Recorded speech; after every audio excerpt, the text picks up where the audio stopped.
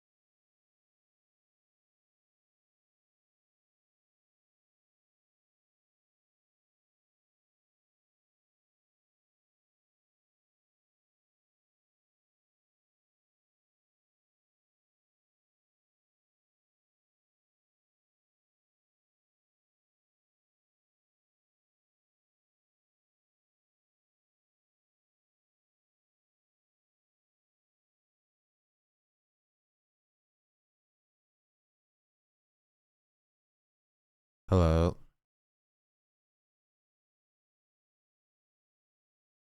What's up, chat? My head hurts. Freaking tired.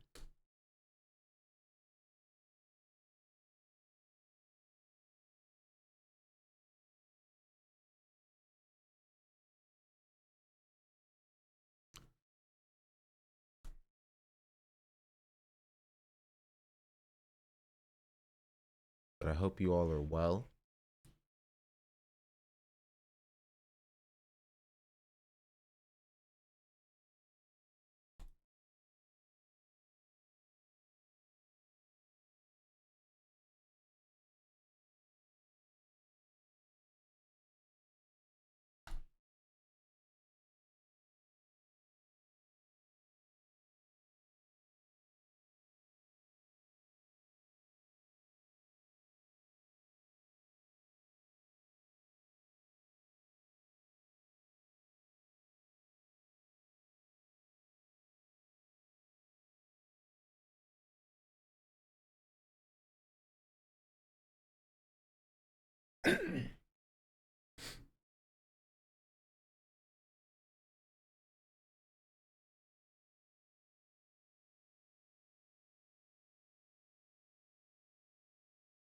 How long before the U.S. implodes of its own hubris? I give it a year.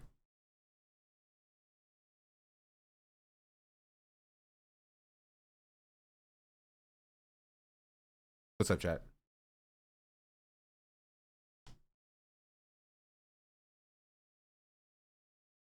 Is this playing?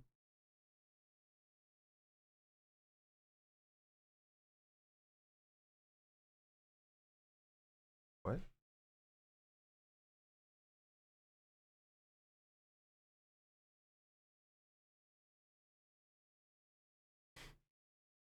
Oh. Okay. I know it's muted. Oh. Prosperous or happy. Okay. Oh, jeez, Louise, my head hurts.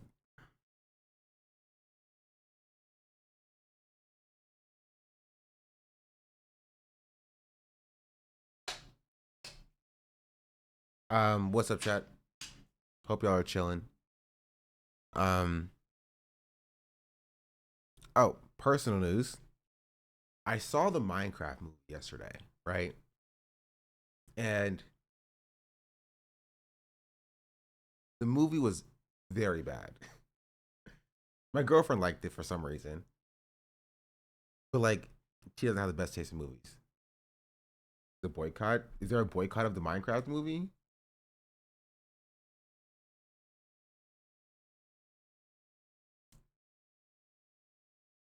And Microsoft?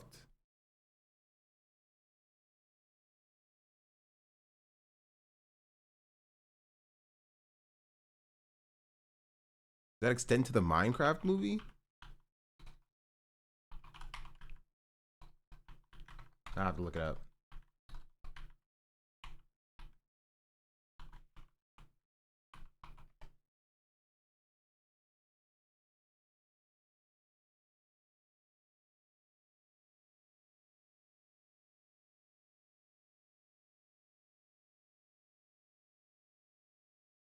No, it doesn't. What are y'all talking about? I guess it's just examples.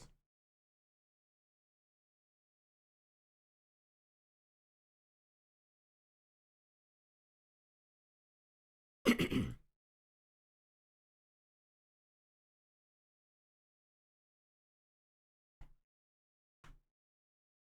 says take action as a consumer, boycott Minecraft products whenever possible. Here are some examples.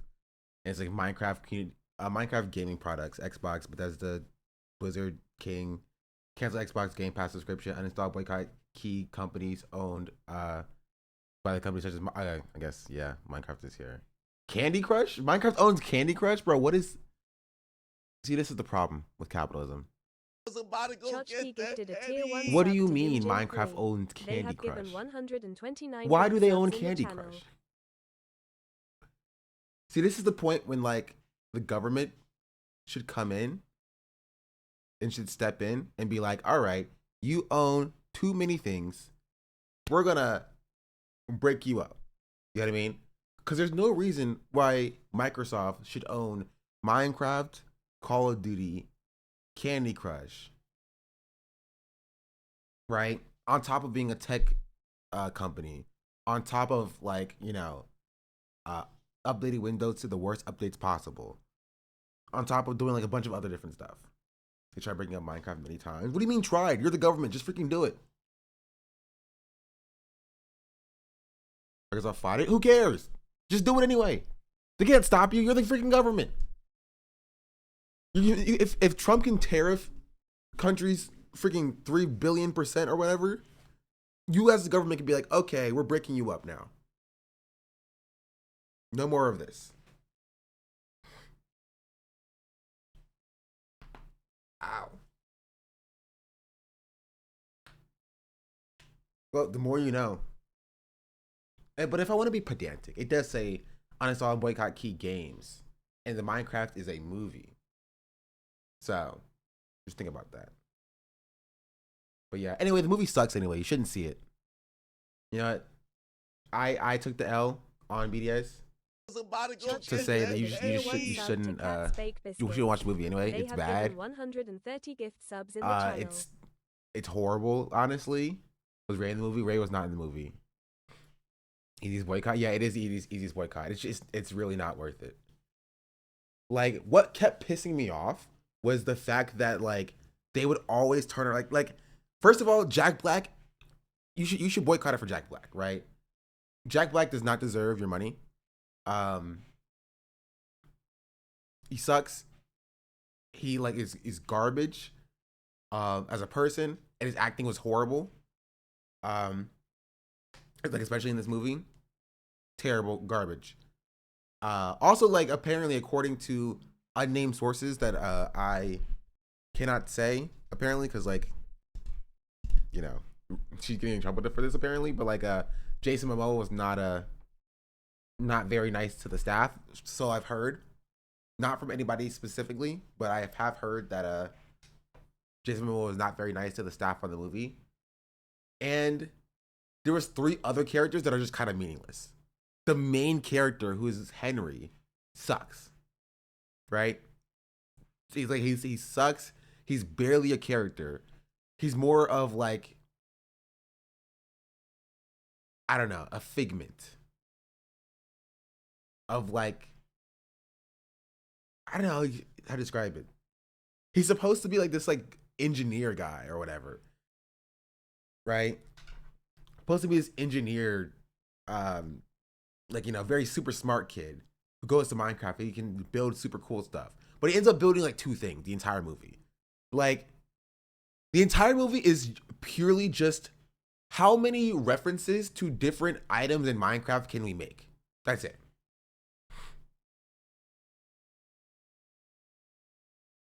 Heard about this got a mention. Is that true? I mean, if you consider just the mention of Biscuit a Tobuscus mention, then yes. He got a mention, right? Technoblade got a very direct reference. But Jack Black at some point in the movie says "son of a biscuit," and Tobuscus says that that's his mention, or that's his cameo, right? Whether or not that's true, whether or not they actually did mention Tobuscus, or whether or not it was just coincidental that they just happened to say "son of a biscuit," then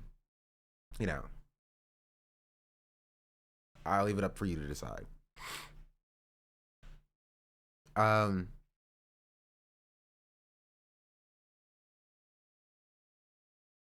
But yeah, the movie sucked so bad. Also, yeah, Henry was a character.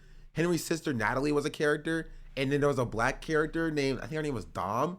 I don't know, because they called her Dom like 2 times in the movie, maybe 3 times in the movie, and like they weren't characters really. It was the movie was literally okay. So we were there late because I was waiting on my French fries. That gave the Oscar-winning actress 3 minutes of screen time. Which one was the Oscar-winning actress? I mean, if you weren't Danielle Brooks, if you weren't Jack Black or Jason Momoa, you got no screen time. Nothing. Like it literally. Okay, let me describe to you what the movie is, chat. Let me describe to you what the movie is. The movie starts off with a monologue from Jack Black's character, Steve, in the Minecraft world, building stuff, going to the Nether. There's like a villain in the Nether who's like, give me that orb, and the orb is like a cube or whatever. That's a huge joke in the movie, right? Everybody calls it a yeah, this is all spoilers. Everybody calls it an orb, but the orb is a cube, right? And so all the characters be like, give me that orb, and then like the characters from the real world will be like, that's a cube though. And he's like, no, you don't understand. And that's like the biggest joke in the movie, or the most reoccurring joke in the movie, is that it's called an orb, but it's actually a cube. And essentially what happens is the orb is super powerful or whatever, and Jack Black is in the Nether, and then he gets kidnapped, and he's like, and then like the main villain lady was like, give me the orb, and then his dog takes the orb and takes it to the real world and puts it in Jack Black's house. The house gets sold. It's then it all ends up in a storage unit that Jason Momoa's character wins in a storage unit bid auction, right? And then he finds the cube. He takes it to his video game store that he owns, because he owns a video game store for some reason. And then Henry moves. And this is what I don't understand, because I don't know how old the older sister is supposed to be. She looks younger than me, right? And I'm 23. So the vibe is that she's like freaking 18 years old. And she's like driving across state lines to go to this town and get a job in this town at 18. She's 23, but she looks so young. Oh, she's 23? She looks like a child. For you, look 28? I don't know if that's good or not. But yeah, so she works at this factory plant doing social media stuff. Henry, it's again not important. Henry does some stuff. It ends up that Henry, Jason Momoa, Natalie, and Dom, who's like the black character, right? You have like the main white kid character. I think it's good. I'll take that. The main white kid character who's like a super genius or whatever. You have Jason Momoa, who's like the comedy relief, like Billy Mitchell style character. Like he's like a old video game pro. He's like comedic relief.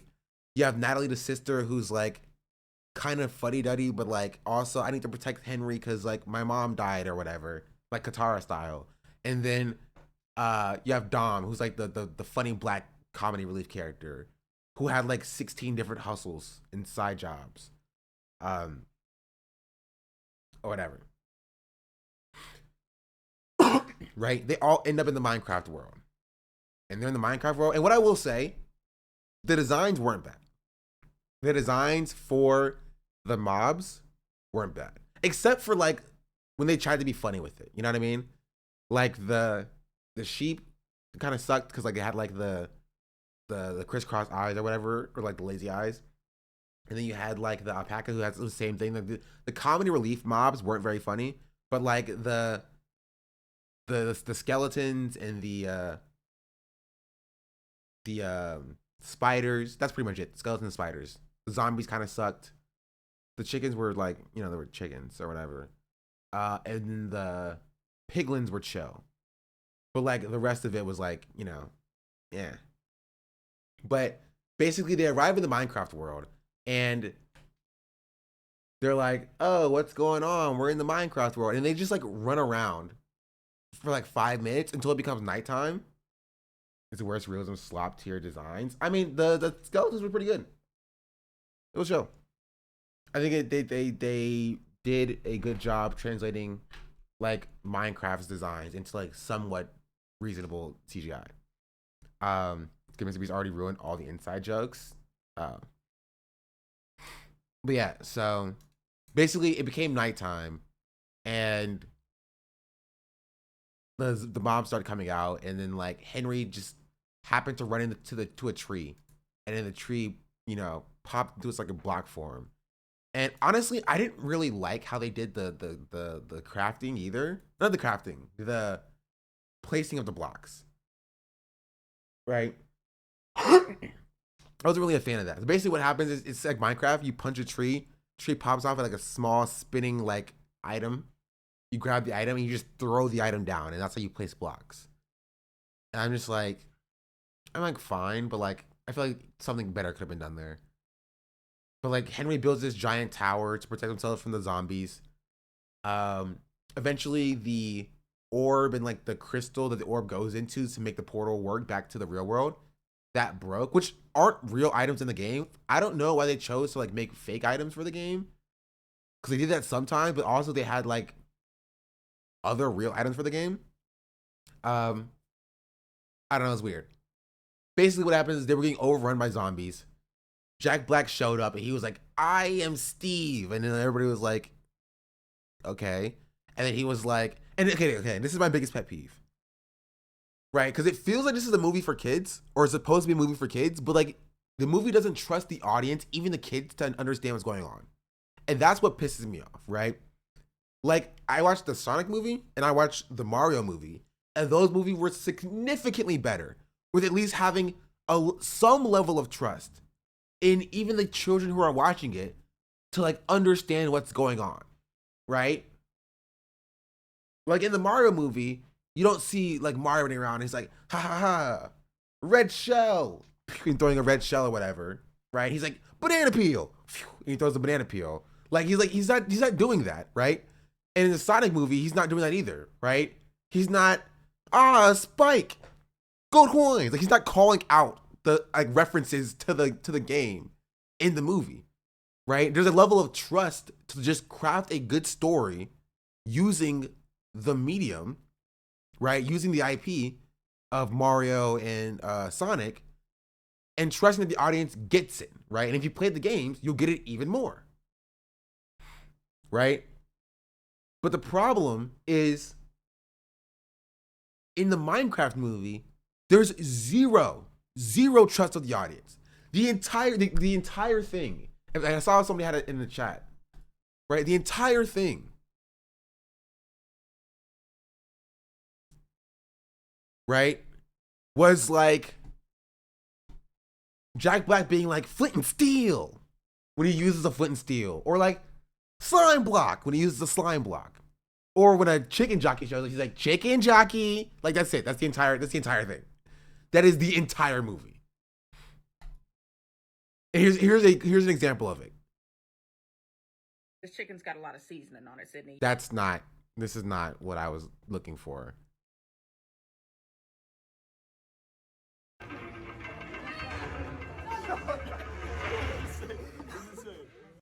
Okay, wait. Nah, I don't want to freaking spoil it, but I want to actually.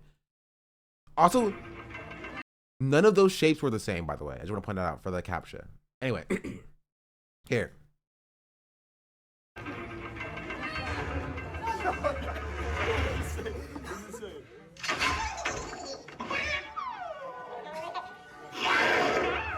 Chicken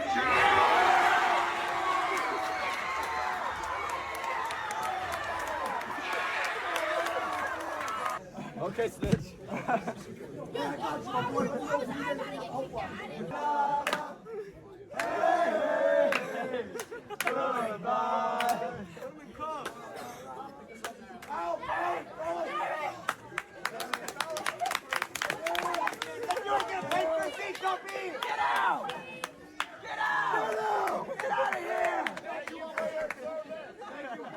This is so cringe.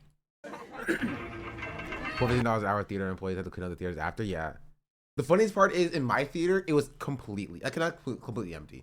My theater it was like a 400, 500 seat theater, maybe even more than that. And there was like 7 people. Right? There were 7 people. Were those kids? Okay, so if you don't understand what's going on, right? In the movie, what's happening is exactly what I described, right? A chicken jockey, which is like a mob in the game, where it's a chicken and then a baby zombie on top, shows up in the movie. And what's been happening is every time a chicken jockey, because like Jack Black says it in like a funny way, people have attached to it like a meme, right? They were like, "Oh yeah, I love this." Right? And so this has become like the meme of like the Minecraft movie. Why are they in the boxing ring? Don't even ask. We know the chicken jockey is epic, but please don't throw popcorn and soft drinks at the screen. Chicken showers. Chickens don't like showers. What? Chicken showers don't like showers. I'm confused. How is this supposed to be read? Chickens don't like showers. Showers. Our staff don't. Why? What? Okay. Who wrote it like this?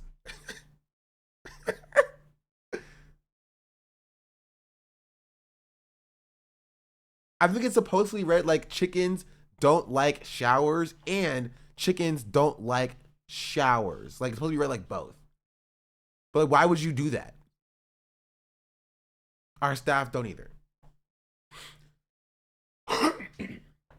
Like I don't know what's going on with this.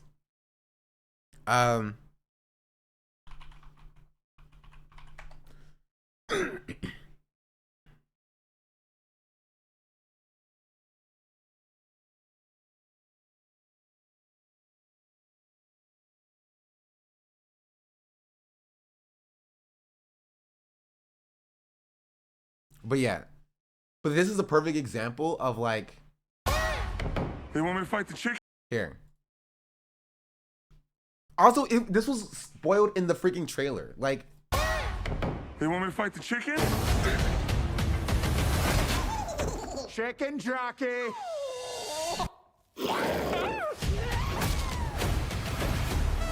Yeah. So that's the entire movie. And it's like the worst part of the movie. And the movie sucks. But the worst part of the movie is Jack Black doing something and he's just describing what's around him. Right? He's like, chicken jockey, slime block, the nether, like diamond armor. That's it. That's it. That's it. That's it. That is literally all that's happened. It's like it's pure reference like slop. Right?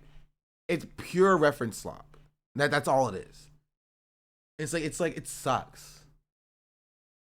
Cause like you leave the movie like I got nothing from this. Right? And even like past that, as like somebody who's played, like I have like thousands of hours in Minecraft, right? As somebody who's played Minecraft for like the last 13 years of my life, they also like for some reason added like they for some reason added different items and different crafting into the game that just doesn't exist in the main game, which doesn't make much sense. So it simultaneously felt like it's supposed to be like reference bait to be like, oh, let's you know, let's you know Minecraft? Well, yeah, we have a chicken jockey, right? We have a spider jockey. Like it feels like it's like that half the time, or like 90% of the time, but the other 10% of the time, it's like Henry comes in to he gets to a crafting table. He's like, he puts down random things and he makes like a potato, like a tater tot launcher. Right? Like the game doesn't have tater tot launchers. And so it's supposed to show like Henry as a character that's like, oh, you know, he's like super smart. And he can make items that don't exist in the game world or whatever. But I'm like, why would you have like the main character use an item that's not even in Minecraft? Right? Or like when he's like crafting iron golems for like the final battle, spoiler alert by the way, when he's crafting iron golems in the final battle, he's like throwing down the potatoes, the pumpkin heads to make the iron golems, and then he takes Steve's boots of swiftness and he uses that instead of a instead of a pumpkin head, and it makes like a super strong version of the iron golems. And I'm just like, if you can do that, why don't you just do that for the entire thing? Like, Steve has like buttloads of freaking diamonds. You know what I mean? Just you make diamond golems instead. If you can just turn anything into anything with crafting in Minecraft, and there's no rhyme or reason or rules, why would you not just use diamond blocks to make the diamond golems? That doesn't make sense either. And so the movie was just like, oh, reference bait, but also until it serves the plot, right? And then it's like, oh, we're just gonna make things up, you know? We're gonna make things up here. Why not? Who cares? And so like the movie sucked, the acting sucked, and like any characters that's not Jason Momoa or Jack Black is not a real character. And even then, Jack Black wasn't a character at all. The only character that I even slightly enjoyed watching when they were on screen is the Jason Momoa character, right? Because he actually had character development. He went from being a douche to not a douche. That's development, at least some development. Jack Black and Steve was just like oh, I'm a super strong Minecraft guy at the beginning of the movie, and now I'm a super strong Minecraft guy at the end of the movie, right? Natalie, who was Henry's sister, had no characterization. Her character was like, where's Henry at? Where's Henry at? Somebody tell me where Henry's at. We can't leave Henry. He's my brother. He's the only family I have left. And I'm like, cool, at least give her some characterization. And then you had the Dom character, who was like the token black character, who was like, only showed up to be like, you know, here, I'm going to have a pack of wolves. And that's it. And she would say something like a funny black woman, right? That was her entire role.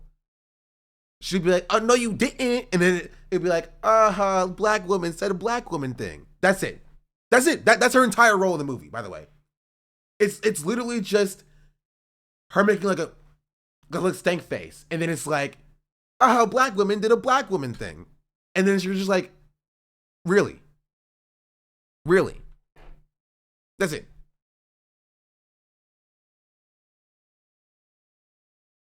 That's it. That's literally it. That's the movie. It's so bad. It's so bad. It's so bad. So yeah, don't watch it. Genuinely don't watch the movie. Like, I was hoping that maybe get some level of like people being like, you know, they said chicken jockey, but like there were 7 people in my theater, right? There were 7 people in my theater. I spent too much money on this movie for no reason. Did they make a movie about a kids game that their parents will take their kids to? Not even. Like, I think that there were kids in my theater, like the other 3 people, right? They like clapped a few times. They're like, when like the main villain was defeated, they were like, "Oh, yay!" But it was just so boring. Like, genuinely, like, what? Stay at home and watch the Sonic movie. It is a superior movie, right? But also, let's be real. Kids, like 8-year-old kids, aren't playing Minecraft. Right? 8-year-old children who this movie is supposedly marketed towards, which it's not, because they're like cursing in the movie. Right? It still has like a PG rating or whatever, probably. But like, there's like, okay. I didn't even touch on like the weirdest part of the movie is that it was also like weirdly sexual for some reason. There was like a lot of sexual innuendos. There was like a lot of sexual innuendos for some reason. Like, it was so weird. Was it rated? I think it's rated PG. That's for the parents to laugh at. But I get that. But if it's for the parents to laugh at, which I think it is, right? It's supposed to be seen to like go over the kid's head, but it's supposed to be for the parents to be like, you know, that's kind of funny. It sucks. The movie's not for the parents. Because those moments are just like kind of uncomfortable. But the story is bad. And so at least if you're going to do like reference-based content for the kids, at least make a decent movie for the parents. Like,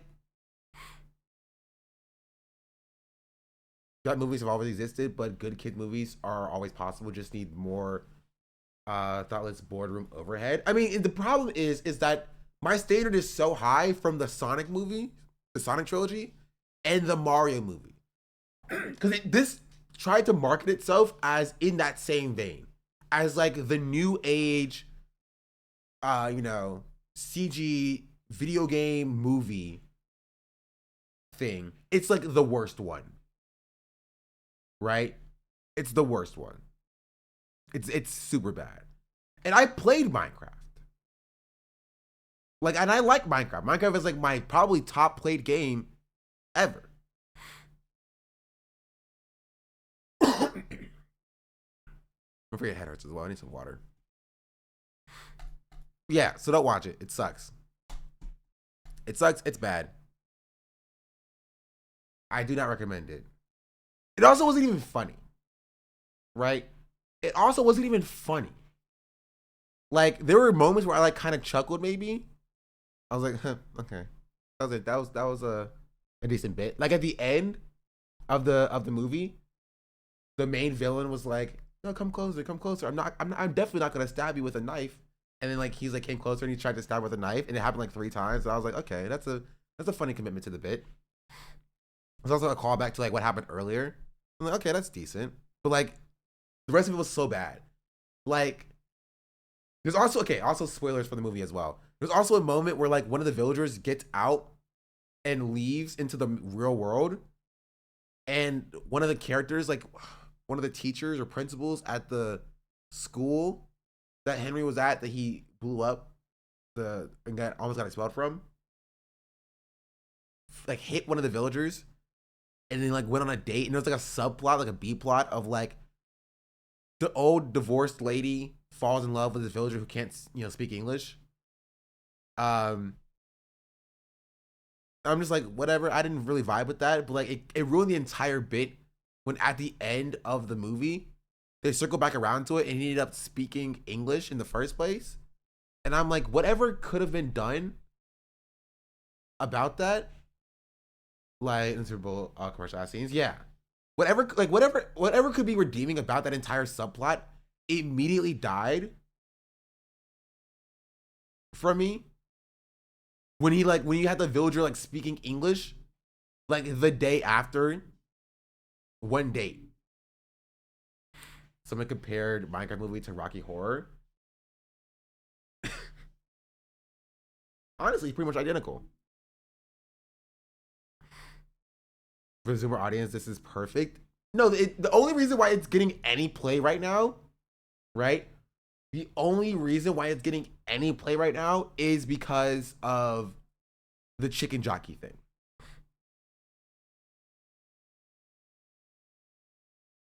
Right? That's it. That's it. That's the only reason why anybody is talking about it in a positive light. Right? It's that it's the chicken jockey thing.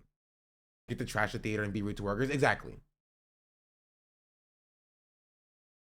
Like, where's it at? This.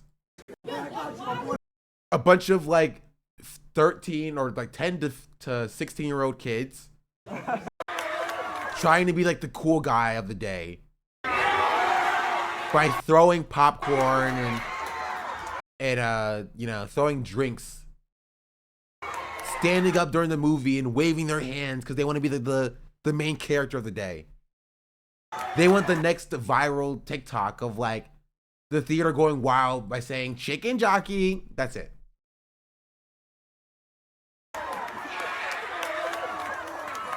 Okay, so Which is why they're still recording when the police get here, because they know, like, yeah, this is gonna go viral. This has 2 million likes. Like,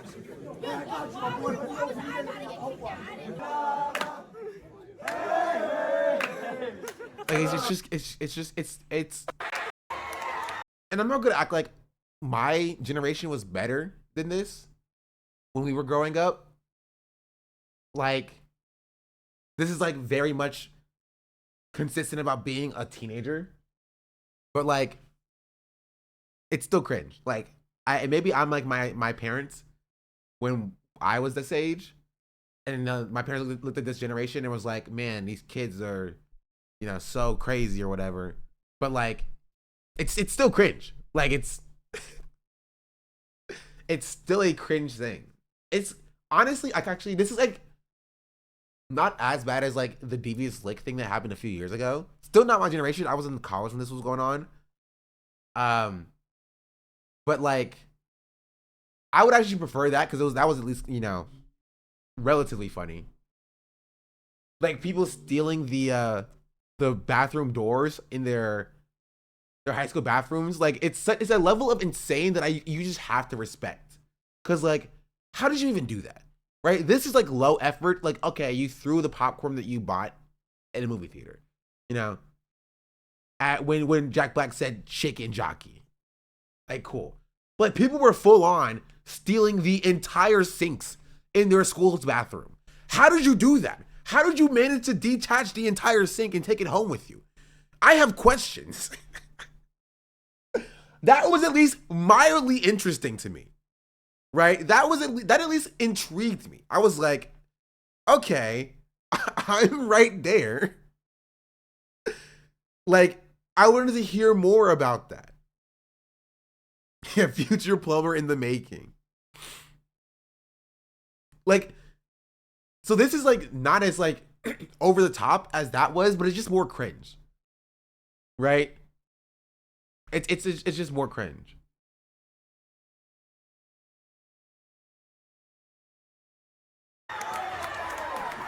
Cause like it feels very fabricated. That's what it feels like to me. It feels insanely fabricated. Chicken jockey, chicken jockey, chicken jockey, chicken jockey. Well, this is actually an hour-long Chicken TikTok. jockey.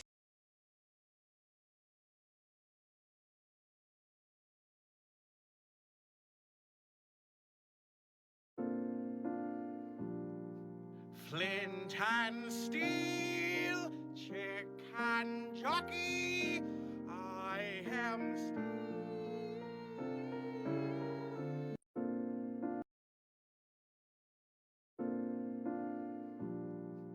Flint. Irony poisoning is everywhere though. Wasn't it like millennials who made Morbius a thing? Yeah, but like I feel like attaching, because like with Morbius, the joke with Morbius, because I was there for that. The joke with Morbius was that it was genuinely like a bad movie that nobody went to see and everybody pretended was good. That was the meme. And to the point where it got like the internet tricked the studios to bringing Morbius back in theaters and nobody saw it. Like, yeah, it got a full-on re-release back in theaters and it failed again. Like, that's funny. That at least is humorous, right? Like, it's similar, but like now you're literally just like we've circled all the way back around to like, you know, irony back to like just being stupid, right? We went from like laughing at you know, Jack Black saying thing in a funny way to laughing at people laughing at Jack Black saying thing in a funny way, right around back to laughing at Jack Black saying thing in a funny way. That's it.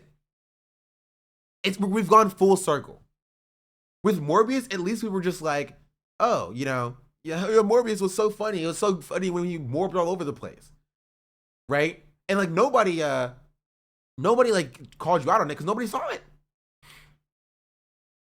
right? The brain is being mistaken for good stuff. Now, yeah, but yeah, the part where Morbius, where he like morbed all over the place, and he said it's Morbin time, and everyone was like, yeah, I love that part. The joke was none of us saw the movie. Nobody saw the movie. Right? So when somebody says it's Morbid time, it's actually in the movie, people are like, okay, yeah, sure, whatever, you know? Now, like, people being like shaking, jockeying, and going wild at that is just, it's like, it's so low effort that like even the irony poisoned like memes in the brain rot just don't hit the same anymore.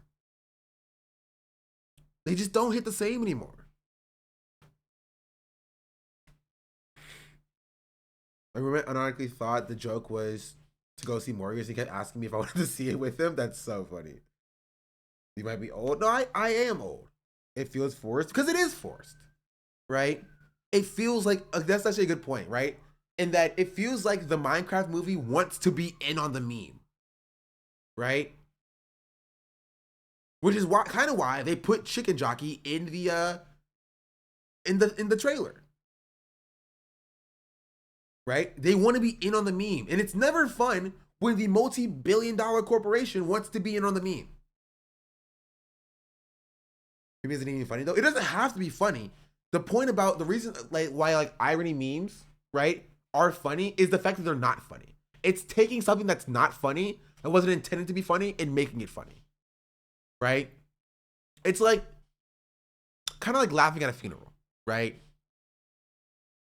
Like, you know, you're not supposed to laugh at the funeral, but like in a certain circumstance, you know, it's like an uncomfortable, like, you know, you're like, it's like the fact that you're not supposed to laugh is what makes you want to laugh.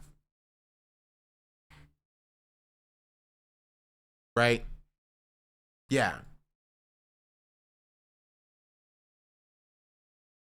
That's why these memes are funny. But like, they want Chicken Jockey to be a quotable meme. And it sucks. Yeah. Exactly. And this funny part is we haven't even gotten to this part yet, right? Because you will start to see brands, Minecraft, Microsoft, or whatever, start making references to Chicken Jockey now. Right? They might drop Chicken Jockey merchandise. They might, you know, have like Chicken Jockey, you know, paid skins.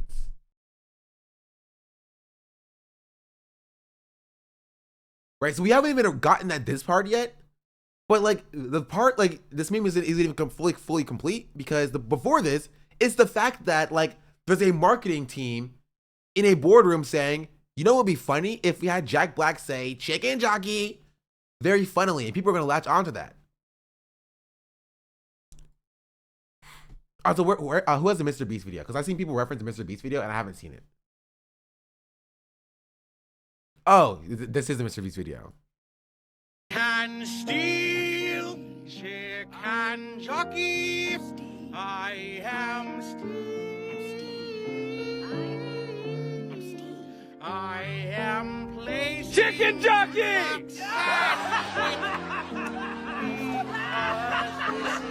Flint and Steel. You know, if I felt like Mr. Beast was actually doing this ironically, this would be decent, right? Especially this last part where he just says chicken jockey and then people start like laughing a bunch. If this was irony, right? If it was purely ironic, I would be like, yeah, you know? Because he would be making fun of the fact that it's such low effort humor that you literally just say chicken jockey and then people laugh at it, right? Is it ironic? I feel like at this point, it can't be ironic. That's the point. No. You don't understand. You're not getting me, right? The point is that, as Chad is saying, he's trying too hard, right? He's trying too hard to be the guy who's like being ironic. If I felt that like Mr. Beast was authentic, right?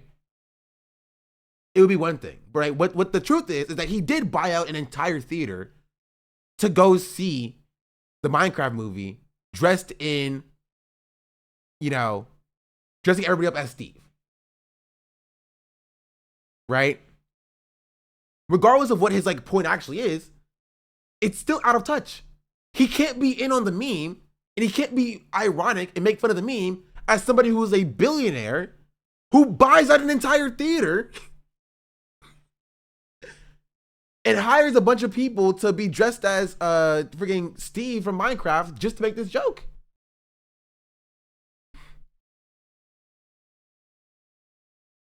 You know what I mean? He can't be authentic, right? He cannot be authentic. Chicken jockey!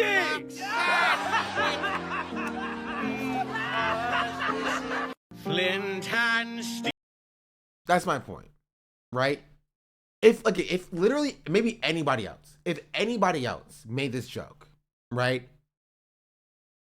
If like no, not anybody, if a TikToker who has like 10,000 followers got a few friends together and did this, I'd be like, okay, that's a decent commentary on the current state of society.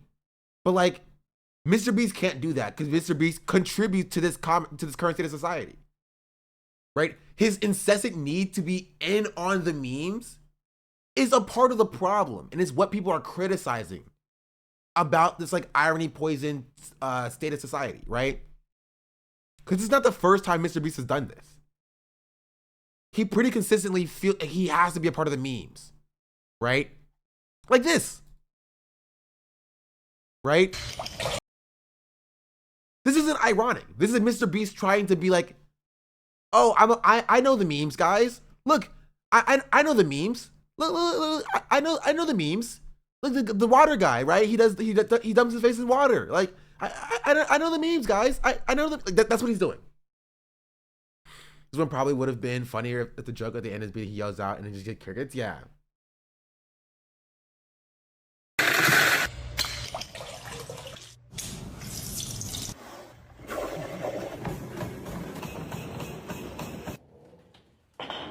Like, even this joke could be funny. He has Mr. Beast branded dumbbells. You can't be a part of the meme in your own private gym with your own Mr. Beast branded dumbbells. That's the problem. That's the issue, which is why this doesn't work. It doesn't work because Mr. Beast is, as a billionaire capitalist, out of touch. And if his brand was more, hey guys, I'm out of touch. Look at me being out of touch. That would work a lot better than him trying to pretend like he's one of us. Like he's in on our memes. He knows what our jokes are. He knows what we're laughing at. Watch out. One more. How many more? One more.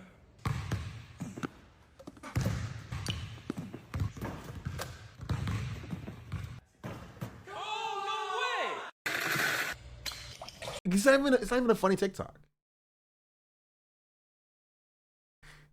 I disagree. Now that he's done it like 4 times, I think it's ironic. It doesn't matter if my point is, it doesn't matter if it's ironic, right? The point is, it's still out of touch, and it doesn't work when you are this person. Like, you as a billionaire capitalist are not allowed to be in the memes, right? There's a reason why Elon Musk is not in the memes, right? Because you are out of touch. Anything you do to try to seem more like normal, like, hey guys, I'm just like you, is going to also come across as out of touch. Did he buy all this for the bit? Why does he look like the first time he's worked out ever? No, Mr. Beast works out. He lost a lot of weight. I'll give Mr. Beast that. But like, he's literally doing it in a private gym called the Beast Arena. You know what I mean? And that's my beef, right? Mr. Beast being like, guys, I'm just like you. I know the memes. I'm making fun of the memes just like you, from his private gym called the Beast Arena with a full-size basketball court. Or Mr. Beast being like, guys, I'm just like you. Chicken jockey is a meme. It's kind of stupid, right? Everybody just laughs at nothing. When he buys out an entire theater and hires actors to come act in a TikTok, it kind of, you know, it doesn't hit the same.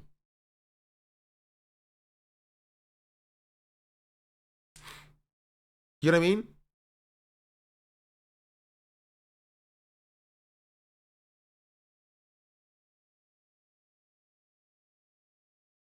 Like, just stop. Like, the first of all, the meme is not funny, like, in general. Like, I don't like chicken jockey thing, whatever. But like, I just also just don't like Mr. Beast that much. Like, he did it here as well, right? I actually slept in and missed my morning routine. And he's like, personal assistant. Hello, Jimmy, are you awake? Now let's get to at least 10,000. Quick, take a dive in the pool, please. Quick, rub a banana peel on your face. It's time to dump water it's time to dump your face in ice water. Please on a balcony for an hour. Wake up. Like, Mr. Beast, the exact same vibes as Elon Musk to me. Yeah, I mean, it is. It's a rich guy who wants to be in on the joke, right? And it's the reason why it's cringe. Let me explain why it's cringe. Is if I was a billionaire, I would not give 2 flying freaks about internet jokes. I would be spending my life just playing video games. I wouldn't care about how people perceive me playing video games. I wouldn't care about being perceived as the best gamer. I would just be playing video games. I would be reading on my freaking Kindle. Like, I would not have to work for a living, and I would just do what I enjoy doing. I wouldn't have to prove myself to anybody. I wouldn't have to try to, you know, be in on the memes. That's why it's cringe. That's why it's cringe.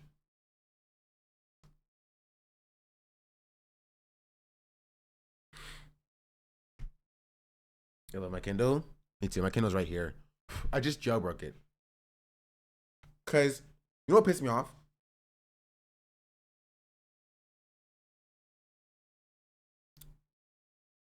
Amazon deleted all of my books. All of my books just deleted. And I'm like, for why? Why would you do such a thing?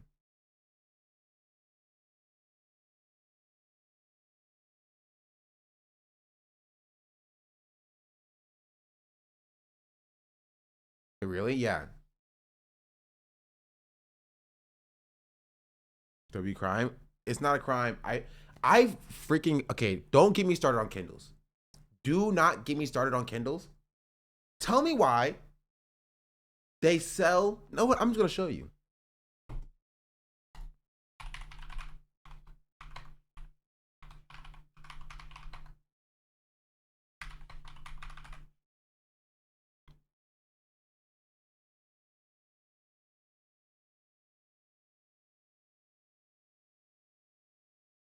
I'm just going to show you.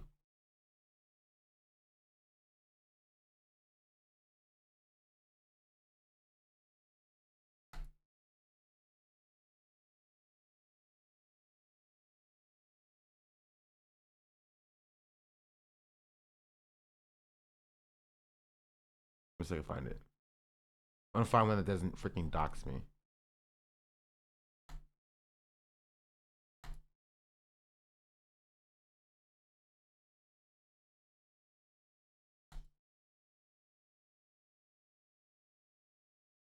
Here. Is it about the ads? Yes, it's about the ads. Kindle ads versus no ads. Is it worth saving $20? Chat, you can buy a device for $100-something, but you can own the physical device. And if you don't buy an upgrade for $20, they will show you ads on the gosh darn home screen. I'm see if I can find it.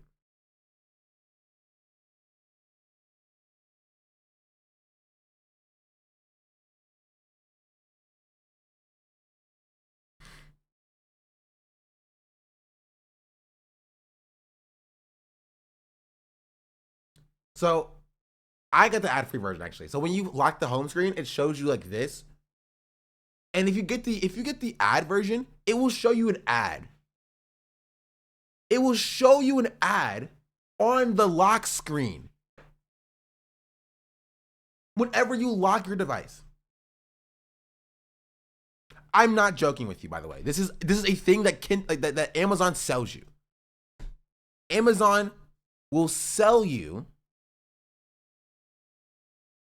an e-reader, hey, how's it going? Physical device that you own with ads. You ads. Or the Kindle so greasy? It's not greasy. It's just, this is what the Kindle looks like. It literally is actually not greasy. This is just what it looks like. So you're gonna have non-reflexive. Hello everyone, I'm Nathan with the ebookreader.com. For this video, I wanted to show you guys the difference between ad-free Kindles and ad-supported Kindles, also called Kindles with special offers. So ad-supported Kindles cost $20 less than the counterpart. So it basically just comes down to... So like, this is a lock screen, by the way. Your Kindle is like in like sleep mode. It's on the lock screen. And this is what you see. You just get like ads for different books. What it shows on the sleep screen here when the Kindle is turned off, you either get an advertisement or you get a book cover, or you can have the option to turn off the book covers if you don't want to view those. It'll show these random images like it's showing on the left right now. So another difference with the screensaver or the ad-supported Kindles is when you turn them on, you have to swipe the screen to advance. So it makes you swipe to unlock. I always found that to be more annoying than the ads personally. Even if you expend extra on a cover, you have to swipe when you turn it on, when you open the cover on an ad-supported Kindle, whereas the ad-free Kindles, it'll just take you back to wherever you left off. So if you get a kid's Kindle, like this is a kid's Kindle on the left, they automatically don't have ads. So it's not even an option on the kid's Kindle. You always have ad-free. So it's actually a little bit cheaper if you plan on getting the ad-free version because it comes with a cover anyway. And another thing about the kids version is it has these different kind of screensavers. So if you have the cover view turned off or it doesn't show the cover of your recently read title, it will show these like whimsical kid-friendly type screensavers instead of the, you know, the old school random screensavers. One of the biggest annoyances about ad-supported Kindles, like you see right here on the right, is even if you don't read romance titles, it'll often advertise romance titles on there. So they're very unrelated to what you read.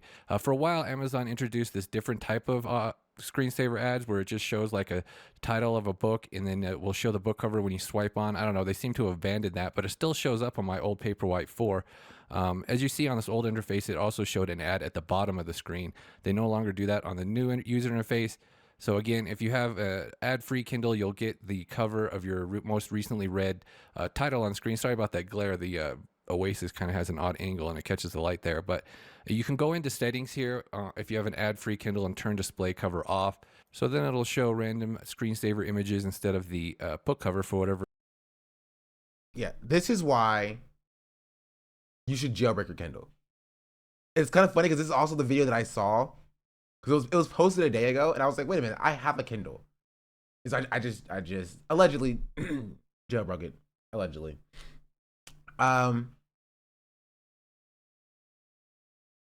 But yeah, it didn't take that long. It took a little bit long for me. Could you just do this on an iPad? What do you mean?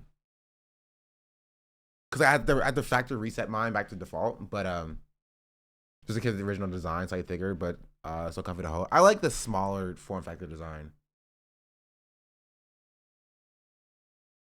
I think it's chill. But like Amazon deleted all my books. Reading books. The point of the Kindle is that it's smaller. I have a Kindle and an iPad.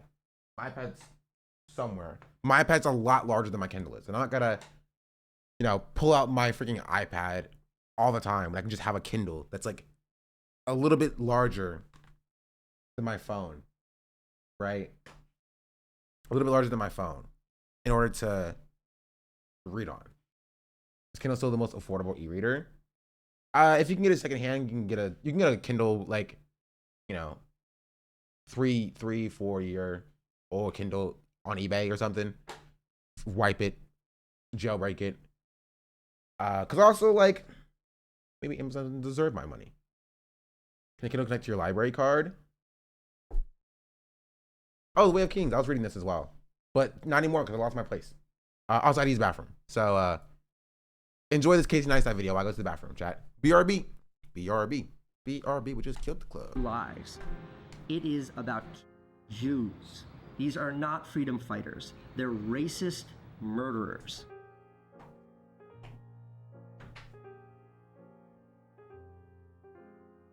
It's now been a year and a half since the initial October 7 attack, which was not at all the beginning of this conflict, but was an event that certainly accelerated what Israel had been doing for nearly a century.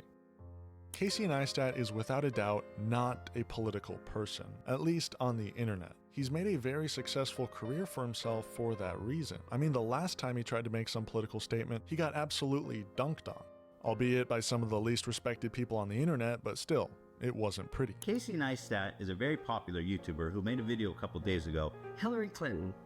I will be voting for Hillary Clinton. Casey endorsed Hillary with such gusto, he basically fucked her in the ass and gave her a reach around.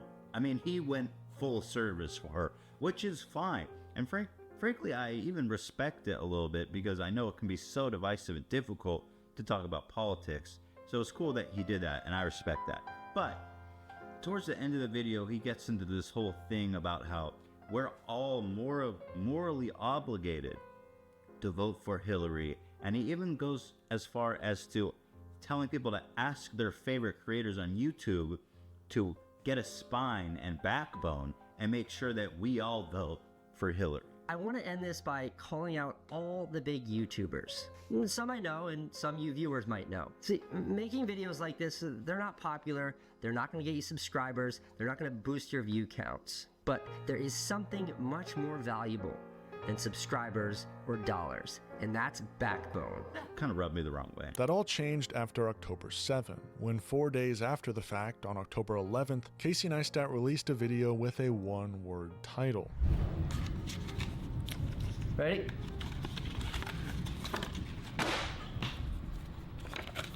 Look at this guy.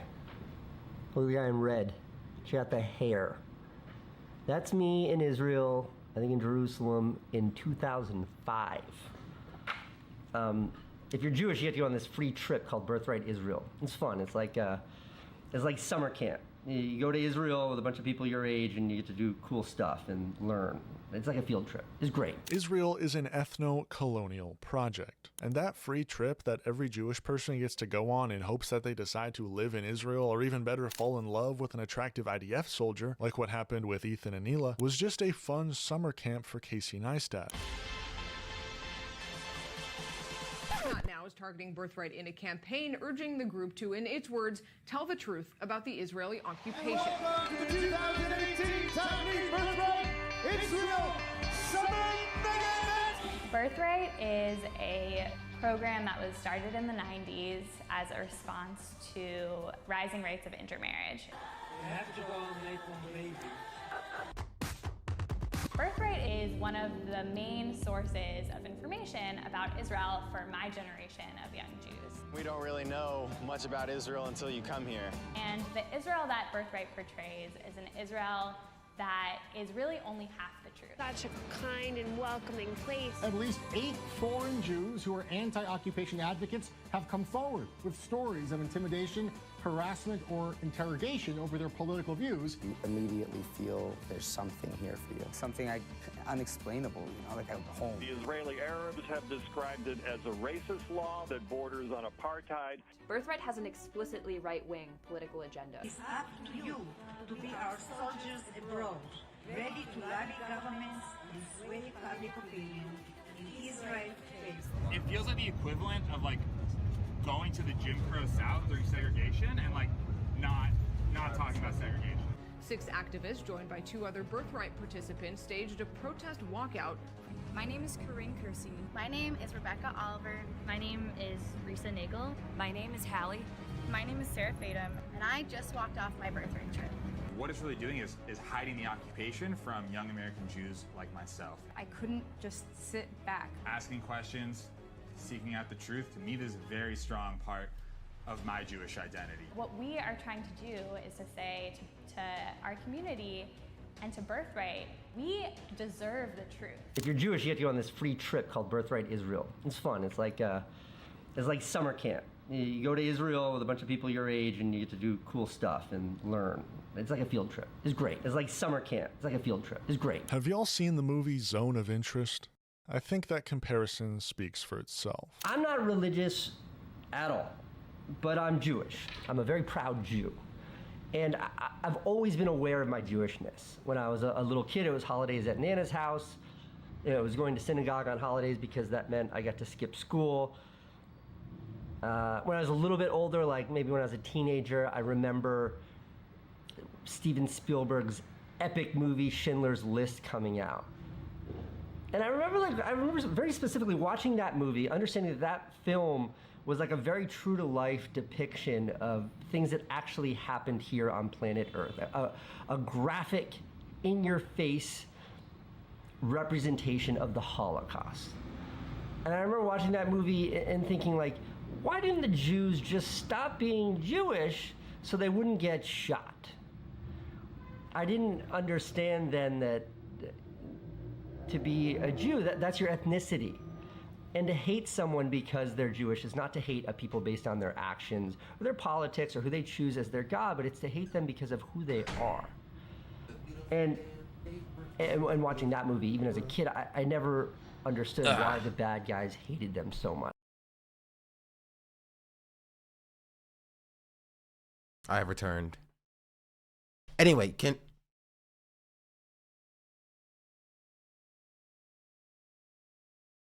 I don't know no idea where I put my Kindle at.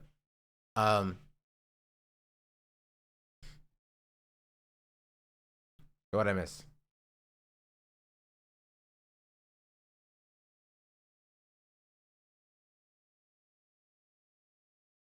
I was on for like 5 minutes.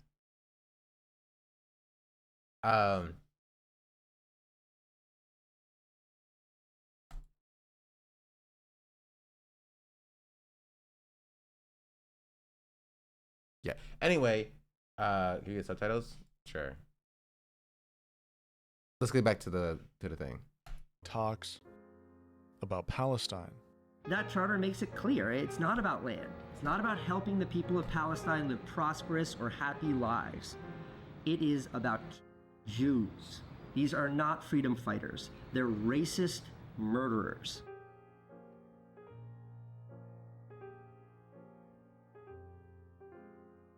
It's now been a year and a half since YouTube the live? initial October 7th. I can go live on YouTube. I don't have a thumbnail. Wait, okay, I have a perfect thumbnail idea. All right, hold. I have the perfect thumbnail idea.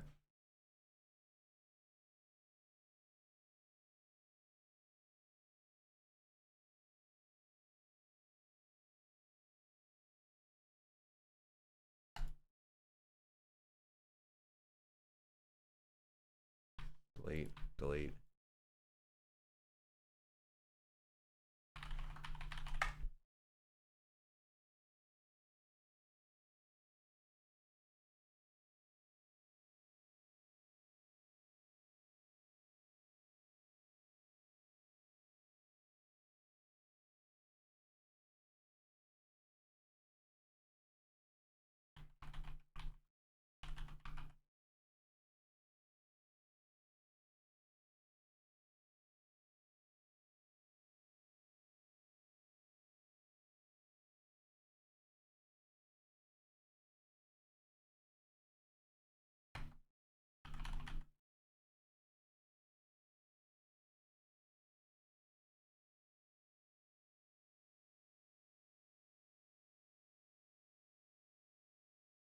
Chicken jockey.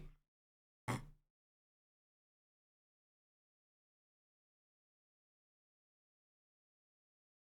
know what? I want to do this too. Here, right click, filter, blur, Gaussian blur.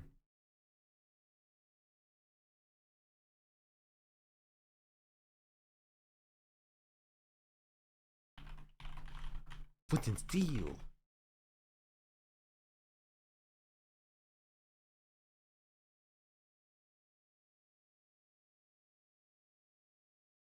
That sucks. Foot and steel. I don't have that. Okay. I'm gonna put a creeper.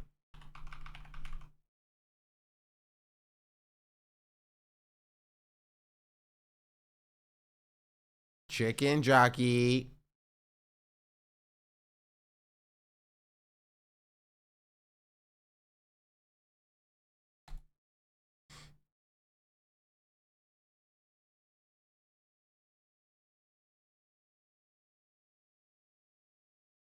Now I need a chicken jockey, obviously.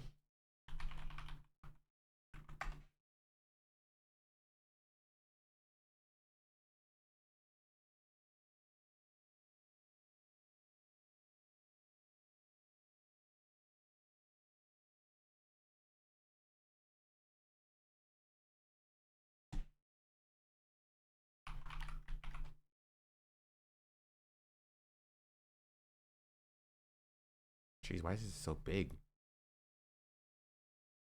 That's what she said. Got him.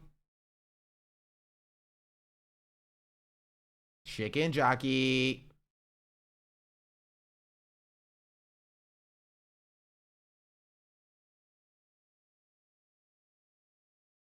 Eh? Eh? Not bad. We might try to give him a frown. He already has a frown. Also, I don't even know what the liquidify tool is. There's a smudge tool. Yeah. Wait. Yeah.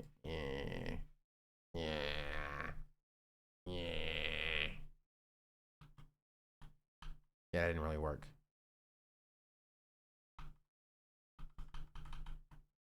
How do I fix that?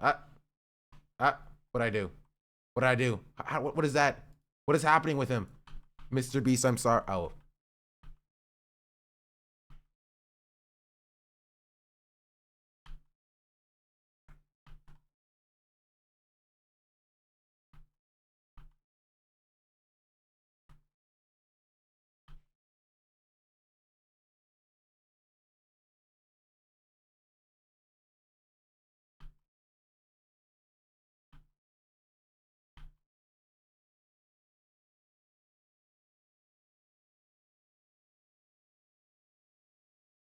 There you go. Be art, let it ride. I don't even remember how I did what I just did. Like this. I don't even know what this is. Is there like a edit history actually? Blending change.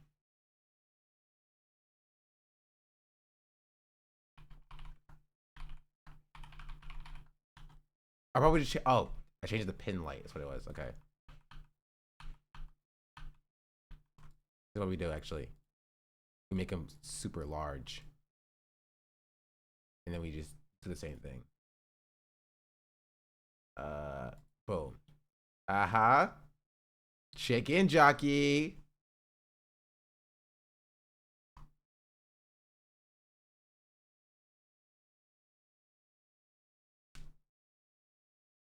Eh? What do you think, chat? Maybe I can flip this guy around. I am Steve. File. Export. Export as. Chicken jockey.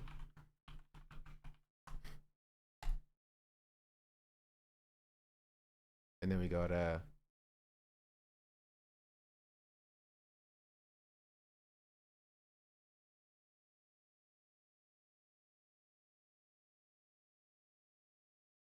Flint and Steel.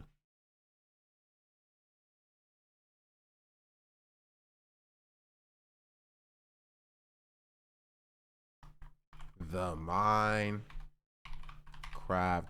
movie sucks.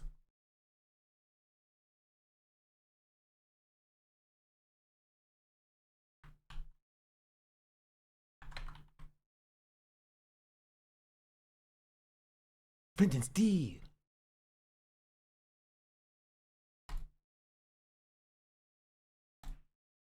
Start. Cool. You know what?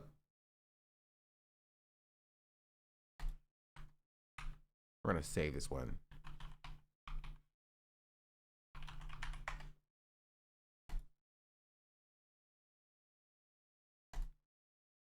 All right. Also, I do also have to talk about Asmongold, which, you know what? Actually, we'll get to that one. Actually, just get out the way.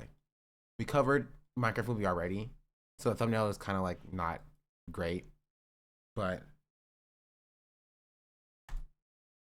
no, but this tweet is kind of going off a little bit at 4.5 thousand likes. What do you do now? Asmongold shouts out Nick Fuentes.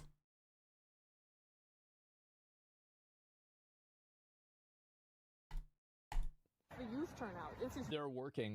They're working, and also I think a lot of young people don't have as much investment in the stock market, so the tariffs don't seem to be as much of a tangible evil to them because they don't get to observe the negative effects.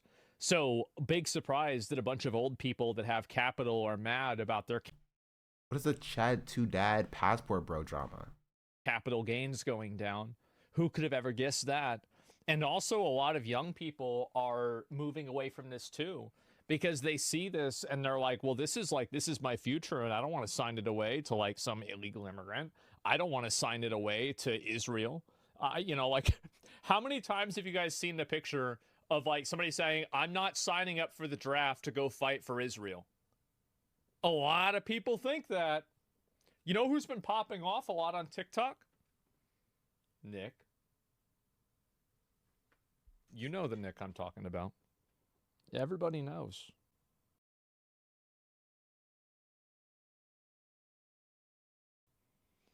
A lot of people have been talking about him. Not NMP.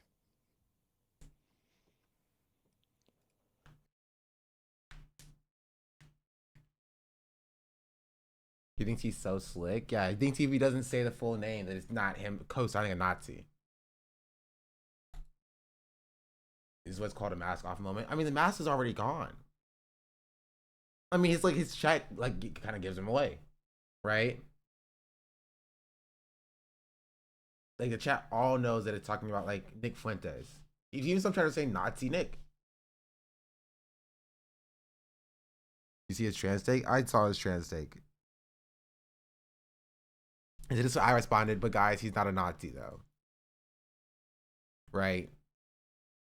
Just an anti-trans, anti-immigrant, mold-inhaling, roach-ingesting, Holocaust-denying, Islamophobic piece of human garbage who cheers on the protesters being brutalized, claims Palestinians have inferior culture, and does routine Nazi apologia to his objectively Nazi audience. Scum.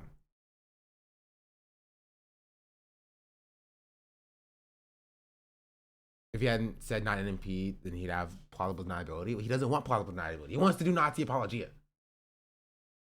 He wants to defend Nazis. He wants to shout out Nazis. That's what he wants to do. That's it.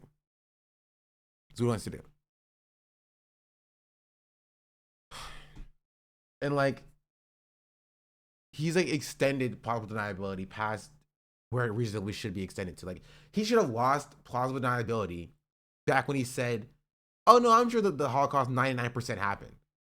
Like, I mean, people were defending him, even though very clearly that's Holocaust denialism. You're doing Holocaust denialism. And he was. I can't stand Asmongold. Cannot. Because that's what I have as one entitled for, just to say and look at that. But I do want to continue on Casey Neistat. I also wanted to see this Legal Eagle video. President Trump has about how to stop the tariffs. This is relatively interesting to me as well. the real reason the tech billionaire. There's also apparently like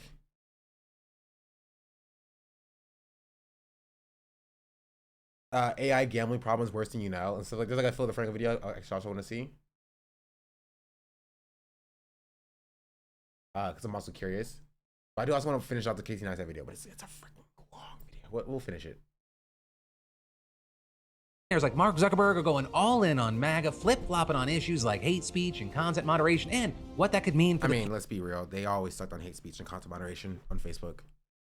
future of free speech online. And then how the gambling industry is leveraging the AI boom to hypercharge its exploitations of customers, fuel addictions, and drive new laws as it sinks its teeth even deeper into the American economy. We're making the deep dive today on your brand new Philip DeFranco show, your daily dive into the news, how it's being covered, and how people are reacting to it. Right in that, because a little announcement is this week is going to be a little bit different. I promised my wife we could go on a vacation and I would not spend half of it in a hotel room shooting the show. And so this week across your 4 Philip DeFranco shows, I shot 11 deep dives into really, really important news you should know about. We're deep diving into some of the most interesting, concerning, and or downright scary stories that I've seen over the last few weeks and months that matter in the now and in the future. But that said, let's jump into Deep Dive Week and today's show, starting with this. I want to do a little bit of a deep dive with you today, because these days there's one main billionaire in Trump's orbit that we talk about a lot. But right now, I want to talk about one who's now circling the president closer than ever, though he doesn't have as big of a spotlight on him. Because it seems like after years of flip-flopping or playing both sides on issues like free speech, content moderation, and diversity, Mark Zuckerberg and Meta along with him, they're going all in on MAGA. And to fully appreciate and understand the situation, we got to go back to 2016 when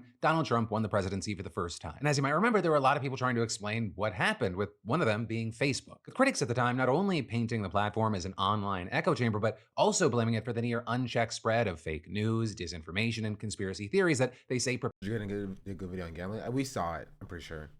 propelled Trump to victory. And as far as Mark Zuckerberg, of course, Facebook's founder and CEO, he defended the company at first, right, denying that the platform had any impact on the election. And in fact, he called the claim that fake news on Facebook influenced the election crazy. But then, just a few days later, he was writing an apologetic post announcing a series of steps meant to deal with its spread, saying, "The bottom line is, we take misinformation seriously." And with that, he previewed Facebook's fact-checking program, which would actually be launched just a month later. But of course, despite that, the criticism, it kept coming, with the same outlets continually reporting on the shortcomings of the company's fact-checking efforts. And by 2018, for example, the company was increasingly being blamed for contributing to the ethnic cleansing and genocide in Myanmar, with reporting at the time beginning to show how the country's military had waged a systematic multi-year propaganda campaign on the platform, with then, not long after that, Facebook again apologizing, admitting that the site had been used to incite violence. And that led to Zuckerberg expanding moderation teams and better defining rules around acceptable speech, with him also sometime that year speaking to Stephen Levy, who wrote a book called Facebook, The Inside Story, about how the solution to disinformation and hate speech was more content moderation, with him reportedly telling the author, "It is no longer enough to give people tools to say what they want and then just let our community flag them and try to respond after the fact," saying we need to take a more active role in making sure that the tools aren't misused. I think we're doing the right thing, it's just that we should have done it sooner. But then, a year later, facing accusations of censorship by conservative politicians, including Trump, Zuckerberg seemingly began swinging back the other way, with him stirring controversy at the time, right? Facebook refusing to take down a Trump ad, making false claims about Joe Biden, with Zuckerberg then defending the decision in a speech at Georgetown, hailing his side as a bastion of free expression. And this as he seemingly aimed to rewrite the true origin story of the platform with a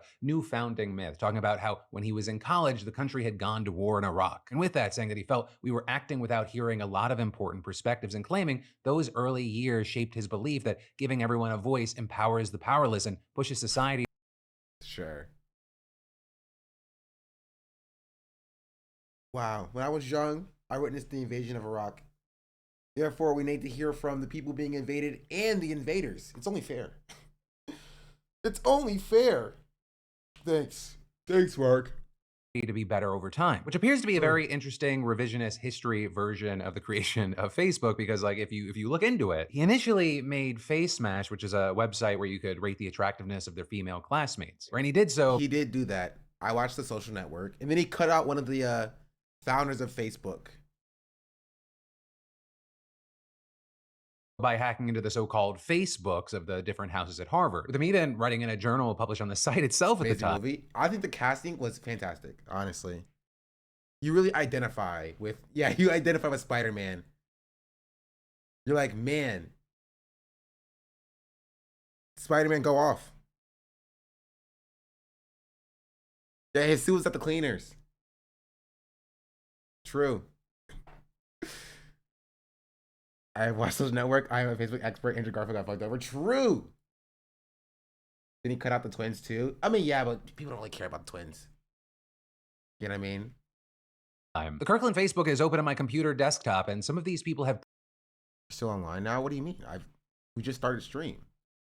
pretty horrendous Facebook Twins are pics. I creepy, who cares? almost want to Yeah. put some of these faces next to pictures of farm animals and have people vote on which is more attractive. But in any case, with that history set aside and a newly connected origin story to take its place, Zuckerberg just kept pushing back. With us then seeing things like in 2020, Zuckerberg claiming that Facebook's commitment to free speech was a reason to not act on inflammatory posts from Trump regarding the Black Lives Matter protests. Though also, notably around the same time, you had activists and human rights groups who used Facebook to document human rights abuses in the Middle East, accusing the company of deleting their accounts. All while, in the United States, Zuckerberg defended Facebook's policies and resisted pressure to act more forcefully against hate speech. Though a big thing, I will say, is that the company still had a hate speech policy at the time, and Zuck claimed that they were proactively removing roughly 90% of it. But then, something changed again. Biden won the election, Trump lost, and hundreds of his supporters invaded the Capitol. And again, Facebook got some of the blame, and we saw them ban Trump indefinitely for the role that he played in inciting the insurrection. With Zuck then, soon after, telling investors that the company was considering steps to straight up reduce political content across Facebook, which was done shortly after. But of course, that didn't stop fact checkers, researchers, and the media from finding ways that the platform was still being used to spread misinformation and increase political polarization. And come 2024, you had Zuck getting brutalized before the US Senate, then reinventing his image, and last August, he wrote that letter to Congress accusing the Biden administration of pressuring what had by then become Meta into censoring more COVID-19 content than he said he felt comfortable with, as well as then announcing that he wouldn't repeat the contributions he made in 2020 to support nonpartisan electoral infrastructure because the gifts made him appear not neutral. Though notably, that spending was also part of the reason that Trump accused Zuckerberg of plotting against him during the 2020 election, something that also reportedly involved threats to throw him in jail for the rest of his life. But then, despite all that, within weeks of Trump's re-election, Zuckerberg was dining with the then president-elect at Mar-a-Lago. And it was also at this time, according to reporting by the New York Times, that Trump advisor Stephen Miller told Zuckerberg that he had an opportunity to help reform America, but it would be on Trump's terms. With Zuck there reportedly signaling to Miller and his colleagues, including other senior Trump advisors, that he would do nothing to obstruct their agenda. And in fact, according to the Times, Zuck reportedly began preparing to make sweeping changes to Meta to, in the words of the Times, remake Meta for the Trump era. And notably, with that, the Times interviewed more than a dozen current and former Meta employees, as well as executives and advisors to Zuckerberg. And they reportedly described his shift as serving a dual purpose. Right, on one hand, it's about positioning Meta for the current political climate, with Trump and Republican power ascendant. But also, too, and maybe even more notably, people close to him reportedly say that the shift reflects Zuckerberg's personal views of how his company should be run, or views that he no longer wanted to keep quiet. With all that, according to the Times, this whole process, it was highly unusual. Because in the past, Meta would modify policies affecting its apps by inviting employees, civic leaders, and others to weigh in. And so with that, the process would generally take months, but this time it was a, quote, 6-week sprint, blindsiding even employees on his policy and integrity team. With then, on January 2nd, Meta appointing Republican Joel Kaplan to lead its global policy team to implement the changes. And then, a few days... LOL. This is kind of funny, actually. Meta got caught gaming AI benchmarks. With Llama 4, Meta fudged the benchmark to appear as though a new AI model is better than the competition. Over the weekend, Meta dropped 2 new Llama models, a smaller model named Scout and Maverick, a mid-sized model the company claims to beat GPT-4o, and Gemini 2.0 Flash across the board, a range of widely reported benchmarks. Maverick quickly secured the number 2 spot on the LM Arena, the AI benchmark site where humans compare outputs from different systems and vote on the best one. In Meta's press release, the company highlighted the Maverick's ELO score of 1417, placed it above OpenAI's 4.0 and just under Gemini's 2.5 Pro. A higher ELO score means a model wins more often in an arena when it goes head-to-head with competitors. The achievement seems to position Meta's open-weight Llama 4 as a series challenger, not contender, to the state-of-the-art closed model from OpenAI, Anthropic, and Google. Then AI researchers digging into Meta's documentation discovered something unusual. In the fine print, Meta acknowledges that the version of Maverick tested on the LM Arena isn't the same as what's available to the public. According to Meta's own materials, it deployed an experimental chat version of Llama to LM Arena. It was specifically optimized for conversationality. So they're cheating.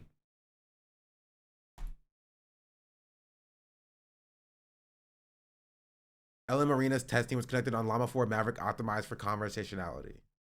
Yeah, so of course if you make That's like, okay. That's like,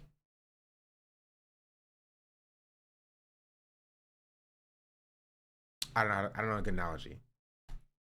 Days later, he added 3 new men to the board, with one, of course, being Trump's friend Dana White. And on January 7th, most of Meta's 72,000 employees reportedly learned about the rest of Zuckerberg's plans along with the rest of the world. With Zuck, of course, famously announcing that it was killing its fact-checking program in favor of a community notes system similar to X's. Or with him also revealing that political content would no longer be suppressed, and finally declaring that the company would be loosening restrictions on how people can talk about contentious social issues such as immigration, gender, and sexuality. And notably here, all of that came not just in a written statement from Joel Kaplan, but it was also announced by Zuckerberg in a video that had him say, "After Trump first got elected in 2016, the legacy media wrote nonstop about how misinformation was a threat to democracy. We tried in good faith to address those concerns without becoming the arbiters of truth. But the fact-checkers have just been too politically biased and have destroyed more trust than they've created, especially in the US. The recent elections also feel like a cultural tipping point towards once again prioritizing speech. So we're going to get back to our roots and focus on reducing mistakes, simplifying our policies, and restoring free expression on our platforms." Right, and then, in the days after, the full extent of the changes became clear. The company ending its hate speech policy, now calling it hateful conduct, with this policy now allowing posts saying you hate people of certain races, religions, and sexual orientations. And that including permitting, quote, allegations of mental illness or abnormality when based on gender or sexual orientation. With also an Intercept investigation claiming examples of other newly permissible speech highlighted in Meta training materials, including immigrants are grubby, filthy pieces of shit, and gays are freaks. With this seeing Jillian York, Director for International Freedom of Expression at the Electronic Frontier Foundation, and notably someone who has criticized Meta for what she described as over-moderation in the past, saying, "These examples demonstrate that Meta's policy changes are political in nature and not intended to simply allow more freedom of expression." And then beyond that, we've seen things like the company also reportedly removing the transgender and non-binary themes on Messenger. Instagram at one point blocked LGBTQ hashtags and marked them as sexually suggestive content, though Meta said afterwards that it was a mistake. And then off the platform, facilities managers were reportedly instructed to remove tampons from men's bathrooms at Meta's offices in Silicon Valley. Okay. Are y'all seeing the discourse that Zuko's Madre or whoever is getting into on Twitter again? I swear that account is always staying in some drama.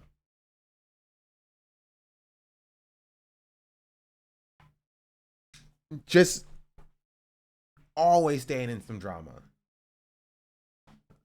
I have no idea what the discourse is, but I just see tweets being like, bro, the Zuko's Mama account is getting into a beef again, and it's the least surprising thing of the day. And I'm just like, what?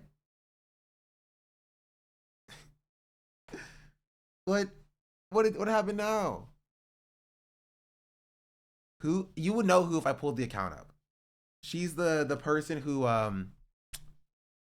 always yells at Hassan for like being pro sex work. You know what I mean?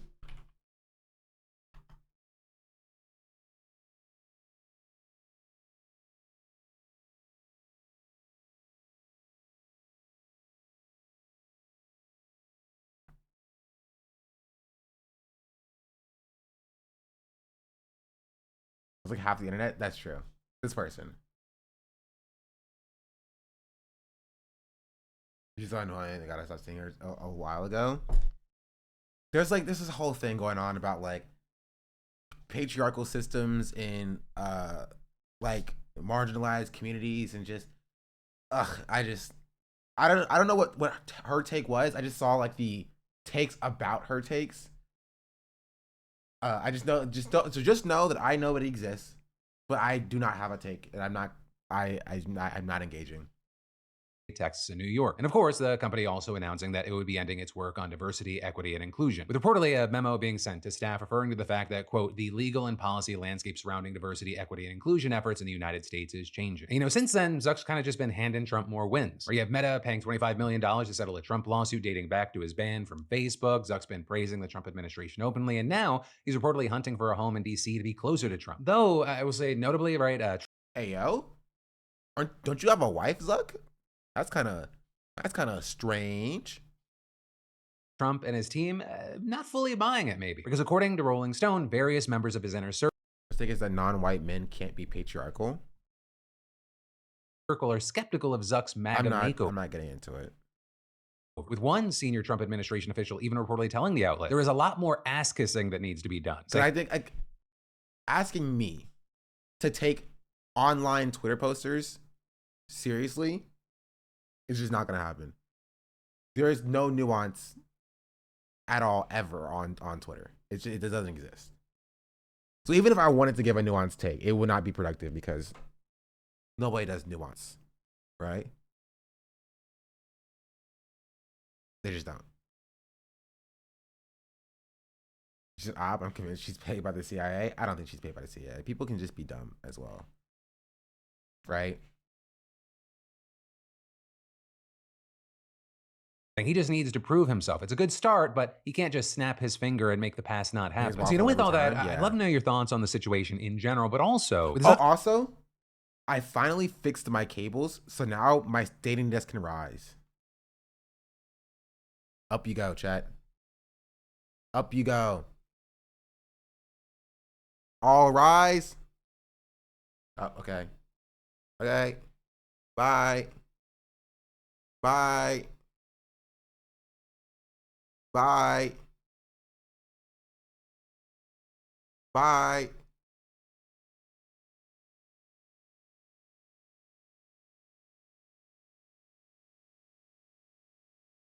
Bye.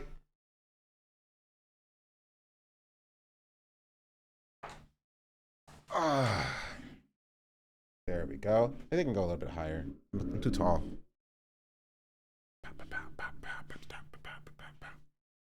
Ah.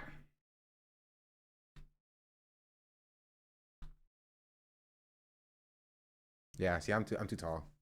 Also, I can raise this up a little bit, actually. I'll think about it. Hold on. No, that's not happening. All right. You're stuck, chat, actually, like that. Zuckerberg and what we've seen with a number of multi-millionaires or billionaires, do you think this is kind of the evolution, the final form? Chat, this is how it feels to be 6 feet tall. Actually, y'all are probably more closer to like 5'10"-ish. I'm 6 feet tall. Why my head's out the frame. Finally feel free to be this version of themselves? Or do you see this more as them being shapeshifters? We're going whichever way the wind blows for better financial or personal gain. What do you think and why? And then I've got more important news for you in just a moment, but you know, quick question. Can you list every subscription that you are currently paying for? You can pause it. Rocket Money? Yeah, it's Rocket Money. PDS. If I were to ask you over the course of a year, how many Americans engage in some form of gambling, what do you think that number would be? Think about it, ponder it, give me that answer. The answer is 55%. Right, that is a... That's more than 1 in 5. That's just at 5 and 10. Gosh, fudging darn it. Wait, does channel points count? Does that count? That might count a little bit. A little bit taller. No, the cable's already stretched.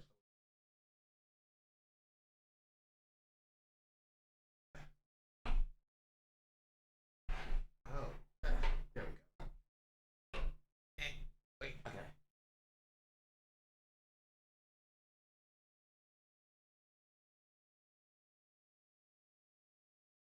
Oh, a tad bit more, but I need a longer HDMI cable.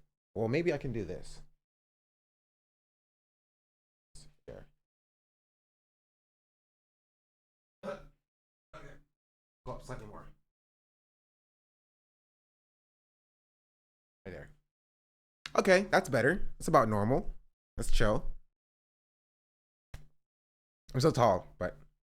According to a survey conducted last summer for the American Gaming Association. With that, up from 49% the year prior. So, I mean, we're talking about tremendous sums of money, like some $150 billion on sports alone last year, according to estimates. With us even seeing 538 founder, author, and famed data nerd Nate Silver estimating in his new book that the total wagers placed by Americans every year passes $1 trillion.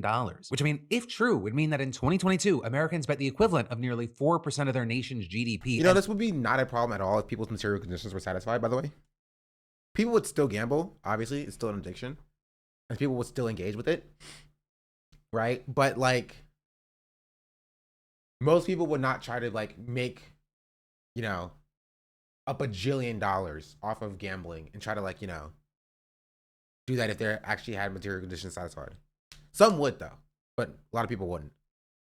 lost over 10% of that money, which, really shouldn't be that shocking since today we bet on just about everything. Sports, political elections, stock prices, meme coins, online Bro, lottery. who is we? Gambling is haram. Casino apps, Luigi Mangioni's It's a sin. free, the existence of not aliens. gamble. Hell, places like Polymarket, they even let people bet on different aspects of the Los Angeles wildfires, like how fast they'd spread and when they'd be contained. Though to be clear there, that's technically only supposed to be available to bettors outside of the United States. But clearly, the most prominent driver of the new gambling culture in recent years has been sports. Right? And that because ever since the Supreme Court struck down a federal ban on sports betting through capitalism. I think kind of differently than sex work, gambling is like a different beast because gambling is addictive. Right? Gambling is addictive in the same way that, like, drugs are addictive. And so, like, decriminalization is still necessary, obviously, because capitalism will commodify the instances, but it still is required to, like, have some level of support systems because it is a vice. So it's not the same, but it can be tackled in a similar way under this current system of or this mode of production, where there needs to be some level of decriminality so that people can actually get the help they need when they're gambling, and people can be safe when they are engaging in sex work, right? Same steps need to be taken, but for different reasons. You know what I mean? 2018, nearly 40 states and DC have legalized the practice. Though notably, the two most populous states in the country, California and Texas, have yet to join them. Right? And so if those two joined, you'd expect the gambling numbers to get even more insane. And I mean, you better believe that industry executives' mouths, they are watering at the idea. Because companies like DraftKings, FanDuel, Caesars, MGM, and Disney through ESPN. Jail. Honestly, I think we need a Chinese style, like, they throw the CEOs of these companies in prison.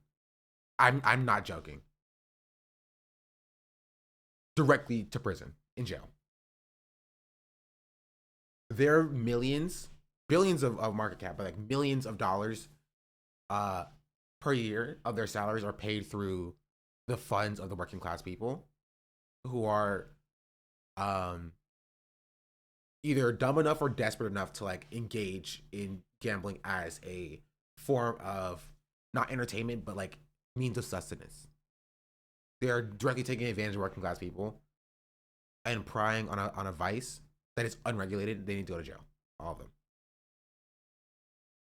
ESPN, they've raked in the profits from this gambling boom. Even the big sports leagues who have historically opposed betting now caving in as they're signing partnerships with sportsbooks. And we've seen a whole cottage industry sprout around these markets with one very controversial goal, which is the reason that we're talking about this today. Using the revolution in artificial intelligence to turbocharge the gambling boom. Right? And they're doing this in a number of ways. So we're going to start with the mildly concerning and end with the downright dystopian. Right? So first step, you got things like companies using AI to streamline many of the creative tasks that the gambling industry already does, namely writing persuasive marketing copy. With Narrativa, for instance, a firm that reportedly gets a quarter of its business from gambling clients. I mean, this was going to be the case for, like, all marketing. So this isn't something that's specific to gambling, but all marketing in the next coming few years. I think marketing agencies, copywriting, things of that nature, not like book copywriting, but like marketing copy, are going to be like the first things to go under AI. Right? Instead of paying 10 people who are keeping up with, like, pop culture to write ads, right, and marketing copy, you pay one person to just shove prompts into ChatGPT and have it generate something that's good enough for you, right? Because for a industry like marketing, it's not about how persuasive your marketing is. It's about how quickly to market you can get out. It's about your output, right? It's about your output. It's about throwing as many things as you can possibly out there, right? And if you can push out 10, 20, 30, 50 pieces of marketing and advertisements that are all different and distinct, as opposed to like 2 pieces that are very well thought out, and you're going to be better off in the long term, 100%. Journalist / PR person here, half the job listings I get from Indeed and LinkedIn are now KOI editing, AI data training. It is exploding exponentially. Yeah, or copy editing. I didn't work in startups and entrepreneurship. I'm seeing many dorks pitching these startups on top of ChatGPT to do exactly that. Most of the people have no experience in marketing, copywriting, or branding. It's obnoxious. Yeah, and this, yeah, and the problem is that ChatGPT makes it so easy that like I could right now build a, you know, basically you're building a front end that just calls to ChatGPT to make their calls. And you just pay the pennies that it costs per like per query, if you will. Right? And like it looks like magic to the people who don't know what's going on. Right? It looks more official than just having their employees use ChatGPT, but it's equally as easy. You know? AI startups are exploding. Churning out everything from automated summaries of sports games to SEO-friendly reviews of online casino games to promotional social media posts. Oh, But then, speaking of online summaries of sports games, did y'all see the what I something Hassan talked about yesterday about the fact that the market rebounded after a misinformation tweet that came out? I think that tweet was made maybe not by a bot, but using or because of AI. Right? Like I think an AI was scanning the transcript for whatever a Trump spokesperson was saying for the administration, and then summarizes that transcript into headlines, posts those headlines onto a feed. That feed is immediately taken and then posted on a Newswire Twitter account immediately. There's like no human in that process. It's from an automated aggregator, yeah. And I'm saying that the tweet got that, the aggregator got that headline from an AI bot. What was the content though? Basically, they were just asking like if Trump was going to pause the tariffs, and like the spokesperson was like, yeah, and then said the answer was basically like, yeah, no, they're not doing that, right? The AI cannot distinguish between yeah, no, or yeah. Right, so it took is Trump going to pause the tariffs? And they took the yeah, and they made a headline out of that summarization saying Trump administration says that the tariffs are going to be paused. That was posted onto some like RSS feed that was picked up by a news aggregator, right? And then posted by the news aggregator bot on Twitter.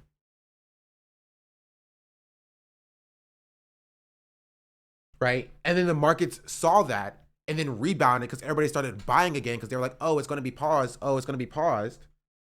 Right? Oh, the tariffs are going to be paused when it wasn't the case at all. On that Twitter account to blame AI so bad, but I know it won't. Yeah, because the account itself is AI. Then CNBC picked it up as well as Reuters. Yeah. Because of course they did. And it came from just like in my opinion, I don't know for sure, but it would make a lot of sense if it came from a AI summarized transcript. Maybe not even just a transcript. Maybe it was just the live transcripting, right? Because it makes sense. That's something you can do. It's very easy. It's just like some wild speculation. I mean, it's something that's like it makes sense.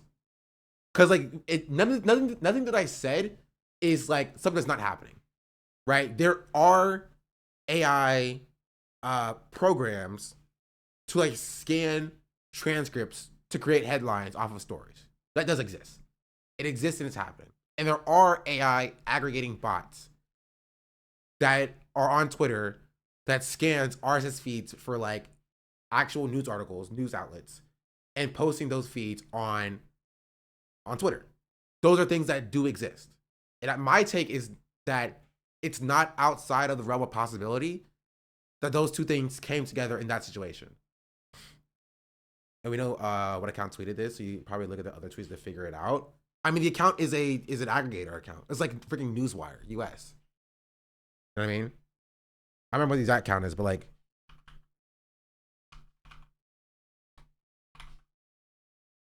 this account is literally an aggregator, right? They are a US and world news aggregator, direct from AP, Bloomberg, Reuters, and others. This is a powered by Polymarket, right? This is a AI account that basically takes things from a giant RSS feed of articles being posted on news outlets and sites, and just take that, AI it down into like a short snippet, right? And then post a snippet on Twitter, essentially. That is what these accounts do. And they're very successful because they're always first to market, right? At least on Twitter. They take whatever is posted. If something is posted on AP, they snag that from the RSS feed, right? They AI it down and then post it immediately, like within minutes, if not seconds, to Twitter with like, Musk, Trump trade advisory Navarro is truly a moron. This probably came like 30 seconds after Musk said it, honestly. Has that technology existed for a decade? Yes, but the problem is now it's accessible, right? Yes, this technology has existed for a decade, but now it's extraordinarily accessible and easy, right? For anybody to get into. So a random person like freaking Walter Bloomberg can be like, legitimately just like a random like John from Texas A&M who wants to make a summer project for himself, and he makes an aggregator that does this, and then like it happens to like have an effect of like rebounding the markets by accident. You have been into Carlos so we get live bullshit news? Yeah, I like legitimately, yeah. I probably could do something like that. Let me see.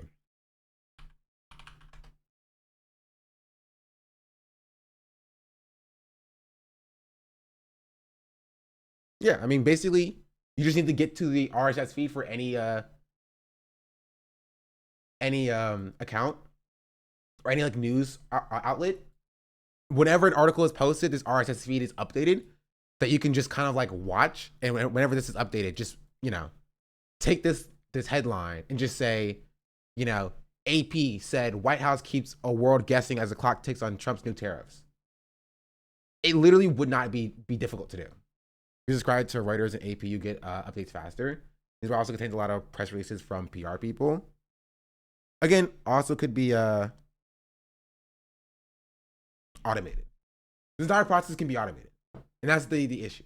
As in pay money, yeah, you could do that too, which these people honestly do, because again, your goal is to be first to market.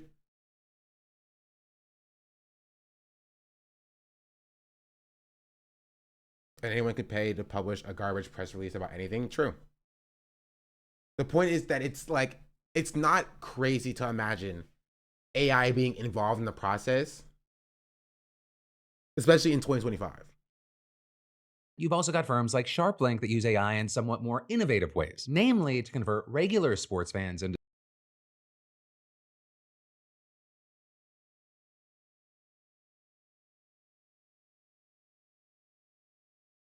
As Trump is considering a 90-day pause on tariffs for all countries except China. This is really doing the rounds, but it's not clear where it's coming from. CNBC. Trump is considering a 90-day pause on tariffs for all countries except China. Watch, where do you get this headline from? Reuters.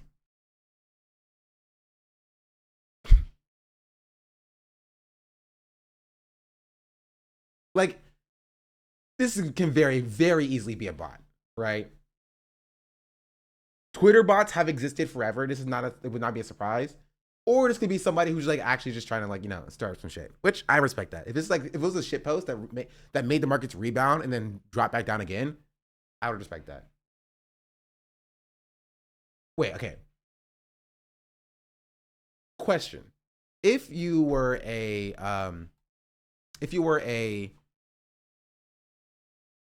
Walter, right, and you bought the dip, made this tweet, the markets rebounded, and you sold, is that illegal? I feel like that shouldn't be illegal. I feel like that would be legal if you were to do that. Is that your fault? Yeah, it's very illegal. It's not your fault if people believed you. It's purely speculative. It's not my fault. If I bought something that was like, yo, this is going to the moon, and people believed me, and they bought it, and I sold it, it's not my fault. It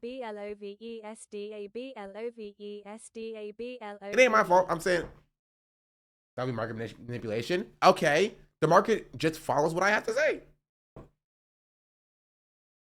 I don't think so. If you're the head of the Fed, then yes, there's nobody, free country.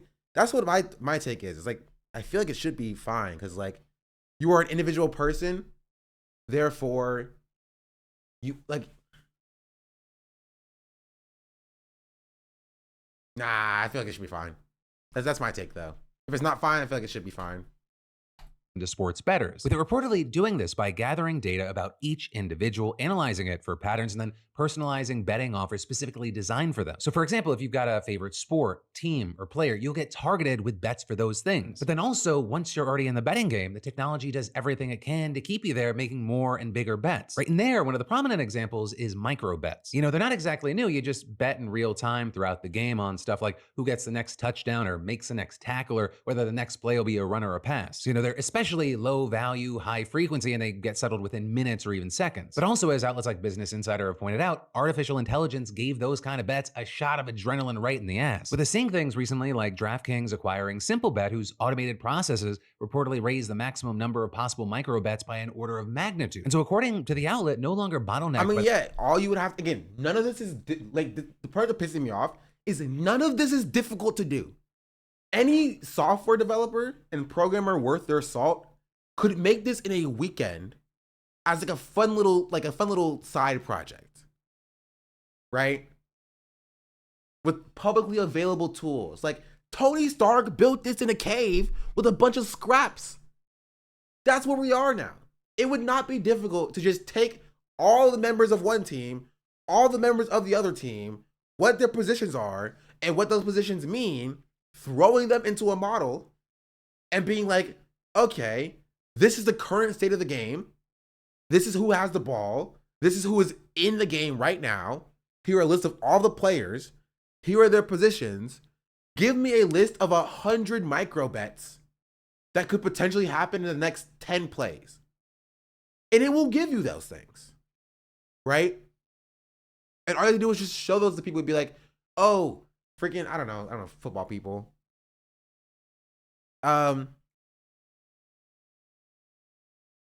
Aaron Rodgers is going to say something anti-vax within the next play or whatever.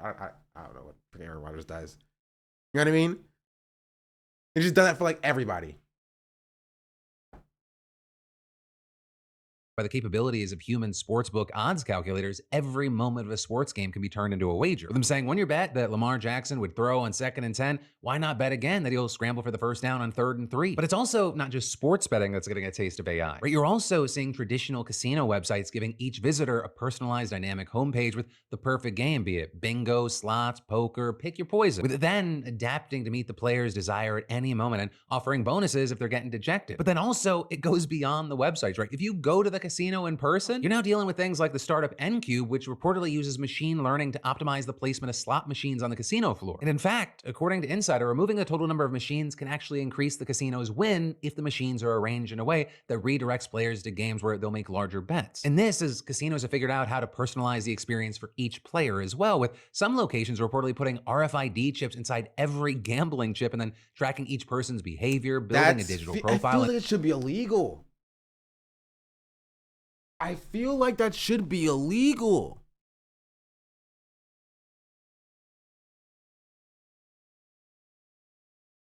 Automatically directing human workers to intervene accordingly. You know, whether that means a free drink, a bonus spin, or any other perk that keeps them playing longer. And I mean, when it comes to the marriage between gambling and jail. Throw them in jail. You know what? Don't even stop at the CEOs of these gambling companies. Throw all the CEOs of the AI companies in jail too. Why not? Why not? Throw them in jail. Directly in jail. Do not pass go. Do not collect $200. Go to jail. AI, I mean, we're really just getting started. Right? I mean, when you look at what industry insiders are imagining for the future, it starts to get a little Brave New Worldy. With, for example, the consultant Deloitte's Global Lottery and Gambling Center of Excellence publishing a research paper last spring predicting that games could be personalized in real time for each gambler. With them writing, yeah. Am I allowed to use AI to count the cards? The house is set up where it already has an edge in the first place.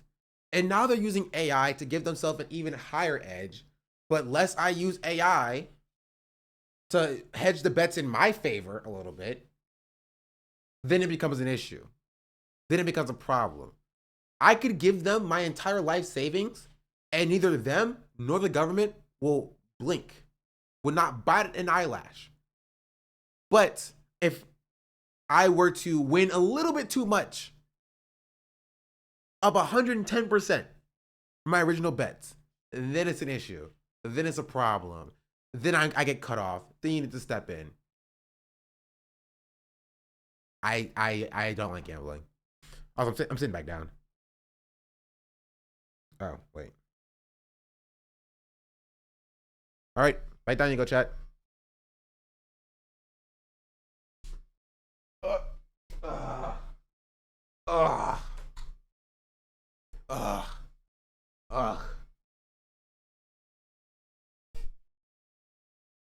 To me, my X-Men.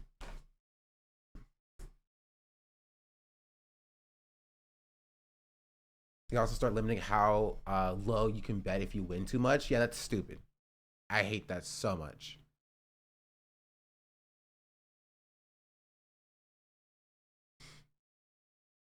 I saw it so funny. I bought the standing desk like 6 months ago, and I just have not used it at all to stand up until I fixed my cables last night. I'm like 1K in Blackjack, and Pit Boss had a talking to me the first time playing, and it was the nonsense of like not splitting 2 aces. Yeah, I don't like it at all. That AI could allow the games themselves to generate content based on the explicit or even implicit actions of players, from instantly generating new items and playing levels to in-game characters that have lifelike discussions. And, with all this, you can items and content based on the in real time imagining for the future. It starts to get a little Brave New Worldy. With, for example, the consultant Deloitte's Global Lottery and Gambling Center of Excellence publishing a research paper last spring predicting that games could be personalized in real time for each gambler. With them writing that AI could allow the games... That should be illegal. Legitimately illegal. But like, nah, another $1 billion to Israel, another $6 billion, another $10 billion, another $50 billion to Israel.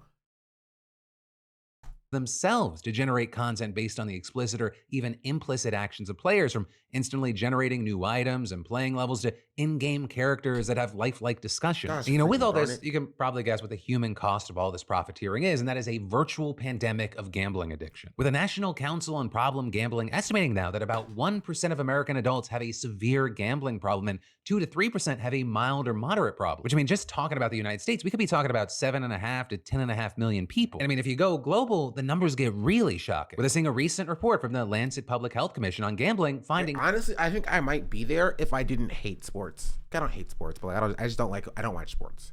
Right? Now, let Polymart have a esports gambling situation. I still probably wouldn't do it. I don't even watch esports either. So, never mind. Nearly 450 million people worldwide. I'm just risk averse, honestly. I don't like risks.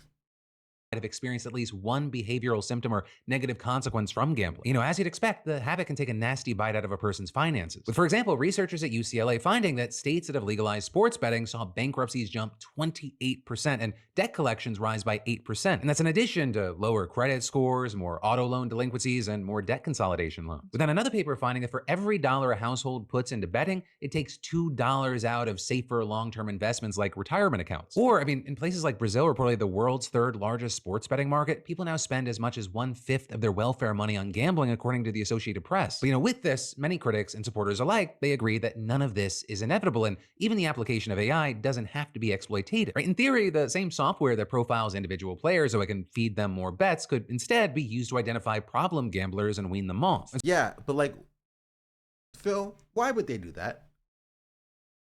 Why would corporation stop people from giving them money?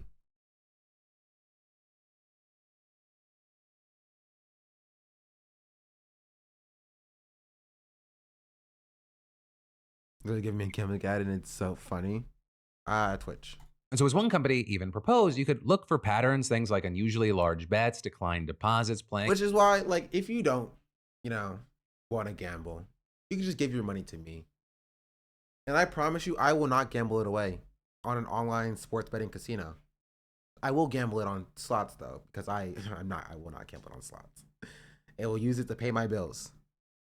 But, hey, subs, they're there. They're not gambling. You get something, and you pay for it. This is right, chat. Get it twisted. Start gambling. Gambling is an investment. Wait, where's that Osnox video? It's one of my favorite ones.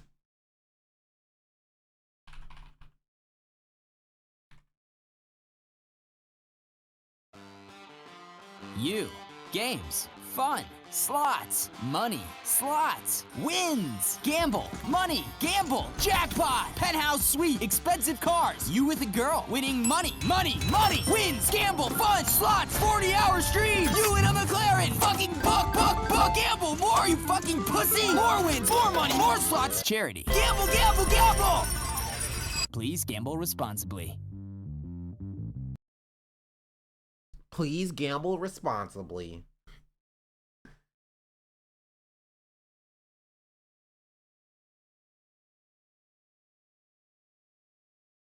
Also, I did see that apparently Adin 22 is going broke. That was pretty funny.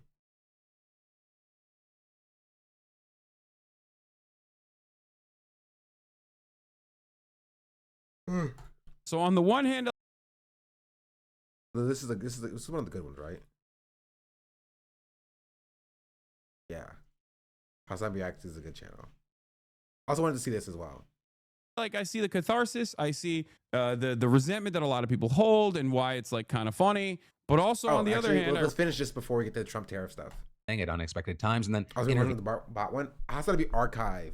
All the Hassan to be archive ones are the bot ones. To stop them. But I mean, really, with so many different ways and places to gamble, you'd almost certainly need regulators to get involved and protect consumers from predatory business practices in themselves. With some even throwing around the idea of placing a cap on deposits or imposing a maximum bet limit. And actually with that, back in September, Democrat Senator Richard Blumenthal and Representative Paul Tonko introduced the Safe Bet Act to get the ball rolling. Right? And that bill included limits on advertising, affordability checks, and restrictions on the use of artificial intelligence to create bets and target bettors. We then also saw in December the Senate Judiciary Committee holding its first hearing to address the harms to public health caused by sports betting. It is virtually impossible to watch a sporting event today without being barraged by ads encouraging you to bet or hearing from a celebrity endorser about the latest parlay you should try. NCPG estimates that every dollar spent to prevent and treat gambling addiction saves government at least $2 in criminal justice and healthcare related social costs. With gambling addiction, the risk of suicide is omnipresent. Research shows that 1 in every 2 people suffering will contemplate suicide, and 1 in 5 will attempt. But also, I would say, keep in mind that was from the last congressional session, and this one's got different people and different priorities. And so recently, you had Bill Miller, the president of the American Gaming Association, telling the National Council of Legislators from gaming states that he expected an industry-friendly federal government. With him saying we have a Republican president, Republican Senate, and Republican House. And so, what does that mean for the gaming industry? It means probably less pressure. Okay, them calling themselves the gaming industry, immediate jail. And honestly, worse. What do you mean you're calling yourself the gaming industry? Call it what it is. It's gambling. Sure. If he's right, that could be a striking development for the GOP, which, used to be. Also, speaking of gaming.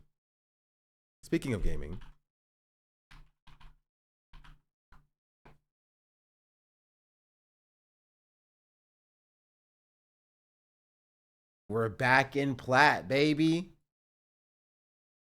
We are back in Platt.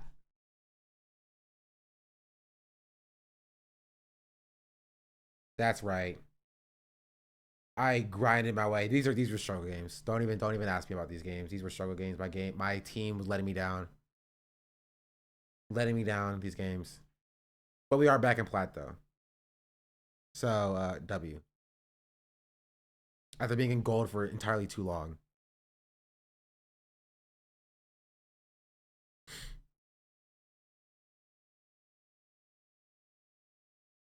Honestly, I want to hit diamond before the season ends, which is in 3 days.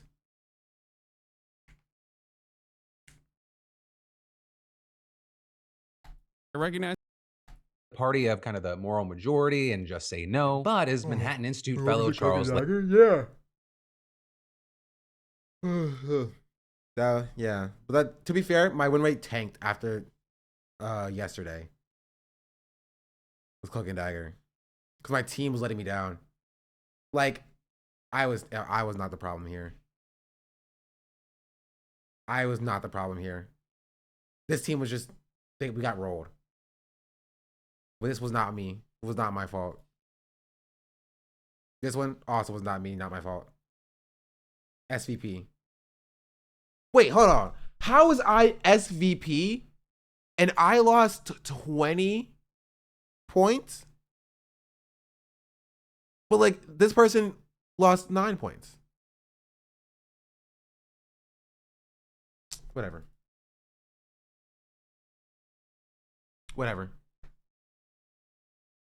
Just play more thing. My thing is dirty. I'll say it. My thing is dirty. The problem is that if I don't go heal, we just won't have any heals. Because people always insta-lock duelist. I had one game where like there was 4 insta-lock duelists. That's all it was. That's all it was. Nobody will let me play with my thing. My thing is dirty. My thing is disgusting. Also, my KDA on Cloak and Dagger is 5.54. Like, come on. Like,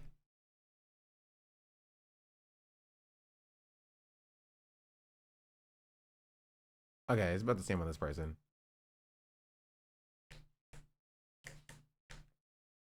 Just 41%. Listen. Y'all don't understand how much I be strong. Also, let's go to just competitive. Okay, on just competitive is even worse. It's 35.5%. Y'all don't get it. Y'all don't understand. My thing is dirty though. My thing is crazy. My thing go wild. I had a 3 insta-lock Spideys yesterday. I can't wait for them to bring bands back to yo, my win rate used to be awesome back in the day. I used to have a 51% win rate.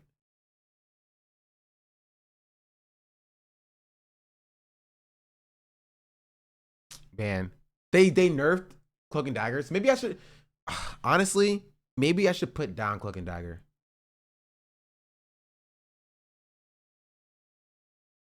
Well, okay, I don't know. My KDA is worse. My win rate is way better.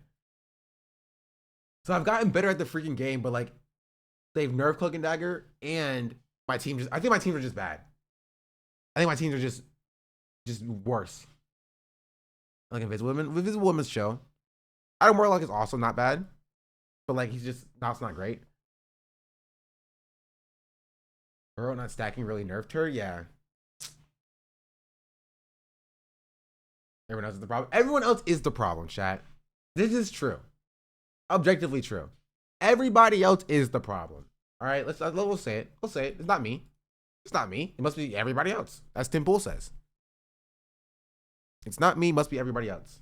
Let's continue. Layman argued in a New York Times op-ed, they've embraced a new constituency of young men whom some have labeled barstool conservatives, right? With them pointing out the president's relatively liberal attitudes towards things like sports betting, marijuana, and cryptocurrency, with him concluding Trump seems willing, even eager, to embrace vice. But also, I would say, to be fair there, Kamala Harris wasn't exactly a moral crusader on those issues either. But she also ran campaign ads on DraftKings, supporting legalizing marijuana, and promised to encourage the growth of crypto markets. And of course, all of this, I mean, it comes at a time when it seems like virtually everything in American life is designed to be as addictive as humanly possible. I mean, you've got social media platforms, streaming services, online marketplaces, video games, pornography, cannabis, painkillers, even the Philip DeFranco show. Why can't you quit me? You know, all of those things and more, they're constantly competing for your money or your attention or both. And then you've got people like Nate Silver, whom I cited earlier, arguing that even putting capital G gambling aside, Americans have drifted toward a more volatile culture of risk-taking in general. You know, whether it's dating apps, venture capital, public health, politics. You know, with all that said, I gotta pass the question off to you. What are your thoughts here? Because I will say, you know, that's a story, then now this is my personal opinion. I personally have conflicting feelings on this. I personally enjoy gambling. I am personally able to keep that in check. But as I've also looked more and more at the situation and the data, I've no longer, you might have noticed this, I no longer feel comfortable having those sorts of ads on this show and promoting it. And even though that was like fantasy sports rather than like straight up sports books, I was like, even if I'm gonna engage in those things and gamble myself, I don't wanna promote it. You know, that's the news, and then a little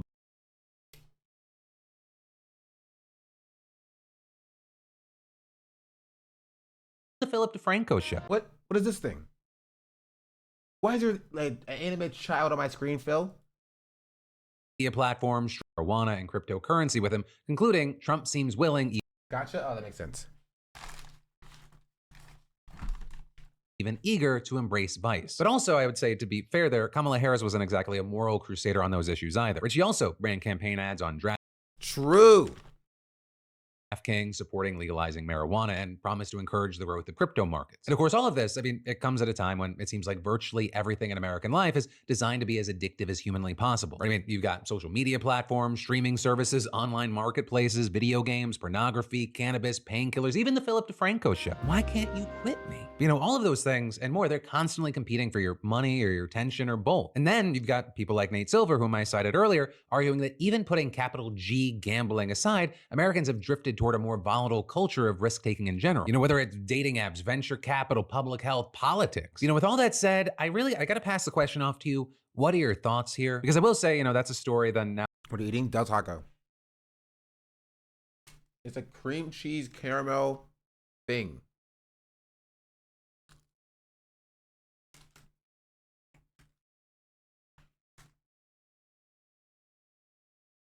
Mm-hmm. Mm-hmm. Pretty good.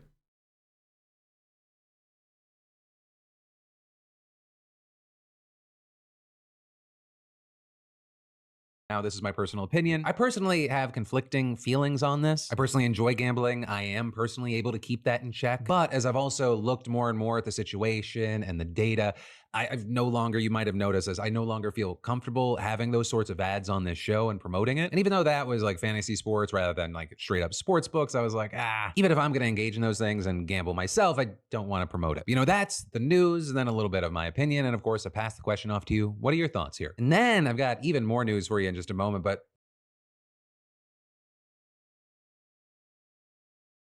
I'm going to call this section here. I want to go to the more influencers impacted by Trump's tariffs. Wait, more?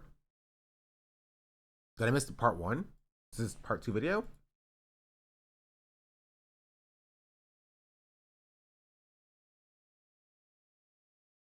Oh, I did.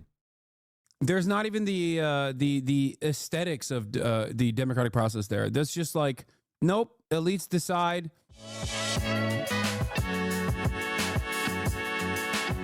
Here, let's watch Dave Porkboy cry, losing $7 million overnight due to tariffs. I almost tweeted out, Dave, how much are you down right now and today? 7 million. I'm down 7 million bucks in stocks and crypto. And it's Tariff City. Honestly, deserved. I'm happy when bad things happen to bad people sometimes. Trump has put his tariffs all over the place. I've been trying to understand. Especially people who were pro-Trump. If you were pro-Trump, like, I'm not a big fan of fucking around and find out, but like, what are you doing? Like, this is directly what you voted for. Like, if you voted for Trump, you saying that I'm voting for Trump because he's good for me, and you were surprised. He told you he was going to do this. He told you he was going to do this.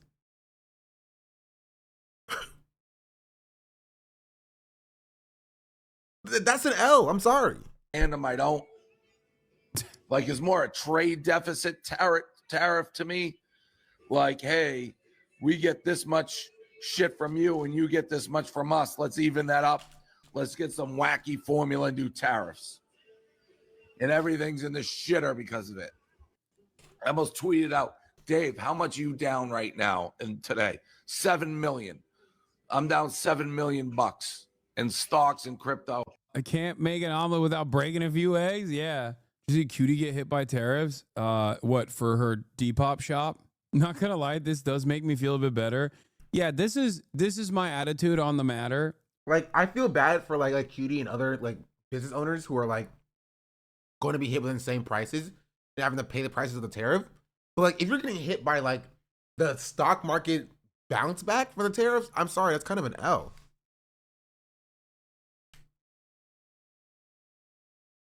If you were pro-Trump and you're getting hit by the market bounce back, like, I don't know. Would it feel bad for you? Which is that, like, listen, everybody's getting their retirement funds wiped out, okay, across the board. It's universal. And so you might as well experience a little bit of catharsis when you watch, like, some of these actual villains who champion this demise personally see repercussions.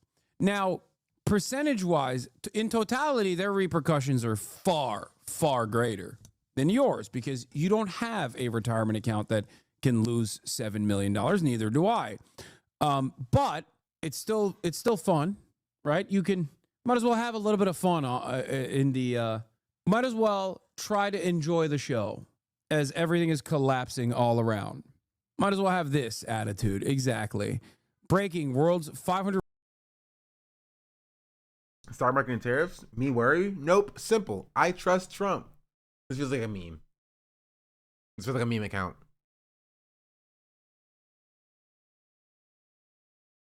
Richest people have lost around $500 billion in the past 2 days, according to Bloomberg. I don't have words to tell you. And let me tell you, I've been taken up to the third heaven. I've been jacked into the big plan. I've seen it. I can't even compute all of it. It's so fantastical. You've not seen nothing. You ain't heard nothing. You ain't smelled nothing like this. I don't have words to tell you. But I tell you, anybody tries to get in the way of the incredible plan the big guys got for us has got me pissed, and I'm just begging to stay on the team, man. Just put me in the game, coach. Whatever you say, coach. I know I'm weak. I know I'm pathetic. Man, you're amazing. I'm so lucky you made me. What do I do, Bob? Like a hunting dog, man. Just take me out of the house. Just turn me on them. Just tell me what I got to do. Tell me how I serve you. Tell me what I can do for you right now. Woo! That's why he lost the weight. They sent him to the countryside to atone for his counter-revolutionary ways. That's why he's so skinny now. That's what happened. Like, look how he is here, like the capitalist pig that he is. And then they shipped his ass to the countryside, and he got re-educated, and now he's skinny and also a loyal servant of the peasant class, a loyal servant of the workers, a loyal servant of the proletariat. Yeah. He had his own personal cultural revolution. It's true. Honestly, terrified with everything that's happening now. Is there anything we can do? I mean, this is the type of shit that you have no say or control over. So I don't have a good answer for you. I mean, we barely have any say or control over protesting against things that everyone should be on board with, like protesting against the destruction of the First Amendment, protesting against the destruction of the erosion of due process. But in terms of like foreign trade, trade policy, tariffs, and the like what the f are you supposed to do? They're not asking you about any of that shit. They never have. I feel like when it comes to trade policy, when it comes to tariffs, things of that nature, there's not even the aesthetics of the democratic process there. That's just like, nope, elites decide. And in this situation, it's not even the elites deciding. It's like one guy deciding, seemingly, with a bunch of his friends. And there's not really anything you can do about it. You got to sit back and observe. Not everything needs a reaction. Sometimes it's okay to sit back and observe, you know? Akash from Flagrant, after market crash, I didn't vote for Trump. Oh, that's amazing. Are you happy that the U.S. stock market is crashing? Why? Isn't that what you wanted? I mean, because you interviewed Trump? Oh, yeah. And voted for him? I didn't vote for him. Oh, okay, you just interviewed him for millions. For For millions of people. If Kamala wasn't a Kutiji, we could have got her win too. Maybe she didn't want to come because maybe some of you guys shouldn't have podcasting equipment. Did you ever think about that? That's good. What other TikTok talking points? Wait, who is this? You got. It's not a TikTok talking point. That's a pretty good sentence though, right? Literally. I'm not talking to you. Bro, Akash, how the is he the luckiest man on the planet? You're already lucky as to be able to make like millions of dollars just shooting the shit. And I will say that, like, she's a real for that. I will say, hold your applause. She's still married to like a right-wing conservative who like was totally fine with voting for her and interviewing Trump. You know what I mean? Like, I just want to point that out. Like, she's still laid up next to him.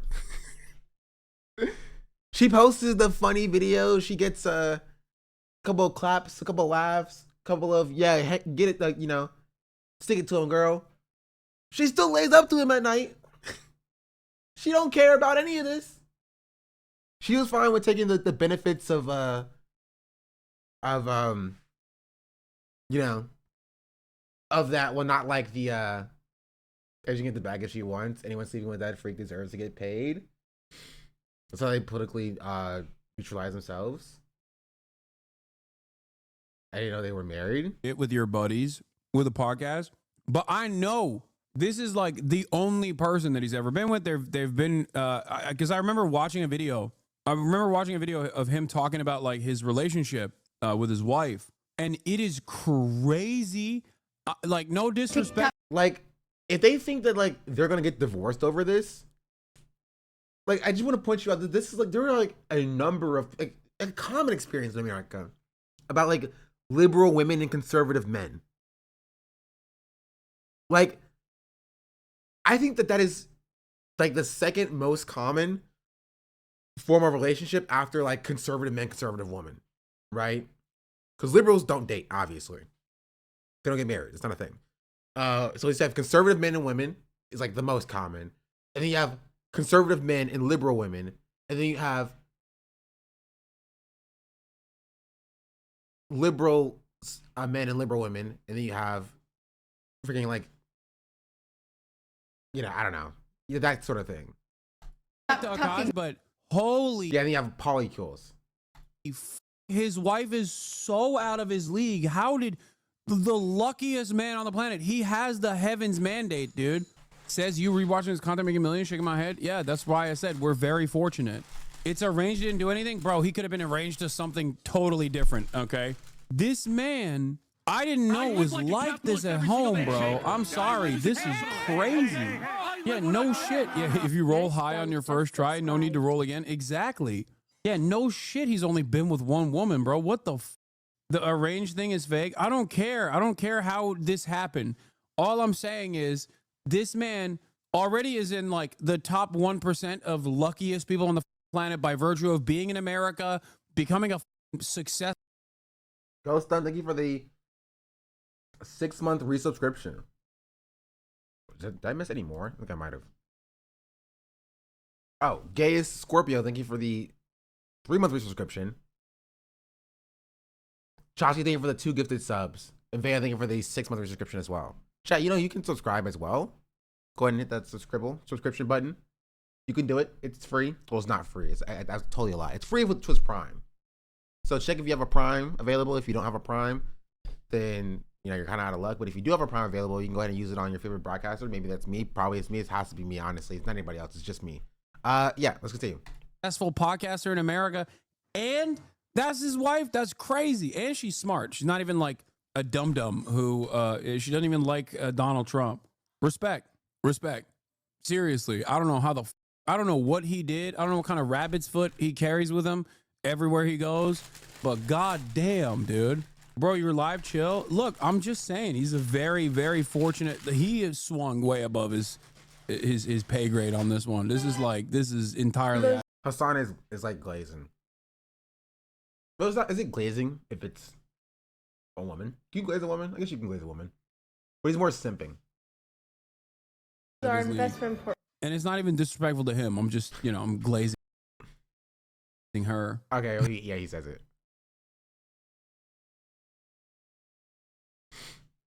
Every third hetero couple. You check out the new Salon article. I said everyone, the most racist man alive. Yeah. She's gorge, but made a mistake. Yeah, he's fine. What is this? Asmongold's thoughts on the tariffs. Every other post on here is the usual anti-woke crusaders trying to impose 34% tariffs. Trade wars begin. Well, I guess 2007 wasn't. Just subscribe. JKMLBRNN. Thank you for the tier 1. Much appreciated. See, that wasn't free. You gave me money. I respect that. I appreciate that. That bad. Oh my God. Wait, are they, is this the moment? Is this the jump off point? Is this the moment where people are jumping ship? The rats? No. Are they escaping? I told you, the one thing that Americans care about, they're so selfish. They're so hopped up on hyper individualism and American exceptionalism that you hit them in their They'll just say it would have been worse under Kamala. That's it. They'll be like, no, Kamala, it would have been worse. She would have like exploded the country and blew it up with like nuclear weapons. That's what they would say. They'll just, yeah. Their pocketbook and they will scream, dude. You take away their treats, they will scream. No, they are not. Lamau, what is this? Will tariffs make the U.S. better or worse? 57% better. Okay, I don't. That's. What do you mean, Hassan? That was a very scientific poll. Don't you know that Asmongold's polls of his shots are the most scientific poll to ever exist? The only accurate poll to ever exist. So, tariffs must be good. His chat said so. I was on her. I told you so tour right now. Yeah. Oh. Speaking of which, we'll get to this one as well. Tim Walz.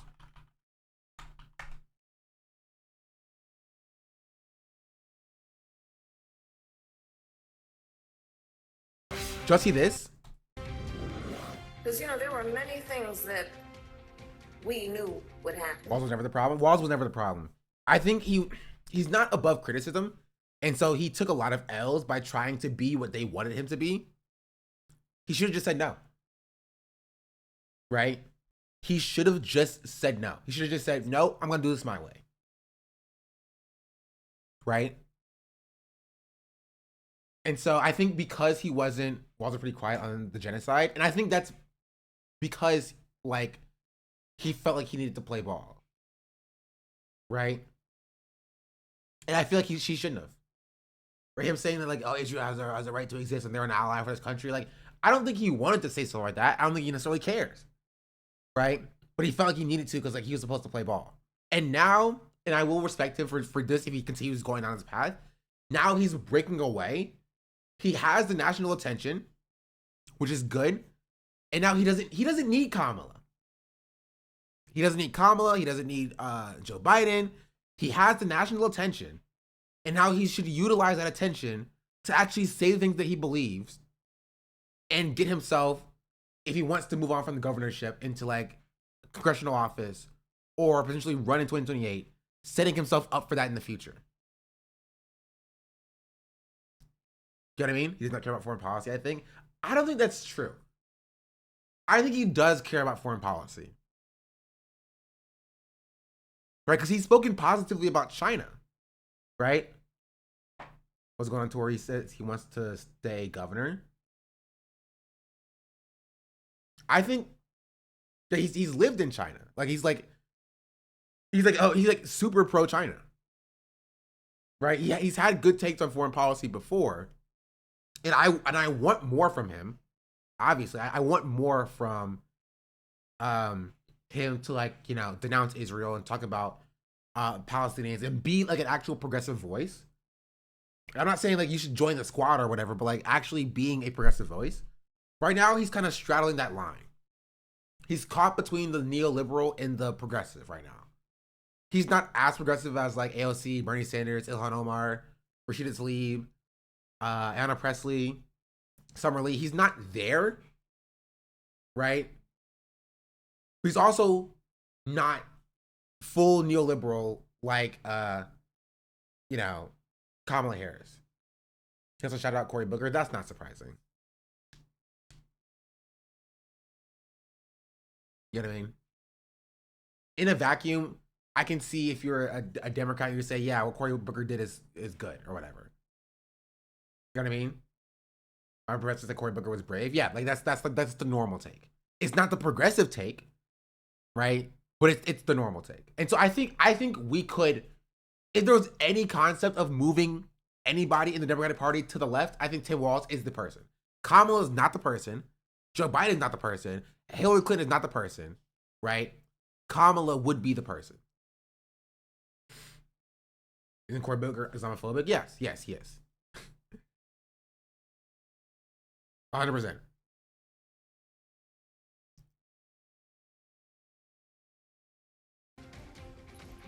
Many things. I'm not here, so I told you so.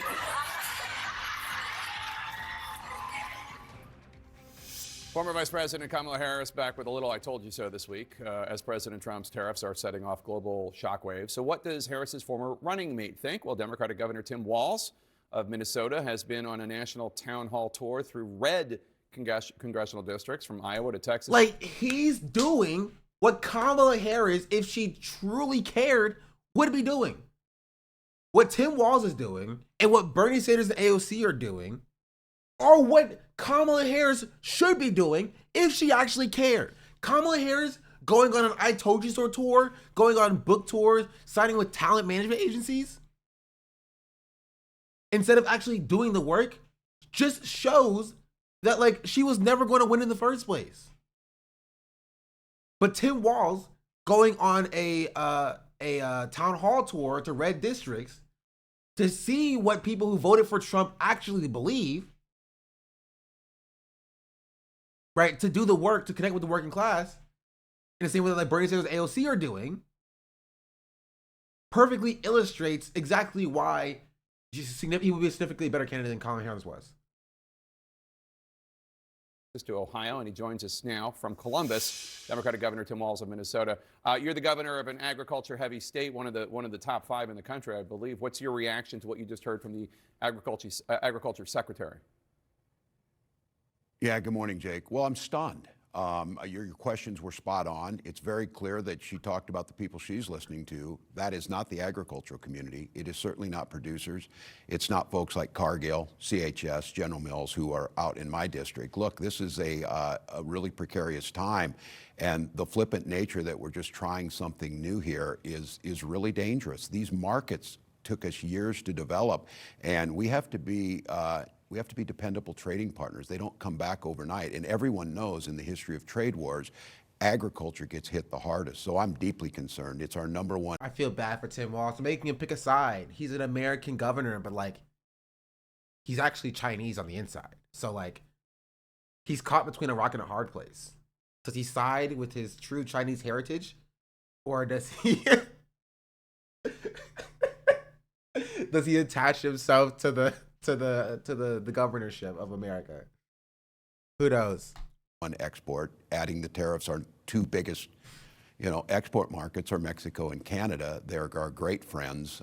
This is just really, really terrifying. I would encourage, and I'll call the secretary, I'd encourage her to come to Minnesota and see everything that she said is not what's happening on the ground. So look, it's a precarious time. So let me ask you, because another group you're in touch with, the United Auto Workers Union, you have a lot of that. They have supported you for years and years and years. They were excited to have you on the Democratic ticket. President Trump argues that these tariffs are needed to bring American manufacturing back and to help American workers left behind in places like Minnesota. He has support from the UAW. The UAW called his auto tariffs, quote, a long overdue shift away from a harmful economic framework that has devastated the working class. It signals a return to policies that prioritize the workers. Yeah, I mean, this is a stupid statement from the UAW specifically, because like,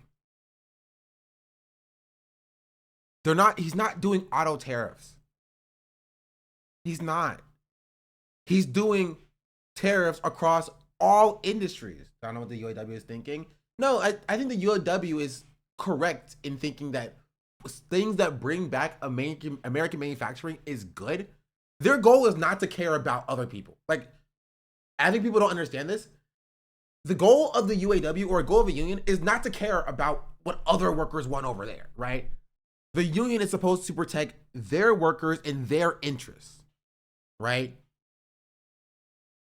And so that's what they're doing. They're saying, yeah, so these tariffs are going to bring back American manufacturing jobs back to America, and we will protect auto workers who are the people that we represent. That's a good thing, right? But they're stupid because it's not doing that.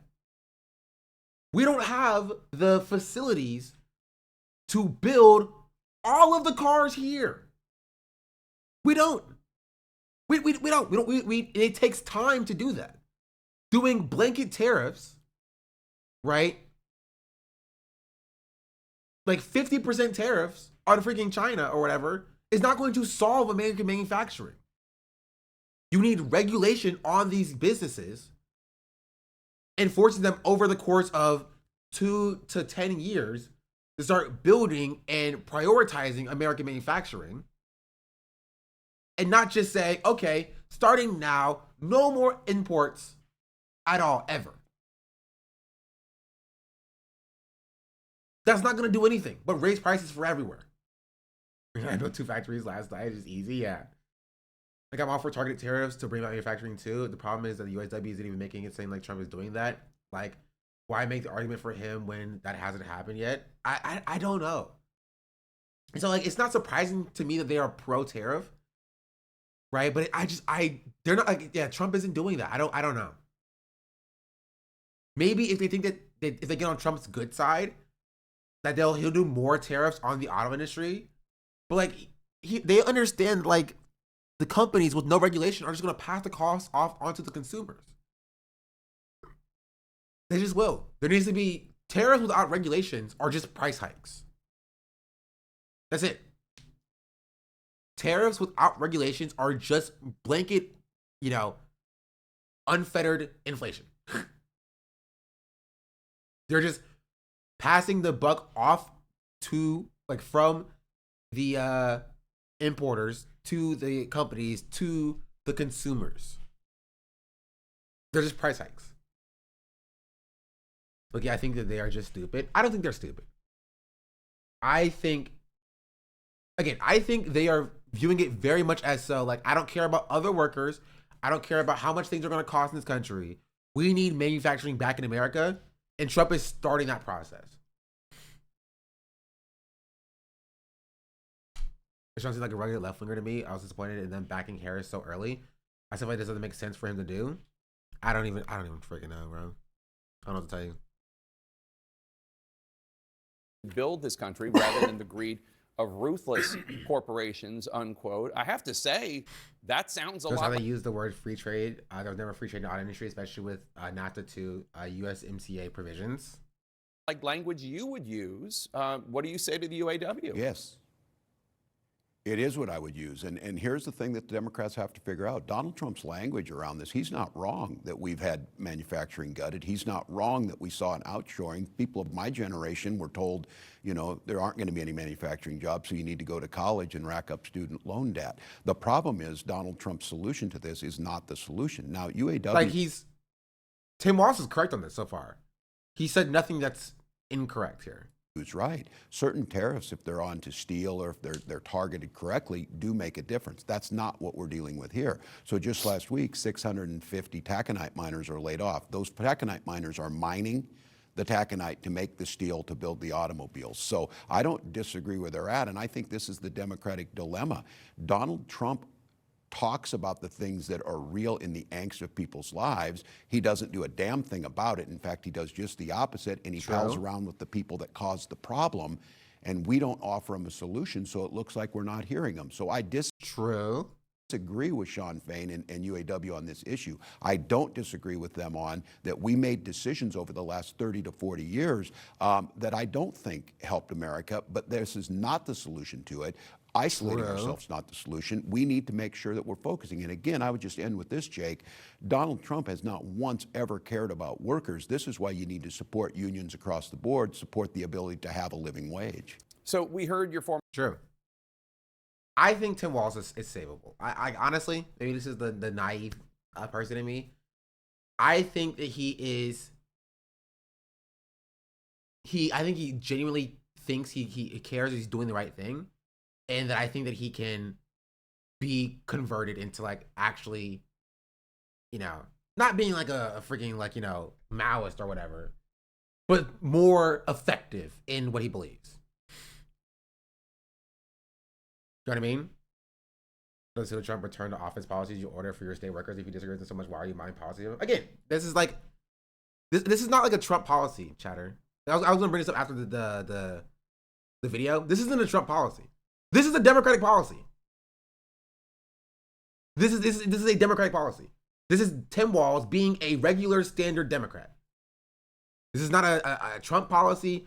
Democrats were for this. Joe Biden pushed for return to office as well. So yeah, Tim Walz is not perfect. Honestly, I'll go as far as to say he's not good. Right? But this is normal democratic process, because it's pro-capital. This is pro capital owners. Like, that's what it is. I think it's better whenever Kamala was doing, yeah. And I think this is more. It's more of an indictment on Kamala than it is pro like Tim Walz. Like, Tim Walz is what, like, Tim Walz is like Democrat 2008, Obama era Democrat. We've gotten so far away from then. For like, again, for domestic policies, again, Obama was terrible on foreign policies, but on domestic policies, we've gotten so far away from that. It moved so staunchly to the right, where like the Democrats are now doing or saying that we need to build a border wall. We need to expand ICE and more border security, right? Democrats are now anti-trans. Democrats are anti-worker. Right? Like, they are doing. There's a ambulance. Like, so like Tim Walz is like kind of like a return to normalcy. Like, he's like a normal Democratic politician instead of like the crazy things that they pushed forward for like last year. Yeah, for chatters who don't know, Newsom ordered this shit before Walz. This is a Dem policy. Exactly. Governor Newsom orders return to office. States look to hire former federal workers, including firefighters and forest staff seeking employment. Governor Gavin Newsom orders state agencies to update telenetwork policies to reflect the default expectation for at least 4 days in office per week, beginning July 1st, 2025. Right? So again, my point is not to defend Tim Walz here for this policy. The point is to say that this is not a Trump-era policy. This is Democratic policy. This is Democratic policy. It sucks. It's stupid.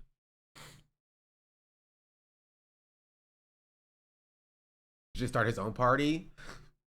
One day, chat will learn to not try to think people are going to start their own party, because it's not going to happen. Is policy pressured by capital owners? Yeah. Former running mate Kamala Harris say she's not here to say I told you so, although obviously that's Wait, what hold she was on. saying. Okay, this is the important part. Support unions across the board, support the ability to have a living wage. So we heard your former running mate Kamala Harris say she's not here to say I told you so, although obviously that's what she was saying about all the Trump chaos. We're seeing, I have to say though, what does I told you so really mean here? I mean, people heard her message. They did not vote for her. She lost every battleground state. You yourself have criticized the Harris-Walz campaign for being too cautious. She may have told the American people, she may have warned the American people, but she didn't do it compellingly enough to win. That is the absolute point. And look, when I criticize, I'm criticizing myself. I own this. I'm part of the ticket. And somebody has to come up with a strategy. I think this is exactly right. This is the thing. Look, Democrats, it was a good night in Wisconsin. I was over there. We saw that happen. Donald Trump's doing this. Just to be clear, nobody on the Democratic side is celebrating this, and those folks in the street are not celebrating that Donald Trump's making all these errors. I think what the vice president's saying is that was pretty self-evident that he was going to do that. I do think the challenge for Democrats, and this is, I think, a structural problem that's going to take a lot more thinking, why, with all of that out there, did they not think we were any better than that? And they didn't. Cook, Tim. Cook. This is what we've been saying for years at this point. Exactly. That's the point. That's the point. And like, maybe too little too late. But like, we've been saying that you're not giving people a reason to vote for you. I need some water, by the way. Here. Happen. Donald Trump's doing this. Just to be clear, nobody on the Democratic side is celebrating this, and those folks in the street are not celebrating that Donald Trump's making all these errors. I think what the vice president's saying is that was pretty self-evident that he was going to do that. I do think the challenge for Democrats, and this is, I think, a structural problem that's going to take a lot more thinking, why, with all of that out there, did they not think we were any better than that? And they didn't. And I'm very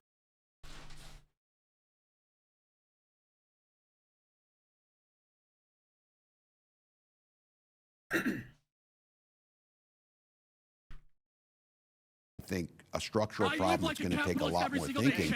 Why, with all of that out there, did they not think we were any better than that? And they didn't. And I'm very concerned. Hey, so thank you for the 7-month resubscription. Much appreciated. Welcome back. Happy 7 months. Wait a minute, chat. It's April 8th. I've been streaming for 2 years. I did my first real stream on April 8th, 2023.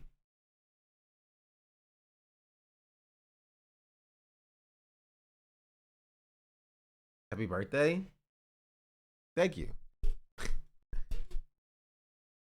We'll talk about it after I get through this. Your stream is in Aries. Folks who stayed home. And these are folks that I'll say once again, Donald Trump has identified their angst. They can't buy a house. They can't afford to get a good education. They're concerned that their economic future is so precarious it could slip out from under them. Less than half of Americans have $1,000 in savings. And I think, why was it not so compelling? It should have been a slam dunk for us to say, we're the party that cares about that. We're the party that's going to protect Social Security and Medicare. We're the party that thinks the ACA is a good start, but we need to do more on health care. And we didn't do that. So I'm concerned. Democrats do well in special elections and off-year elections, but the electorate that comes He's in correct on this, by the way, 100%. Special elections, off-year elections, Democrats do significantly better than they do in general. Significantly better. And one must ask why that is. And maybe it's because, right, when it comes to like local special elections, right, when like Democrats have a decent chance of actually speaking to what workers like and working class people want, they do a lot better than when in the general, when they're talking about like, hey, vote for me because the other guy is bad, right? Like, this doesn't resonate with actual like average people. Elections are for the most politically informed. That's true. Election years is different. When I was young, it was easy to know what a Democrat was. They stood with the working class and labor. Republicans were country club and for the rich. Today, you ask people, they don't. We have a 29% approval rating. Yeah. It doesn't help us any that Donald Trump ends up with a 25% approval rating. We have to get back to the core issues, that this is about making America prosperous and stable and innovative for everybody. Well, what do you make of the criticism that one of the reasons why your party was so resoundingly rejected last November is because Democrats were gaslighting the country, saying that inflation was not a big deal, heralding Bidenomics. Not only Biden, but Kamala Harris was heralding Bidenomics, pretending that there wasn't. Okay. It's surreal to see, but like, chat clocked it specifically, directly, at like the same time. It's surreal to see like Jake Tapper act like he was not a part of doing that directly. And we knew this was gonna happen, right? As soon as Trump would get elected, these same liberals would turn around and start actually doing journalism and be like, well, one must ask why the Democratic Party stood alongside Bidenomics and sat there and acted like the economy was good when working class people were struggling. Right? As soon as Trump was elected, but when it came to like the last 4 years, they were right alongside Joe Biden being like, but the metrics and the keys say that the economy is actually pretty astounding. So yeah, I don't know what people are talking about. Maybe the polling is actually off and the metrics for the polling are off. But yeah, the metrics have shown us that all key standards for all economic growth and productivity and prosperity have all been pretty adequate, actually. But now Trump's in office, and they're like, now they want to do like actual critique and analysis. A problem at the border. And then fundamentally, this heralding Bidenomics, pretending that there wasn't a problem at the border. And then fundamentally, this idea. Okay, well, and I went to the border stuff with like, there's not a problem at the border. President Biden was up for another 4 years of the job, while Americans in poll after poll for year after year were saying he's too old to do the job. Your party stood against all of those things. Look, Joe Biden coming in and doing COVID and being a governor through COVID did a hell of a job. But I think one of the things that we didn't do is we assumed that we said, and it was true, that we were going to have a soft landing and our economy was better than the rest of the world. Better for who? Better for the working class who was saying groceries were too expensive, as they are now and going up. They got to see us talk about things. Again, I go back to this. Don't talk about food insecurity or housing type of issues. Talk about people being hungry and wondering where they're going to live, or about their children's future, about real security. And so I think your question is... yeah, he's correct.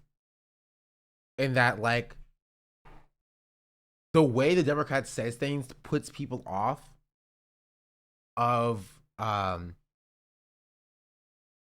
puts people off of what the policies actually are.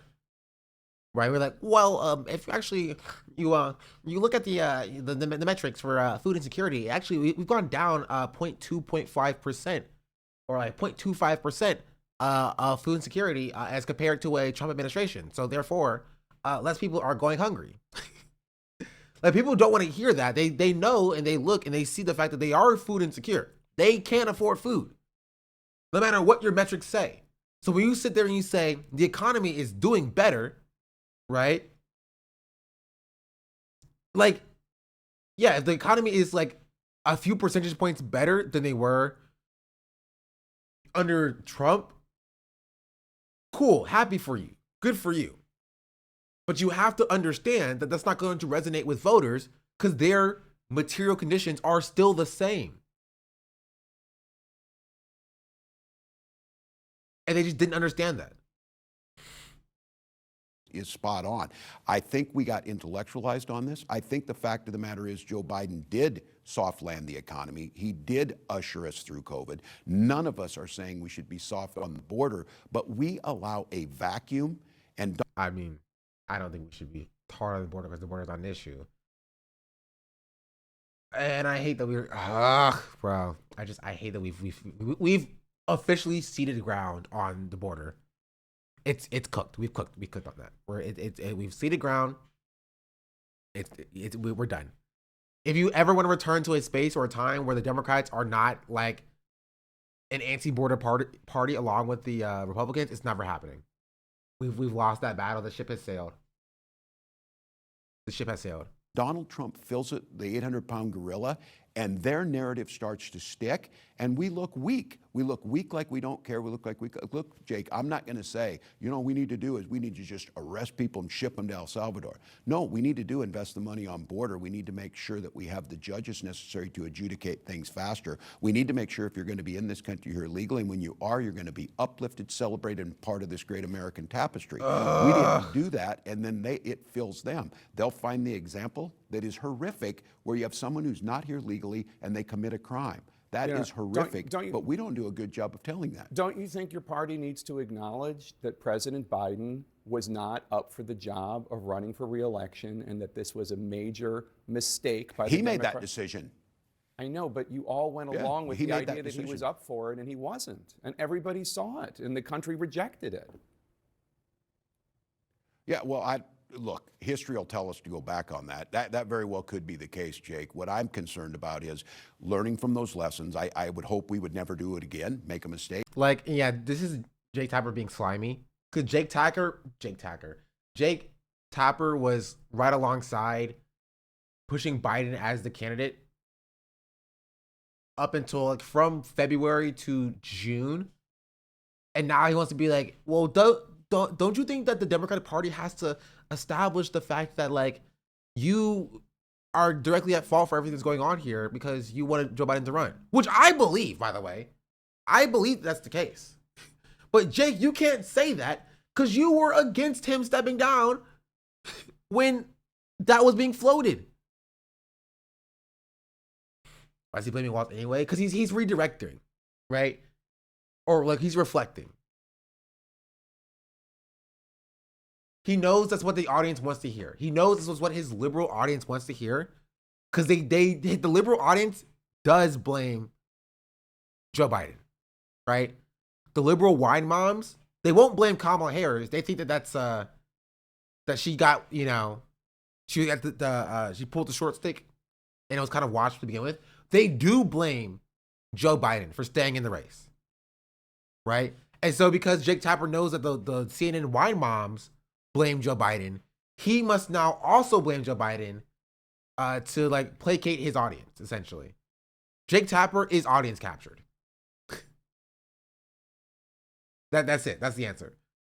If you ask the question of why did Jake Tapper do anything, it's because he is audience captured.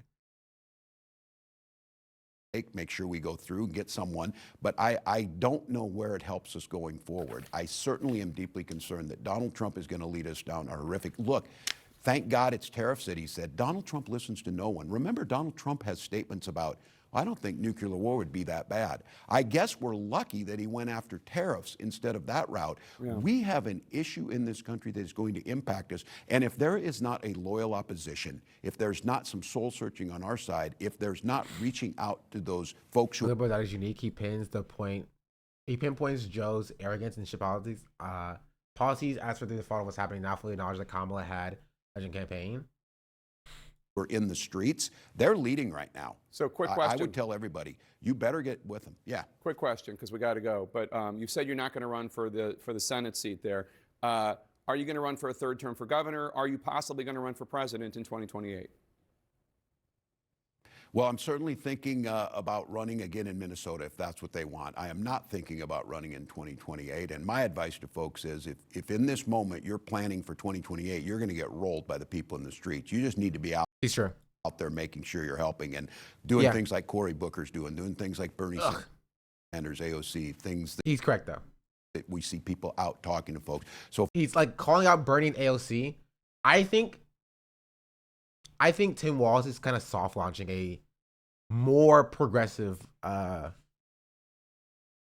persona. He's like publicly separating from Kamala Harris and publicly being contentious to Kamala Harris and from the Joe Biden campaign. I think I can definitely see him aligning more with AOC and Bernie Sanders and like the progressive wing. But he gotta drop the border stuff. Legitimately, he has to drop the border stuff. He does. How old is he? He's the same age as Kamala Harris, actually. They're the same age, like twinsies. They see too much ground, so now we have mass sentiment on the border issue, even if that's not reality. I know, and it sucks. It sucks. I can't tell if he's holding back or not. I think he's holding back. Are he doing what Kamala Harris should have done in her campaign? Yeah. Legitimately, if Tim Walz was the nominee, to be fair, I still think he would have lost. I think it would have been closer, though. I think, genuinely, this election was kind of cooked. I don't know who could have won from where Joe Biden dropped out at. Legitimately, I don't know who could have legitimately won. It's legitimately twice there.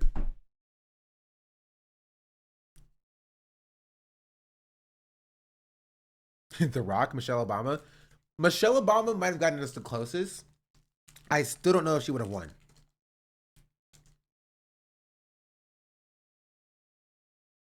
That was almost back to zero after the early gains. Well, we're going to be here for a while, chat. Someone could have, I strongly believe that would have meant Dents would have had to have taken a risk, and they clearly weren't. Yeah. 20 years younger Bernie? Yeah.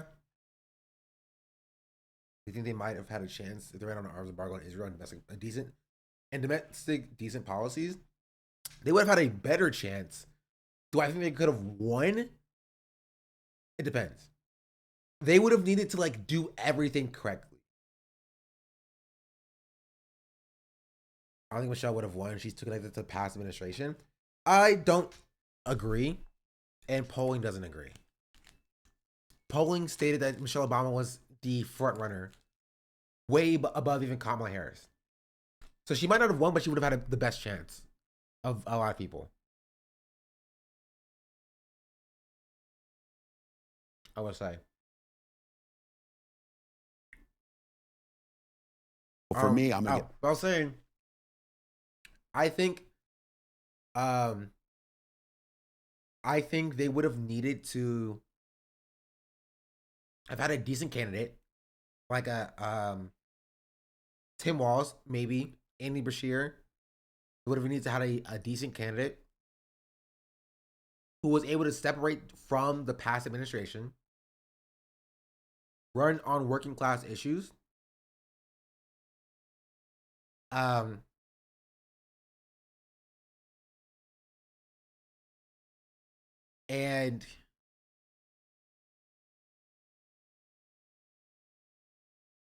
I mean, I can say that I would want them to do an arms embargo, but it wouldn't have captured enough of the third party votes for them to have won. So something else had to have changed as well. And so you would also need good domestic policies.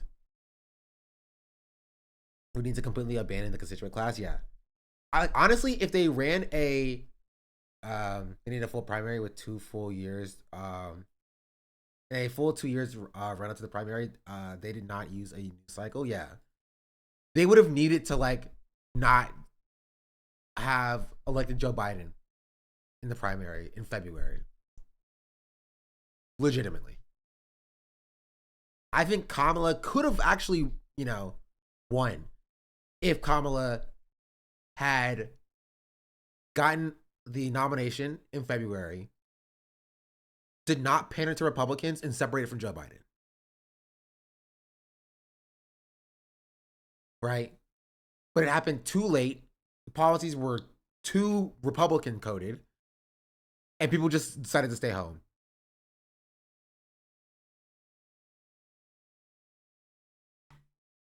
Get through this legislative session. If the folks in Minnesota want me, I'm kind of inclined to do that. And I just want to play my part to make sure we cannot afford to allow Donald Trump or his successor to go forward, because you're seeing the pain. Good to have you back here, Governor Walz. Oh, and happy birthday. 61 years strong today. Congratulations. Oh, he's 61 as we find out. 61. Thanks so much. Good to see you. Endless Cemetery, thank you for the 3-month resubscription. And on top of it, it's funniness, I remember talking about the OG tweet in the stream.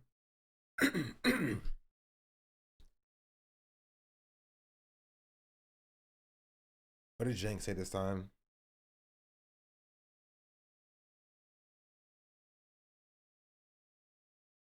We really were screwed at the point of the 2019 primary results. Joe and the gang did zero planning overall for strategic leadership.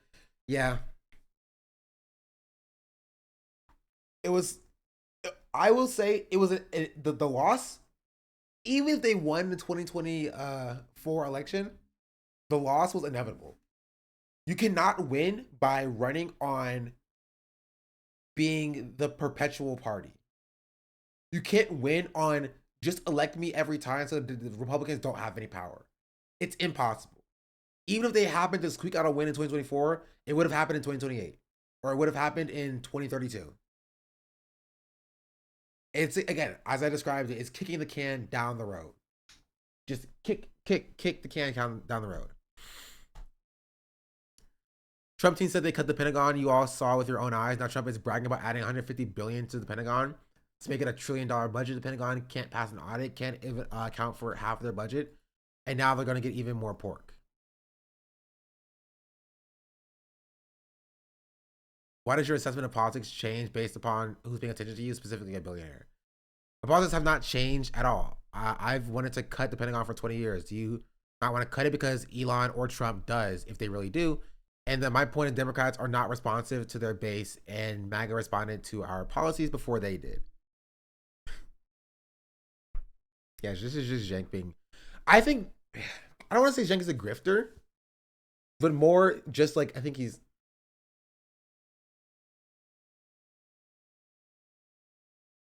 a grifter. Honestly. Oh, no. No, I think he's a grifter. I do. I don't want to say he's a grifter, but I do think he's a grifter. I think this is grifting. This is 100% grifting. What's up, Apollo? You could just be kind of dumb. No, I think he knows better. He might be dumb, but I think he knows better. I think he knows better. And that, like, it's just like he was getting audience attention. Like, the right was paying attention to him as like the token progressive who was on their side. And he doubled and tripled down on that. You know what I mean? That's why I think he's a grifter. Or I think he was grifting when he was doing stuff like this. I think Jake is just fake his true goal is money and clout and not some progressive ideology. That's what I think he's a grifter for. Yeah.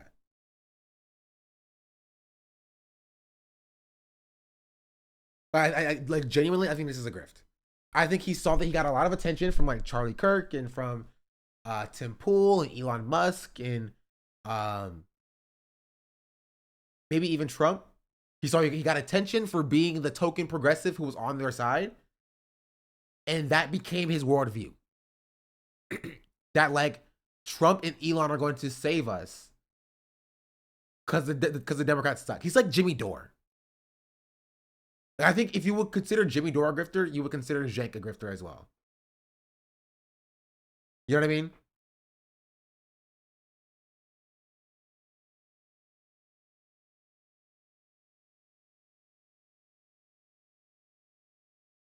That's what my take is. And it sucks to say it, but like that's the only way I can describe how he acted for the last 9-10 months. Because it's also a pretty new thing. I think old Cenk, like Cenk from a year and a half ago to 2 years ago, I don't think he was a grifter. I think he was a liberal who got into some money, owned a media company, saw that crime was an issue and crime was super bad and he has to call out crime. And so his material conditions kind of informed his positions. Right? But now I think him doing stuff like this about like Elon and Trump are going to save the country and like they're claiming they're going to cut the Pentagon. Like, I don't think that Cenk even really believed that, but he had to believe it because he got attention for it. This tweet got 1 million views, chat. 1 million views. He was getting quoted by like Charlie Kirk with being like, see, I don't agree with everything that Cenk says, but like he's right on this. Glad to see we're on the same side. Glad we can see to see that like common sense prevails along like, you know, political lines or whatever. Is that exciting when he wrote his book about how everyone should listen to polling above everyone else? Really? When he screened that Hassan during Thanksgiving, made me think he was dead serious. I actually don't know that it's that new. He backed Anna tooth and nail, even against trans employees during the whole birthing person saga. Yeah, but I don't think that's grifting. I think that is his actual beliefs. I think he's anti-crime. I think he's anti-union. I won't say he's transphobic because I don't know his takes that well. Right? But I genuinely, I think that those are positions that, or beliefs that he believes. Position that he has. He's anti-crime. Right? He thinks the left is too soft on crime. And he's anti-union. Right? He's transphobic? I don't know.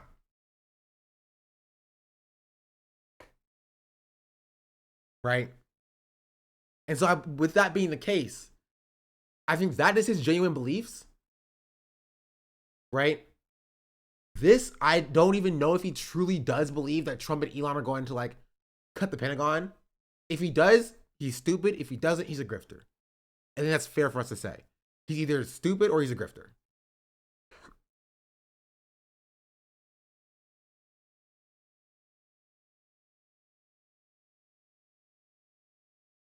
And let's get back to this. More influencers being impacted by Trump's tariffs. Or both? True. That's how damaging this is.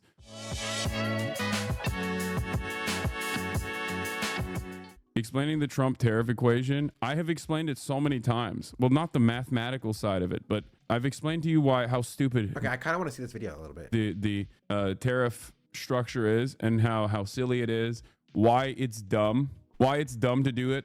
I feel like I'm gonna keep having to explain it over and over again. Oh wait, hold on. There's a community down on this tweet. Back to the Minecraft movie for a second. You are looking at a guy who just got referenced in the Minecraft movie. Oh man, I was watching it. bunch of people, totally packed. And all of a sudden, Jack Black goes, all right, ready? Hold on. He goes, hold on, let me get the light on my face. He goes, son of a biscuit! Do you like my sword? Something like that. I just blacked out. As soon as I heard son of a biscuit, I was like, ah! And everyone in the audience was like, the reference to Buscus. I'm like, bro. Yeah, no, I don't believe him. He does say, Jack Black does say, son of a biscuit. Right? He does not say, do you like my sword? Right? Oh, that's me. And he's like, everyone's like, oh, wow, he referenced Tobuscus. Oh, man. Because no one's ever said son of a biscuit before. It's Yeah. actually a great movie. I love it. Also, like, his meme is not son of a biscuit. It's nugget biscuit. Like, very clearly. Like, Love it. I blacked out, like I said, so I didn't watch most of it, but whew, that is a good part. Minecraft. Subscribe. yeah, like, so, like, and I think he's coping because Technoblade was very clearly referenced. Very clearly referenced in the movie.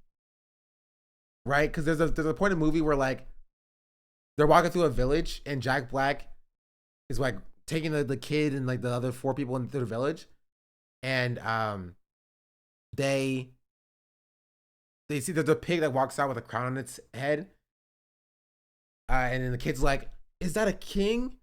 And then Jack Black was like, "No, that's a legend." That's what happens in the movie. That's what happens in the movie. I didn't know there was a Dan TDM or a Mumbo reference.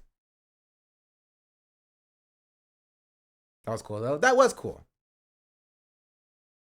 It was nice to see. Minecraft movie felt like it lasted 3 minutes. I don't know why it's not surprising to me that Apollo actually went to see the Minecraft movie, but it seems like the most Apollo thing to do. Oh, also happy 2 years, Apollo, following since 04/08/2023. I also found out that Jack Black is the Raging Zionist too. For context, I don't know much about politics. Yeah, he is quite pro-Israel.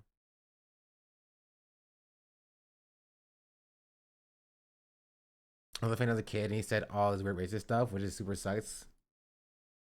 Yeah, Tobuscus is kind of crazy. My brother's like 14. That's not me. I was kind to him and took him to a movie. Sure. Just threw his buddy under the bus completely. Yeah.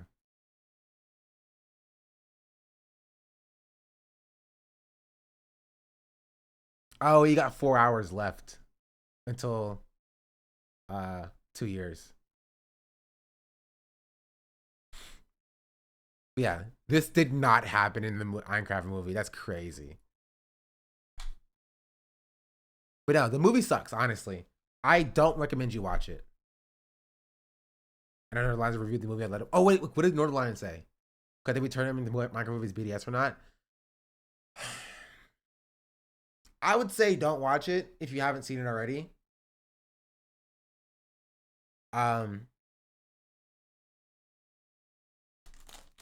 think it's removed enough to be like genuinely, I didn't know. Or it was another terrible cash grab. It does. It's a terrible cash grab.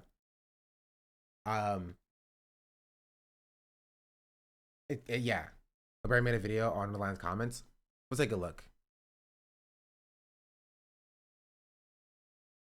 Yes, sir. That's all right. Chicken jockey. Yes, sir. Let's get it all out of the way. This is a crafting table. Flint and steel. Invest in the S&M 500 because you like pain? What the fuck are you talking about, man? The hell are you saying? That being said, that's a good point. That's fucking facts, man. The children yearn for the mines and they yearn for a weekend recap because I had a busy weekend, man. Let me run you through the basics, okay? Saturday morning, my daughter finished an activity. We went straight to an eye test. She passed with flying colors. This is how business should be done. We had an eye test. It took 4 minutes. They said she doesn't need glasses. We said, how much do I owe you? They said, it's on the house. This one's on the house. We didn't do anything. I said, just for that, you can catch me this week, buddy. You can catch me this week. Because I need an eye test too, and I need new glasses. That's how we're doing business in this bitch. That is actually super based and awesome. Which, to be fair, it should be free anyway. If you there should be a free consultation for the eye test, and if you don't need glasses, you don't pay anything. And if you do need glasses, then you just buy the glasses. If it takes 5 minutes, that makes sense to me. Makes sense to me. So that was step one. What do we do after that? Which is why oftentimes in America, they will, you can go to a optometrist, or not even optometrist. If you go to freaking Target that has an eyeglass store, if you go to an eyeglass store for your eye test, they will tell you need glasses, right? They will say you need glasses. Even if you have perfect vision, they'll be like, well, I mean, you read, don't you? And you're like, yeah. Well, yeah, then you need reading glasses, right? You don't want to strain your eyes when you're reading, right? Those words on the page, paper books, really, you need glasses. You're like, I read on my iPad. Well, if you read on a device, you definitely need reading glasses, because when you read on a screen, when you read on a screen, it's, you need glasses. I'm just like, they will just try to sell you glasses regardless. Whoa, we freaking voted, man. I had my daughter was at another growing up would do free your exams biannually. I really hope they kept it up. It's helpful for the neighborhood. Glasses can make me literate. Chat, nobody can make you literate. Activity. So I thought that there was gonna be time for me to knock out. Also, in case you're wondering, I have 2015 vision. Not as good as the chatter with 2010 vision. All right, yeah. Go ahead and flex on me one time. But I have 2015 vision. Bunch of errands. It turns out that there was a huge line at every single voting facility. So I had time to do exactly one errand, which was voting, which took an hour and a half to 2 hours. But this doesn't happen often in the civic world of politics. My candidates won in a landslide. That was nice to see. I was asleep by the time that the voting was done. But when I woke up, I was I love how this just has nothing to do with the Minecraft movie for the first 2 minutes of this video, by the way. You read the fine print of the eye test thing and it shocks people. Holy cow, I'd have never woken up to results like this. My candidates 4x the people that weren't as good, in my opinion. Northern Lion is a socialist confirmed. Any Insano candidates? Yeah, a couple. I'm trying to think of what the hell. Oh, and then that afternoon, of course, we saw the Minecraft movie, which genuinely, Kate was looking at me through the movie, and I was looking at her. With Librarian. They follow me on Twitter. I did not know that there was a meme related to the movie. I knew the movie was memey. Chicken jockey. Okay, no, I'm sorry. I can't do that. I didn't know that it was Gen Alpha Rocky Horror Picture Show. There were multiple times. It goes without saying, everybody in the audience that wasn't us was repeating all of Jack Black's lines back at the screen. Okay, we didn't have that. Honestly, if we went to AMC, maybe we would have that, but we did not. We went to Regal because we were AMC was too expensive. AMC charged $10 more per ticket than Regal did. Bro, excuse me. No, thank you. So, people were screaming and going no, and crying, and there were 4 applause breaks. People clapped like they landed the movie theater when the movie was over. My daughter, she was scared. Landing the plane. That's so funny. She said many times, she said, I want to go, I want to go. And I said, just cover your eyes. The pig sorceress isn't going to be here like the whole time. And then when the movie was over, she said that was her favorite movie of all time. Stop. She was into it. And she... Stop. Bro, her favorite movie of all time? Disown her? She's 4, bro? That's too old. That movie was garbage. That movie was so bad. She laughed, and all weekend, anytime I needed to put a smile on her face, I could just say chicken jockey or Flint and That's cute. That's adorable. Steel or lava chicken. And then she was telling me, like, she's like, my favorite part of the movie, I think my favorite part of the movie was when the bee showed up. Just literally, like, they go into Minecraft and there's a bee. She's like, my second favorite part of the movie, probably chicken jockey. My third favorite part of the movie, lava chicken. But my favorite is when the bee showed up. I gave it a 2 out of 5, by the way. I don't think it's very good, but I think it's a fun theater experience. I think if you have children, they'll love to see it.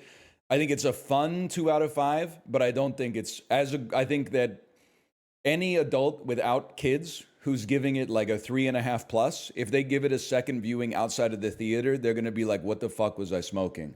Also, I'm scared for the future of media because I've seen a lot of reviews where, or not on reviews on Letterboxd where the real heads go, but on the Reddit like reaction threads, there's been a lot of like adults who are like, hey, I'm surprised they got some of this stuff into a kids movie because it's a little risque, man. They go some places. I can't believe some of the content that managed to make it into this kids movie. I mean, like the first half of the movie is basically for grown-ups, and I was like, no, it's fucking not, motherfucker. You need to watch like Goodfellas or something. It's been a lot. I guess if the last movie, I will say, right, and I will say, let me give my take on this.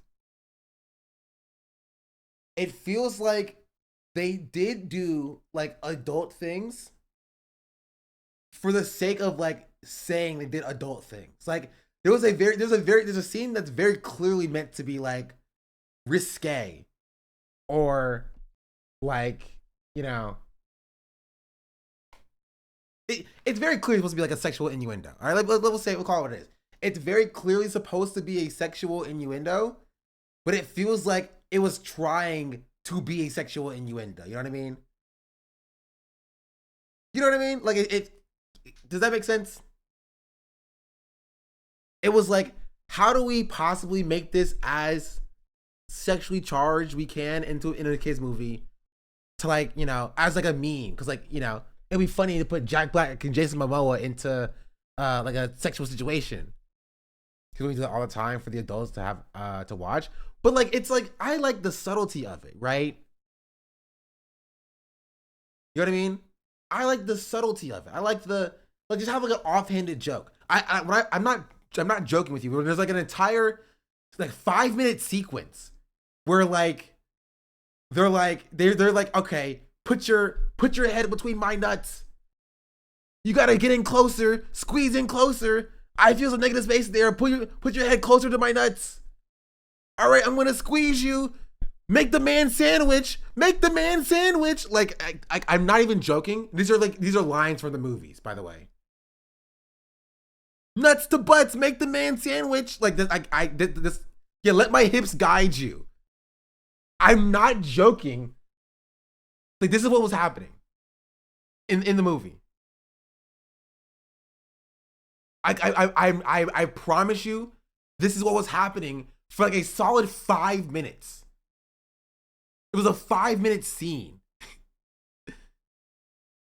5-minute scene in the movie of like direct like sexual references. I'm just like, it didn't need to be that, right? Like if you want to have like a you know, an innuendo in a kids movie, that's not new. That's normal. But I'm just like, it felt like it felt like the entire movie felt, right? It felt like the entire movie felt, and that is it was trying to be like irony bait. Right? Like they did it specifically to be like what Northern Lion is talking about. Be like, wow, I can't believe they put that in the movie. That was kind of risky. This is supposed to be a kid's movie, right? They did it specifically for people to say that, right? And my take is that doing that so that people say that about your movie is cringe. You know what I mean? That's what my take is. Movie you saw was Puss in Boots: The Last Wish or something like that. This might seem like it's a little bit beyond the pale as far as a kids movie goes, but it's mostly just. And also, and my problem with the movie is that like less about the sexual innuendos. But again, I said it before. I'll say it again. I cannot stand how stupid it treats the audience. And I get the audience is 4-year-old kids, right? But like, gosh darn it, movies used to have some respect for the children. There used to be some level of respect for the children. I watched Shrek when I was 8, right? And Shrek wasn't like, oh wait, he did say I'm an ogre, probably. But he wasn't like, swamp, gingerbread man, Farquaad. Like, no, it was, but that's what the Minecraft movie was literally just Jack Black naming Minecraft items. Like, you can literally go to like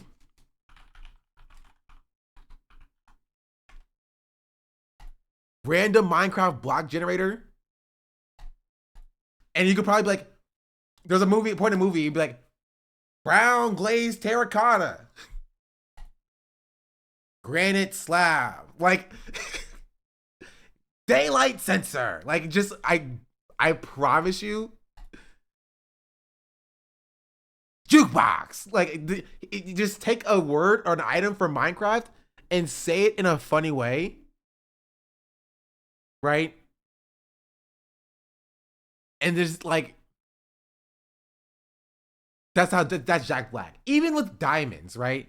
There's a scene where like they open up a piston door to see like a treasure trove of diamonds, and then Jason Momoa's like, oh, diamonds, and Henry's like, whoa, diamonds, and then Jack Black walks in, he's like, my diamonds, and you're just like, why did you say it like that? It felt like every single line of the movie was supposed to be like a quotable line, right?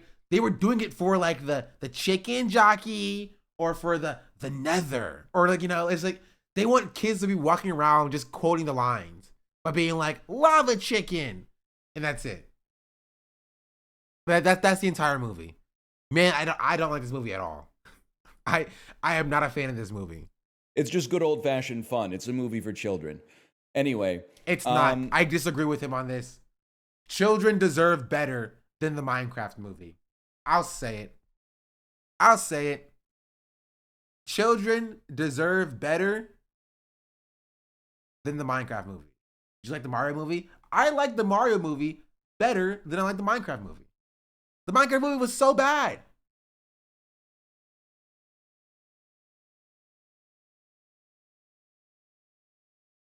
It was maybe it's because I had 7 people in my theater, so I didn't get the full experience.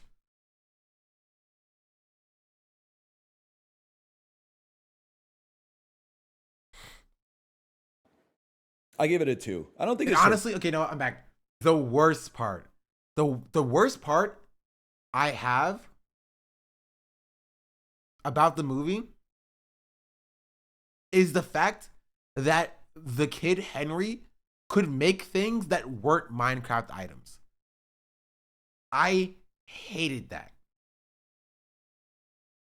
I hated it so much. He literally, now that I think about it, I don't think he crafted a single thing in Minecraft. I mean, he made like the iron golems, but like,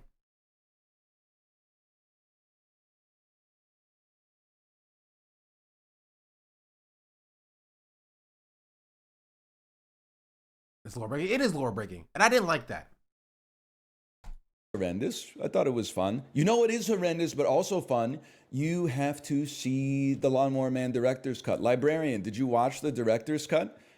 First 5 minutes of the movie, I was like, I wonder when Stephen King's influence will rear its head in this film. And then a man with the Lord Farquaad haircut busts out of a garden shed, and he's a grown man with the mind of a child, and he sees a chimpanzee with a VR headset and a pistol and says, Cybo-Man, I'll keep you safe. Are those the bad guys? Come here, Cybo-Man. And it just goes crazier from there. I would definitely, I gave it 1.5 out of 5 because it's unbelievably bad, but I also gave it a heart because it's unbelievably good. I would suggest watching the Lawnmower Man director's cut. It's mind-boggling that I did a 3-hour ride on Saturday. It took almost the entire ride to watch this movie. I finished the first 90 minutes and I was like, there's still an hour left in this scene. No, there's not a BDSM. There is not a BDSM villager Jennifer scene. She hits the villager with the car. They go to dinner, and then they get married. Or he proposes to her the next day. Fucking Lawnmower Man movie, man. It's unfathomable, but I was entertained the whole time through. It was unbelievable. I would recommend it. And then I watched MacGruber. I gave MacGruber a 3.5. Something about just when the dudes start shoving the celery sticks up their ass, and then is Letterboxd a 5-star system, like 1 through 5 star?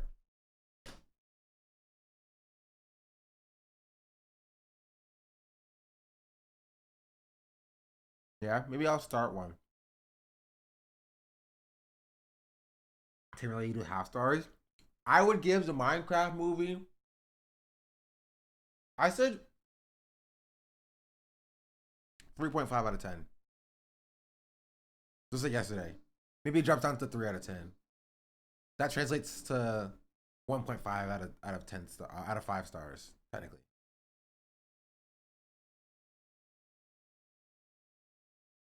Waddling around. Just something about it, man. Anyway, what else? What did I do yesterday? Not much. Did you guys know that they closed down the Toys R Us in Vancouver? Okay, I think we got through all the Minecraft movie things. Was Valkyrie really cut out of it because of Jason Momoa? Valkyrie was not in the movie, so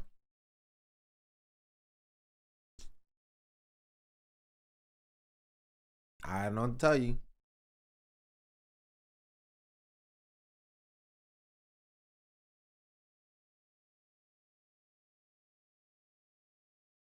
It would have been cool to see Valkyrie in the movie, but they cut her out. She wasn't in the movie. There are rumors that she was cut out because of Jason Momoa. Why? Okay, here's what happened. Valkyrie leaked that she was going to be in the Minecraft movie. And then on stream, this is the problem with streamers, is that we talk about everything on stream. She leaked that Jason Momoa was not being very nice to the staff when she was filming. And people think that she broke the non-disparagement clause, and therefore they cut her out.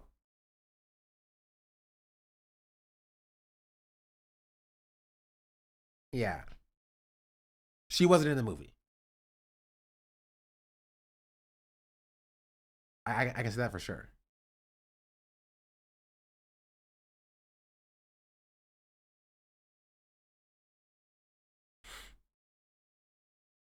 Wait, does that mean that Valkyrie is a part of the actors union?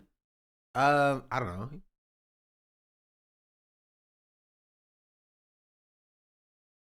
So yeah.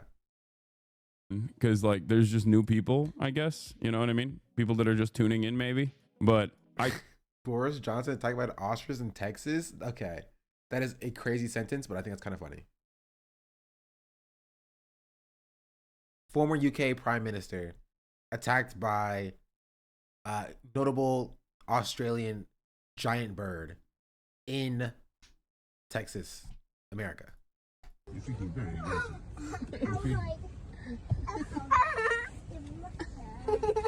Oh, Christ!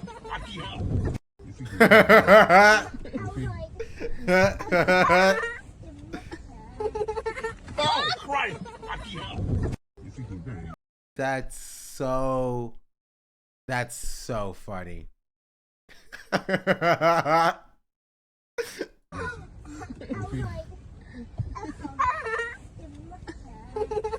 Oh, Christ! Him just driving on his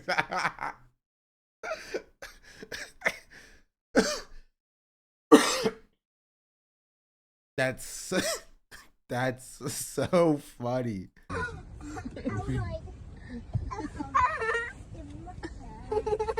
I don't think that's an emu. It's not Stompy. Stompy has a lot more hair on his neck. Oh, Christ! He just peels off. That's so funny. Okay, let's get back to this video. I do feel like, you know, I'm gonna be repeating myself quite a bit, as I usually do. Why is the expectation any different today? Ladies and gentlemen, like I said, it is Market Madness Monday, instability galore. Trump is winning, so much winning. They're gonna say, Mr. President, we've won too much. Please, no more winning. But I'm gonna make you win again. I'm gonna say, you're gonna beg me, Mr. President, no more winning, please. But I'm gonna keep saying, we're gonna win more. We're gonna win more and more. So much more winning than you've ever encountered, ever assumed, ever wanted. This is exactly the kind of winning that you're going to get. So there's a lot happening here. There's a lot happening here. Hassan was right. Misgift says, I hate Trump. That's so funny. Chap. I hate Palm. Why does he not have a shirt on? Trigger warning for Misgift shirtless. I hate Donald Trump. I hate Donald Trump. Put a shirt on. So much. Hassan was right the whole time. Asmold was wrong. I hate Donald Trump. I hate him so much. Yo. I mean, I don't know what I don't know what anybody was thinking. Yeah. Isn't it crazy that not only is Donald Trump bad on this side, like bad for the economy in the short term, especially for those with like wealth in the stock market, which is the biggest no-no you can ever engage in. Like the entire point of the American presidency is that stocks always go up under your watch. Stocks never go down. Stocks always go up. And then everybody shuts the fuck up about it, right? They're like, well, we're making money, right? But what I find really strange about this is that these guys are not even aware of how bad Donald Trump truly is. Like they're not even aware of all of the other stuff that Donald Trump is doing, like the mass deportations, the erosion of the First Amendment, the erosion of due process. It is kind of funny to see like all these dudes coming out and being like, yeah, I think we might have fucked up a little bit. Like Misgift didn't endorse Donald Trump, you know, but Adin Ross certainly did. Look at Adin Ross and DJ Academics having a conversation now that his stock portfolio is taking a major hit. Yeah, we all are. You look at your shit? Bro, holy it's so bad. Nah, I mean, how much you lost? Be honest. Shares like Chinese good just increased. Oh no, they went up 50%. Did he actually do it? Oh god, this is gonna be rough. Oh, he actually did it.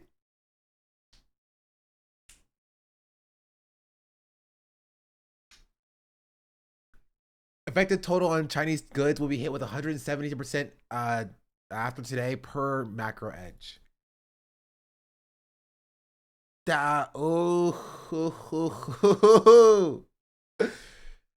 Like, this person is correct. This is going to end in a week. This isn't sustainable for either country. Not for the first part, but the second part. This is not sustainable for either country. But China can hold out infinitely longer than we can because we import way more from China than China imports from America. right? They are not going to be hurt by equal tariffs from both countries. We, as America, rely on imports. We rely on imports to keep our prices low. Like, but keep in mind, it's not going to be good for China. Like, China being able to sell their goods in America is good for China. It increases their revenue, their GDP. Like, it makes them money. It doesn't do nothing for them. But, like, they can afford to lose out on these short-term gains from selling to American manufacturers or to American distributors as the manufacturers, way more than America seeks to lose by not being able to get the manufacturing. Isn't China more nimble because they have more control? Yes, because they handle the manufacturing. If you handle, and this is the reason about under socialism, owning your own means of production is so impactful. If you handle the manufacturing, you have the control. You have the power. Right? China can get the raw materials from elsewhere. They don't need to get them from America. Right? They usually get them from elsewhere as well. And they can sell to other countries as well that can then sell to America. You know what I mean? Like, this is going to hurt America way more than it's going to hurt China. China has banned exports of rare metals to the U.S. I mean, of course they did. Of course they did. It's gonna suck for Americans.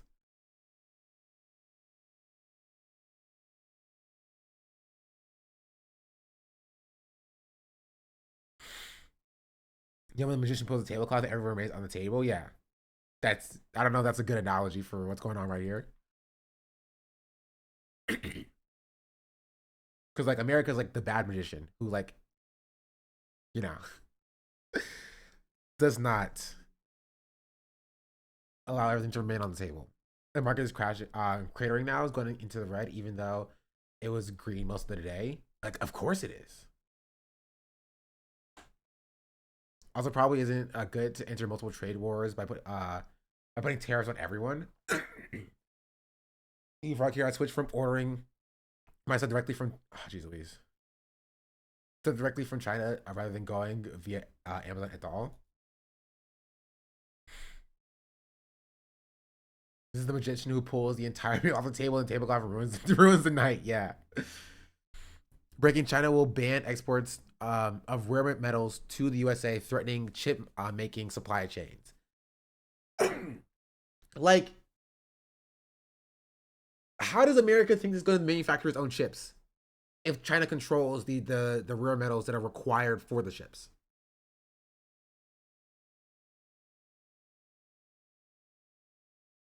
Like,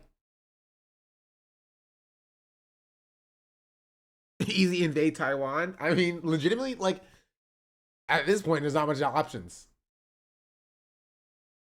I would not put it past America to, like, you start using military solutions to force people to trade to them. You know? Like, yeah.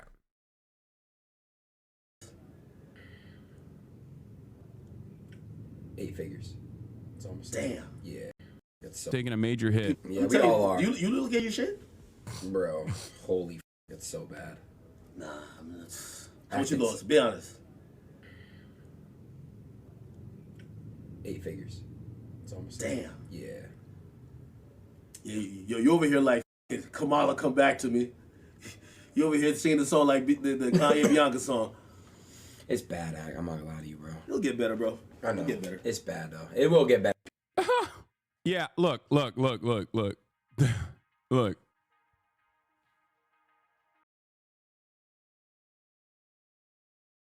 Maybe Adin Ross should thank Hassan. At least now he has that Rolex. At least Trump was forced to return the Rolex to him, so he'll always have that Rolex he can sell.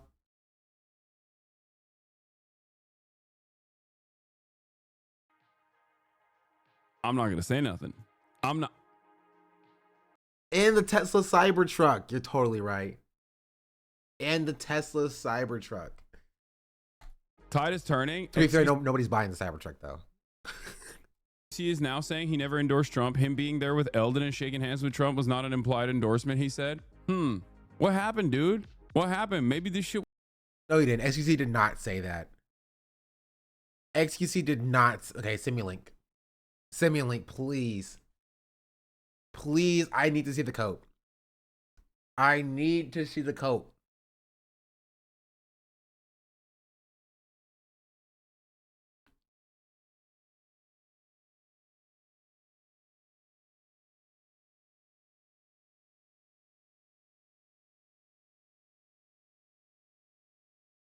The next day, I interviewed the press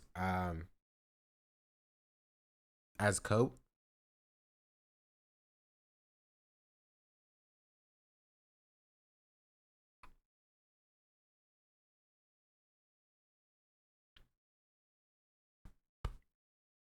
China's reportedly considering banning the import of U.S. films into China as a part of countermeasures against U.S. tariffs.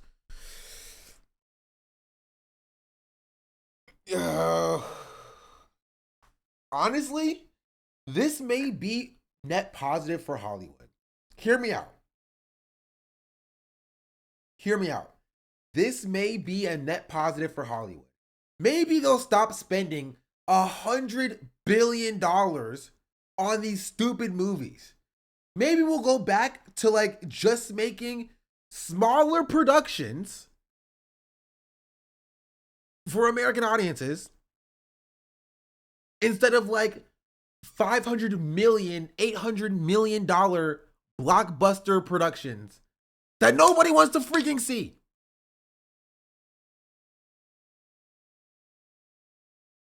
Maybe. It's already happening. People just don't watch them.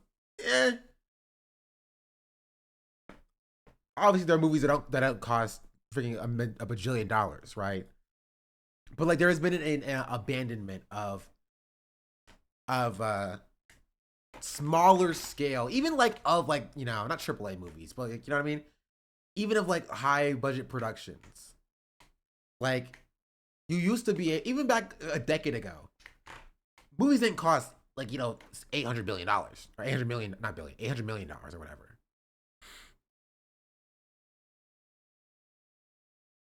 Pro markets have been propping up Marvel films.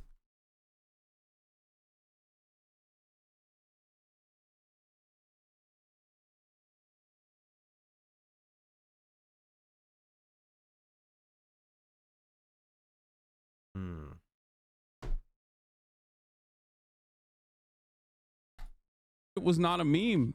What's going on, dude? This is the beginning, okay? He had a Trump shirt on, I know. One of the funniest parts about all of this shit is that like the Tim Pools of the world and the Trump writers of the world are like, Donald Trump is eradicating.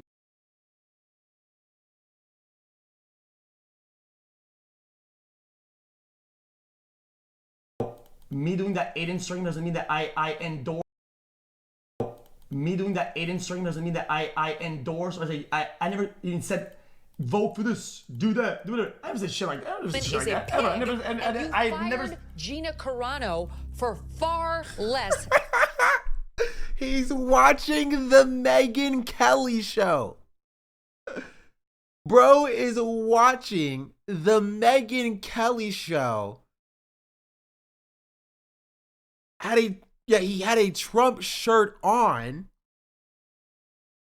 And he was like, I never endorsed him. Than this nonsense. Rachel finally crossed a line. Disney was officially... Oh, he's watching Patrick CC watch the Megyn Kelly show. Okay, to be fair, I'll be fair. He's watching Patrick CC reference the Megyn Kelly show. Fed up with her and decided to take action. First, I'm assuming they made her apologize because she redacted her comments she made about the election. From there, Ziegler reportedly began working with a social media guru paid for by Disney to vet. You say it's implied, but what? Okay, then what would sway you more than that? Me putting $700,000 on fucking Kamala winning, or me being in the background of an Adin stream and appearing where Trump is in the vicinity? Which one of them is more than it? Hold on, you have to pick and choose now. Which one would sway you more? You don't even agree with yourself, dude. Shut up. Any post before the... Yeah, he's coping. Omega Cope. Patrick CC for this video, Justice for Drag. I don't even know what the video is, but Patrick CC kind of, I mean, he, by his own admission, kind of fell off a little bit.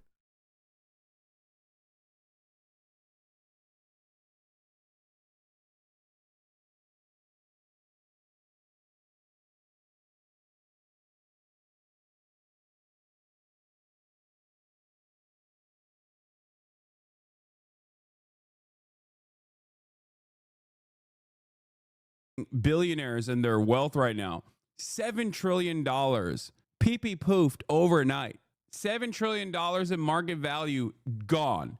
Okay. Couple things that I must maintain here. One, money is the most fake it's ever been. It will never be more fake than it is at this very moment. That's number one. The entire global financial structure is just, it's all maintained through confidence. Okay. It is so crazy. That's number one. Number two, money is the fakest it's ever been. That's number one. Number two, the idea for leftist values and socialists is not just to like fuck everyone's 401ks or their nest eggs or whatever. The entire point is uplifting the working class. It's not about, like, leftists do not want to nuke the entire planet. Okay. Speak for yourself. Got him. Sorry. That's not the point. And a lot of these dumbasses on the right don't comprehend that. They're like, oh, I thought this is what you wanted. It's like, no, dude, no. We want everyone to have basic amenities, to have their basic needs met, because we have the power and we have the abundance to be able to do this. We have the surplus to be able to do this. Okay? It's not about just like over rich people a little bit for the first time ever, while simultaneously, for no discernible reason, doing that, and over the working poor spectacularly more. You know what I mean? That's not the point. The point is to actually build a manufacturing hub with good paying jobs. That's not where you know, people can buy a house. That's not happening. Fix the housing market. Those are the things that we're supposed to be doing. This is not like the point isn't just to be like, haha, $6 trillion of fake value eroded overnight. Lol. It's like, okay, so did people's like retirement funds. You know what I mean? It's such a funny attitude that like some of these Republicans have, which is like, they're just, that's what they think. That's what they think is going on. What they think is going on is like, oh, well, you know, rich people are upset. So this is good. To be fair, it is kind of funny.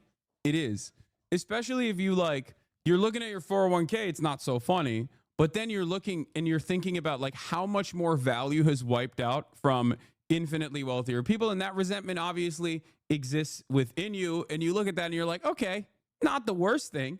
Obviously they will recover from this in ways that you will not be able to. So, you know, I am cautious in the way that I cover this, because on the one hand, it's like, haha, it's funny. But also on the other hand, it's not so funny, because what is yet to come is going to every normal person a lot worse than it screws over the super wealthy. Because they'll always be like, wealth is a relative concept. You're only as wealthy as your wealth is still at the end of the day determined by how others who don't have that kind of wealth. Like it's a proximity thing, right? So they will, under this new structure, still maintain their position, still maintain their status, still be wealthy, just not as wealthy, I guess, right? Yeah, exactly. You're only as wealthy as others are poor. That's just how it kind of works. So that's why I'm like, you know, on the one hand, I think it's very... Is it not bright in here? My eyes are hurting. Funny, because it's like another moment of vindication. Something that I said was incredibly stupid. That Shout out about chatter, by the way. Oh, what did the chatter say? Wealthy. Oh, that's you. That's you, chat. Others are poor. That's just how it kind of works.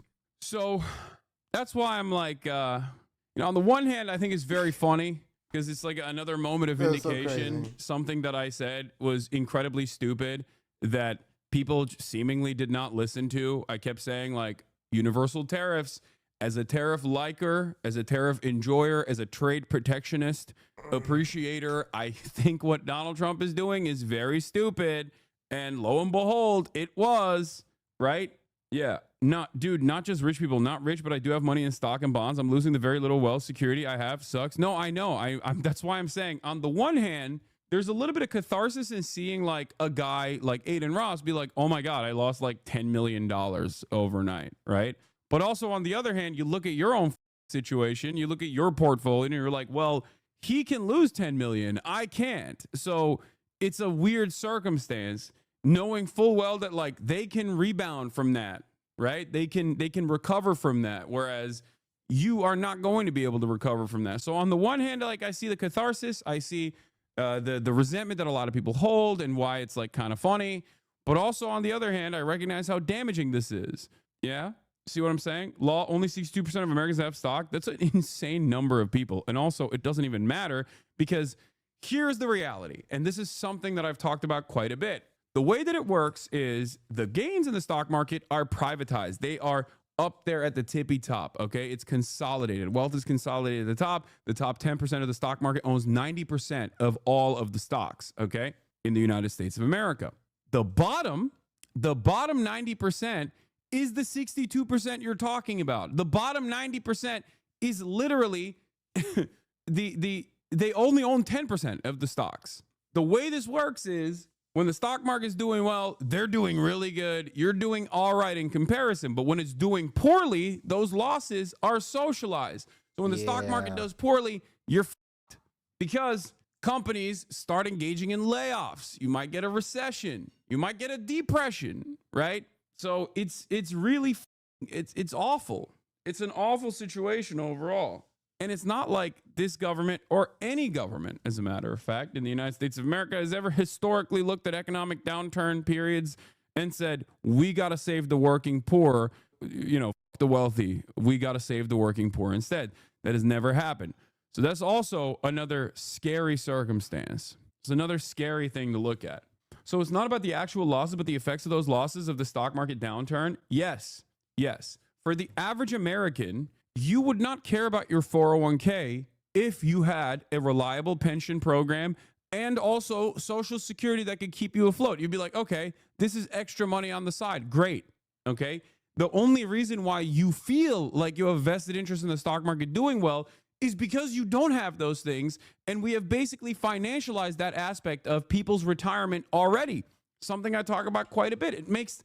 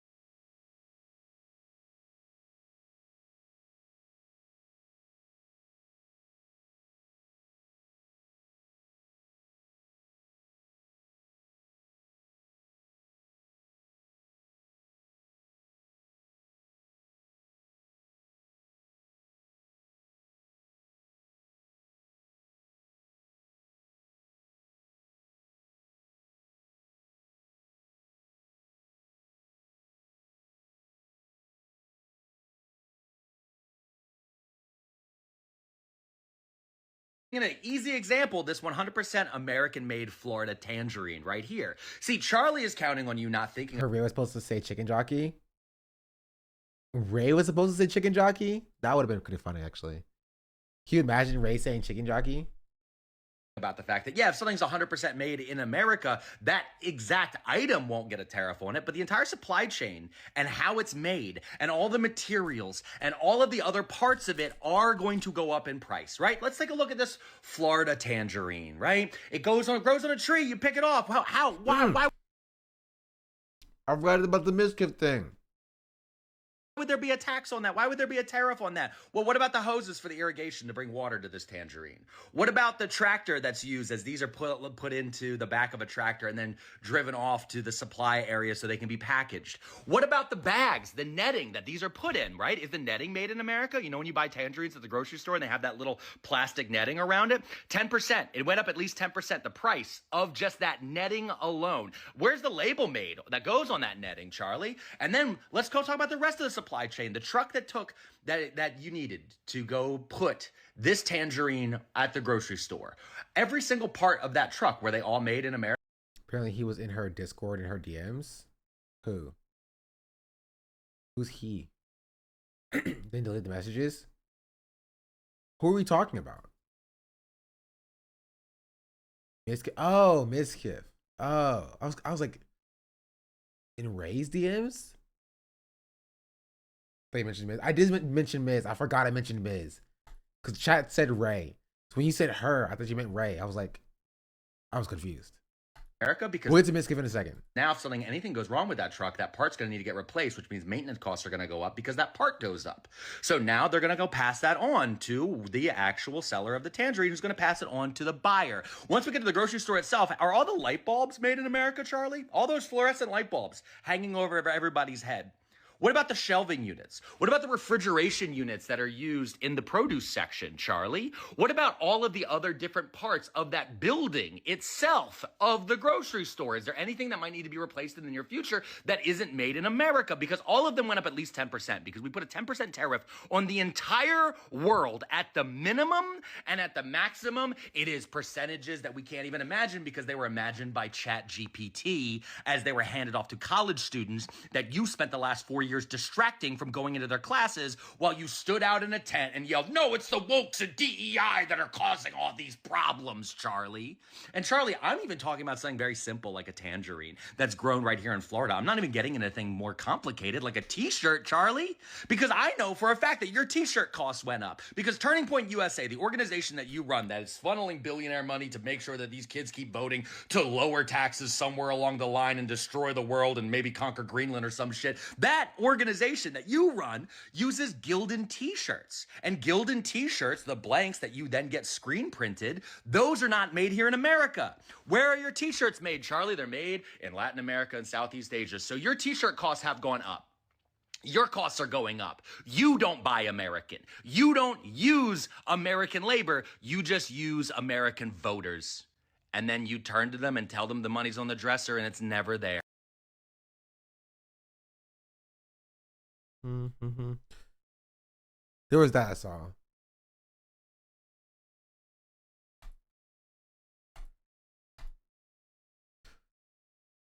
I wonder why liberals don't care about this type of hypocrisy when the Democrats are doing it. That's my biggest problem. I don't have a problem with anything else the guy said in the video.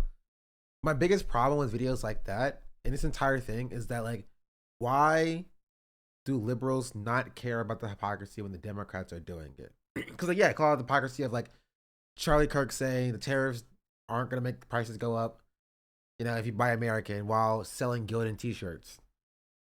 Sure. Right? Hypocrisy. The Democrats claiming to care about, you know, the lives of marginalized people while cussing a genocide.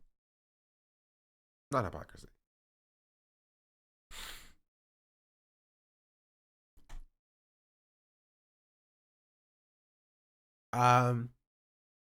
Kaho said, I saw a video of content creators I met before doing pull-ups and gymnastic tricks on a sakura tree branches, inevitably shaking cherry blossom petals off. It broke my heart to see someone I actually know doing such things in Japan. It's always been unknown people on social media. Fortunately, the post is gone the next day, so they probably regretted it and deleted it. But please, if you want to flex your muscles to show how much testosterone you've got, go touch your own wood. It's pretty good. Go touch your own wood. She's saying go jerk off somewhere else. Leave Japan alone. Leave ephemeral cherry blossoms with flowers living only 2 weeks alone. Content creator Mitskip and Tokyo Sims were drawing criticism for doing these pull-ups and gymnastic tricks on a Japanese cherry tree. One Japanese language post about it has already received over 200,000 views. This is the post.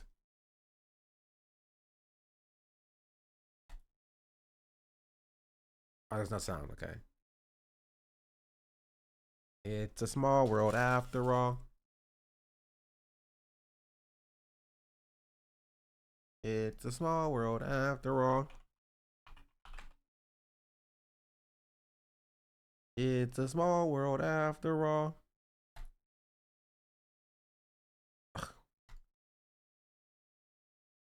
Just on mere principle, I'm not watching a Yeet video. Even if it's the video that I want to see.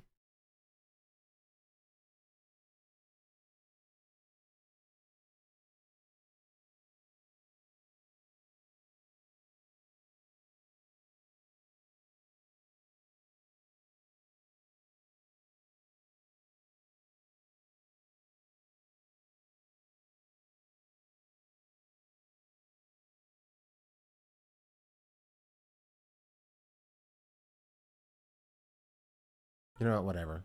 Whatever.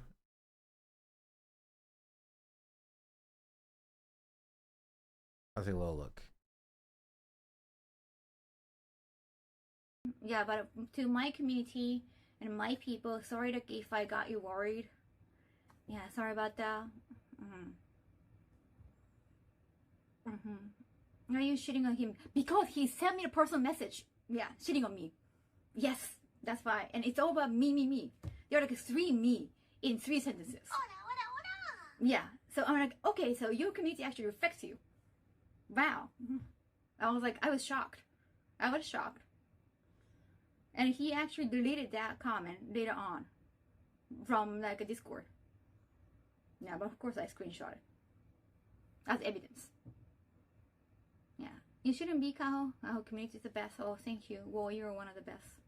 What do people give Miz chances? Like Many of them. So there's this concept that I've coined called the thin purple line.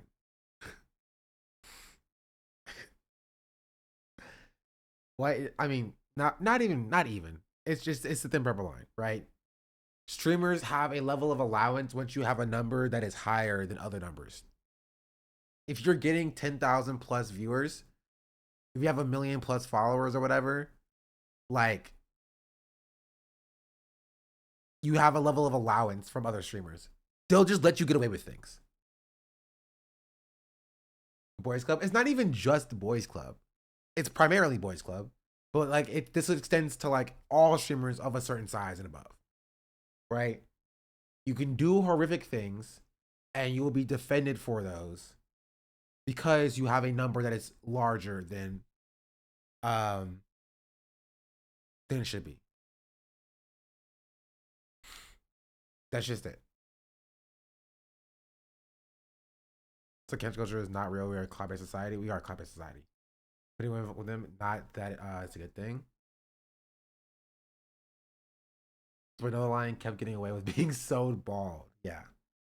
Also avoiding the community hate. Yeah. The problem is like if you like in this moment, if you jump on like Miskiff hate things, when you get called out, rightfully or not, right? You want Miskiff to have your back, or at least to not talk about it. And so like if Miskiff does something that's bad that he's getting canceled for or getting called out for, right? You don't talk about it. So if you get called out for something that you think you're in the right for, they won't he won't also call you out. That's the thin purple line, right? Again, the thin purple line comes from like the thin blue line, where cops, even if cops disagree with what another cop is doing, which oftentimes they don't, but even if they do disagree, they oftentimes won't call out or report that cop doing something bad because there's a level of understanding that, like, hey, if you're a cop and I'm a cop, you wear the badge and I wear the badge. Even if I do something wrong, you can't call me out because we have to be together. We have to show a united front, right? It is tribalism. It's internally allowing yourself the leniency if you do these things that people complain about men doing. What do you mean? A great comparison. I mean, yeah, that's why I called it Thin Purple Line. The message before that. Why? No, actually, I'm not doing that. Why are you putting your messages in sequential order, chat? I'm not gonna go and follow the breadcrumbs back to the first message to figure out what you're saying. Just put it in one message. Jeez Louise. It says like a young person. This is not a text. This is a chat. Not the same thing. But yeah, that's it. The same reason why people don't same reason why people don't call it Asmongold. Right? It's that there's a level of, again, allowance. You allow somebody else when they have a certain amount of viewership. Thin Purple Line. And all of your favorite streamers who are above a certain threshold, pretty much all of them extend this charity to other streamers of their size.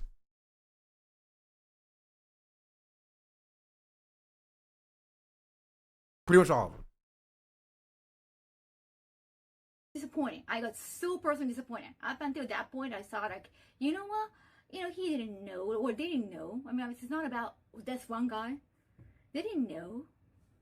You know, of course, they can always excuse it. I was gonna, you know, help them have the opportunity to explain themselves, even to the Japanese community and the English community. And they were like, oh, yeah, really rude response. Really rude. And there were 3 me in 3 sentences. And there was no period in the sentence. That really, you know, my OCD just like freaked out. Yeah.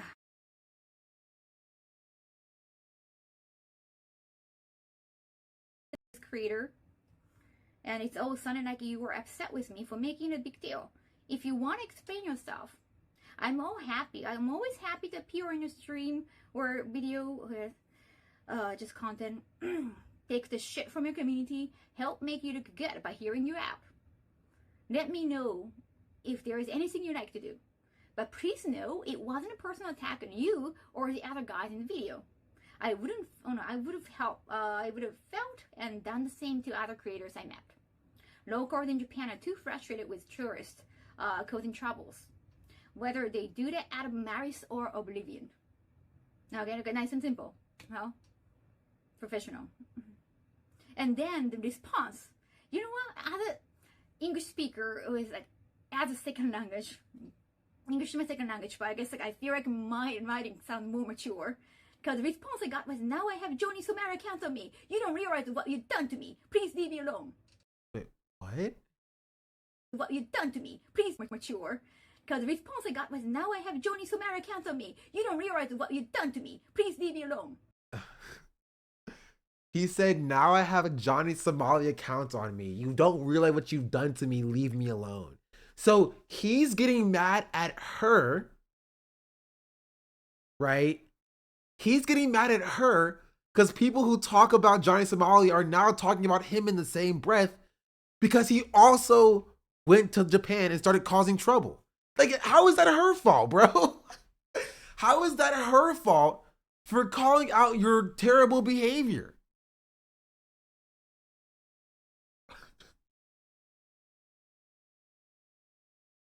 Dog. All you had to do, right, was saying this misgive. All you have to do is say, you're right. Probably shouldn't have done that. I apologize if I have offended Japan or Japanese culture. Thank you for telling me. I just didn't know. That's all you have to say. Right? But just being like, how dare you? You don't know what you've done to me. Now I have Johnny Somali accounts tweeting about me. You've ruined my life. You've ruined my life. They're being called Johnnies. The term is trending on social media for content creators who cause issues in Japan. Yeah, that's what I got from that. They're being compared to Johnny Somali, which maybe you should not do Johnny Somali things. Honestly, you're lucky that you're not being called Logan Pauls. Actually, which would be worse? Maybe Johnny Somali nowadays in 2025. Johnny Somali would be worse being compared to Johnny Somali. Logan Paul kind of started the whole thing, though, you know?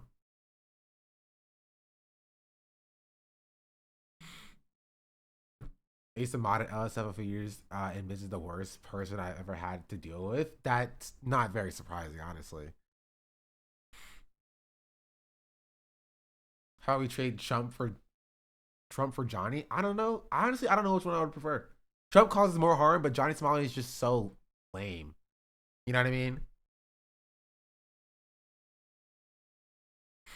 To be fair, if you were threatened of being banned from Japan, you'd say your life was ruined too. Well, maybe don't be a nuisance for no reason. Like, nobody told you to start doing pull-ups. Like genuinely, why do you think that would be a good idea? Even if you don't know, even off of pure ignorance of not knowing Japanese customs, just be freaking normal. Just be normal. He cannot be normal. That's like dancing in the street and then getting like arrested. Like, I didn't know I could dance in the street. Wait, I can't dance in the street anymore? Like, obviously, just be if you were a normal person and you're freaking just walking around, like if you use the crosswalk, you wouldn't be in this situation in the first place. There's no reason for you to do pull-ups on a sakura tree or a cherry blossom tree. There's no reason. There's genuinely zero reason. Me. It gets views. Well, then good for him. It gets views, but now he's getting potentially kicked out of the country. What the fuck? What did I say? It's not about you. I'm so outraged. Wow. At least one of the bad tourists. Oh yeah, I haven't met them or anything. It was never being like personal. Seriously, I'm outrageous. Such immature response.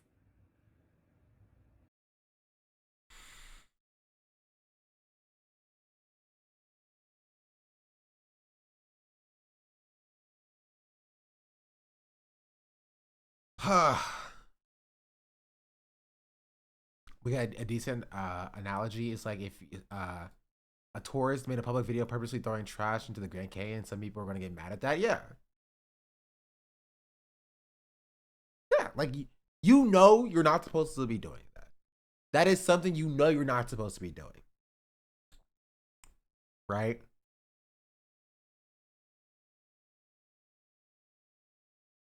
Or like drawing on the walls in a museum. Like, some things kind of extend past cultural boundaries. Like, if you just act like a normal person, then it won't be an issue in the first place.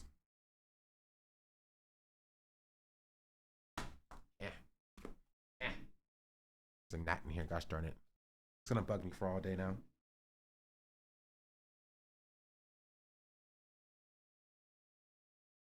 Like, it just kind of feels like unnecessary. I don't know. I don't get it. But yeah.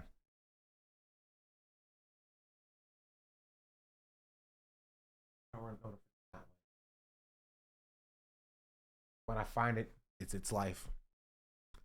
People just not giving money to these clowns. I mean, they get enough viewers where, like, even if nobody gives them money, they'll still be freaking millionaires because, like, sponsors and stuff. But yeah, like even if you don't know, just say, I'm sorry, I didn't know. Also, there's a new Hassan video on Asmold as well. Nobody knows what's going to happen. Why are we even debating this? Nobody has any idea. That's not true. What the end game for this is. The market doesn't have tits, so he's unsure of his position. Well, think about it like this. Oh, was this when he was in DC?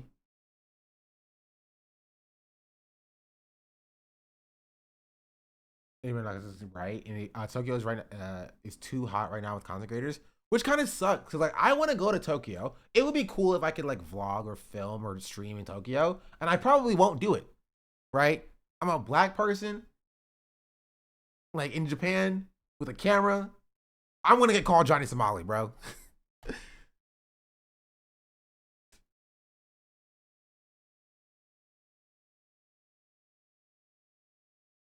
It's gonna happen. Peach just arrived in Tokyo. Grandma's going to Tokyo, like, or to going to Japan, like, next week, right? So he's doing promo for the new Assassin's Creed. True.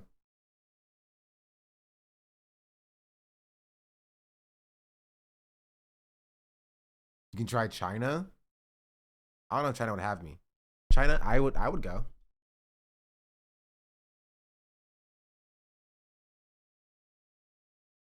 Other countries are basically using work visa violations to kick people out.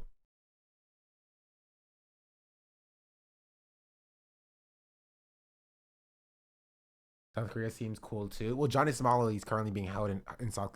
Johnny's been terrorized pretty much every country. You know what I mean? His endorsement is to Kyle. The thin purple line has consequences. I'm back when I go to Tokyo in January with my dad and my brother. We had a good time. The only weird thing I got was from a kid. Well, I mean, I'm going to Japan in November anyway. That's what's happening. It's whether or not I decide to make content is the question. You know what I mean? Yeah. I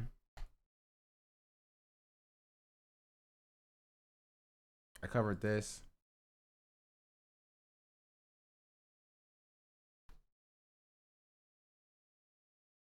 Covered that. Oh, did y'all see the guy who got arrested for brandishing a rifle a few days ago?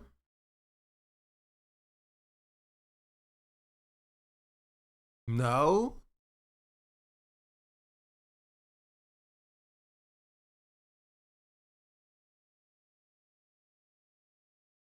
MAGA man ruins his life after getting arrested for brandishing his rifle at an anti-Trump protesters.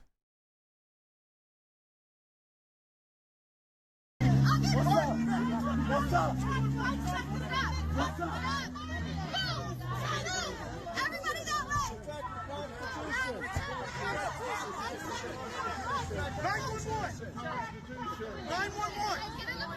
911! 911! You jumped out of your car because you're walking traffic. His wife calls 911. Did you see how the police responded? They were looking for who assaulted him. Wait, really? No stitches. No stitches. He's gonna take off. Wife dry stitching. Yeah, but like this is also just not self. Even if they found and arrested the person, he's not charged. Wait, okay, that's not surprising, but like that's kind of stupid. This is very clearly like brandishing a gun, right? And like it's extended way past self-defense when he starts hunting to shoot somebody. Cause it was self-defense. You can't do this. You can't start walking towards people and make a self-defense claim. Wait, this is Texas, isn't it?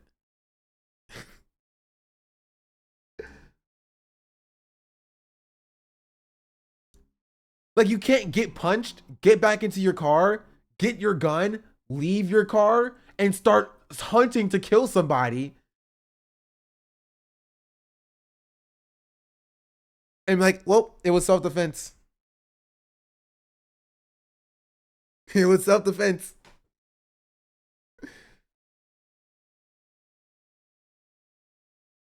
I mean, even Kyle Rittenhouse, like they were making the claim that life was directly being threatened by being attacked in that moment, right? So that even Kyle Rittenhouse is a different situation than this one.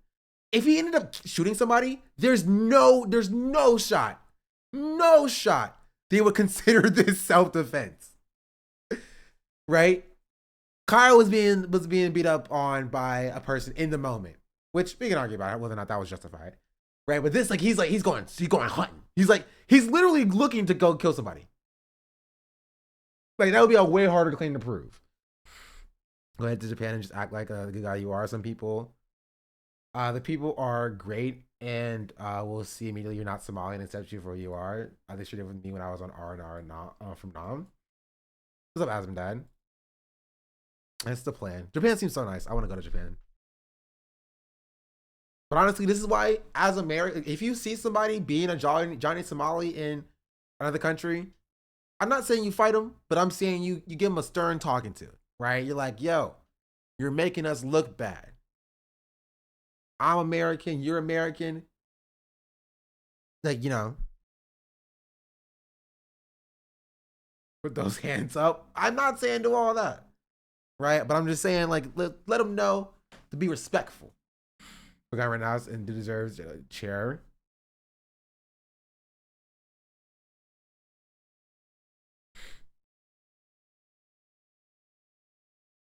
Honestly, I'm glad. I'm just glad I haven't heard of Kyle Rittenhouse in freaking years.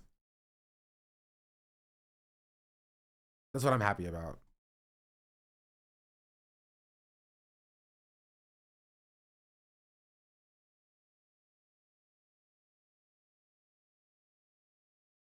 What does RS mean?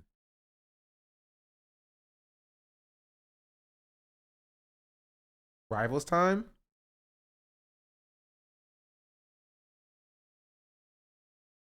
RuneScape?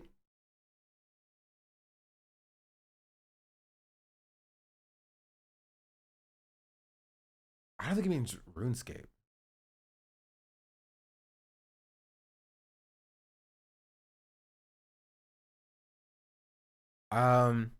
Wait, okay. I was gonna play Rivals, but I think I have a meeting at 12 o'clock.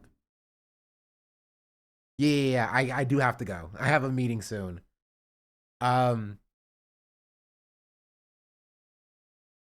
Jesus, I have I have 4 meetings today, bro. That's why I don't take freaking days off. All right.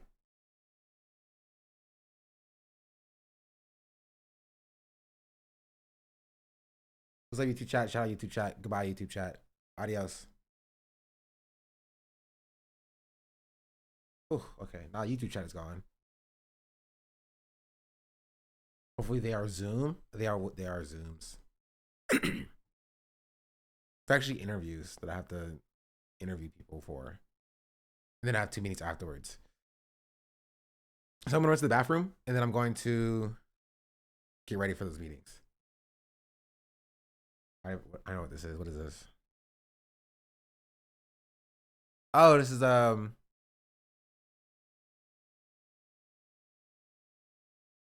Chinese Trump. Okay, I do have to go though. Thanks for watching, chat. Much love. Thanks for being here. Thanks for watching. I'll be back soon.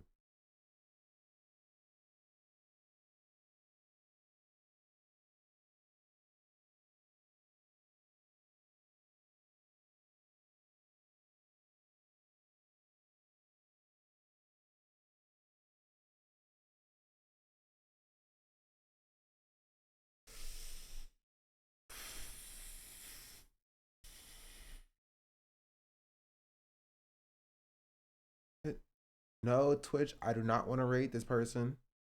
Please don't suggest them to me again. Thank you.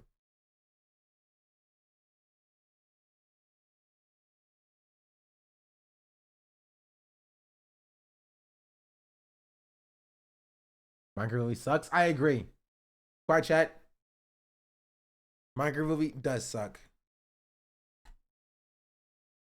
I'll catch y'all later.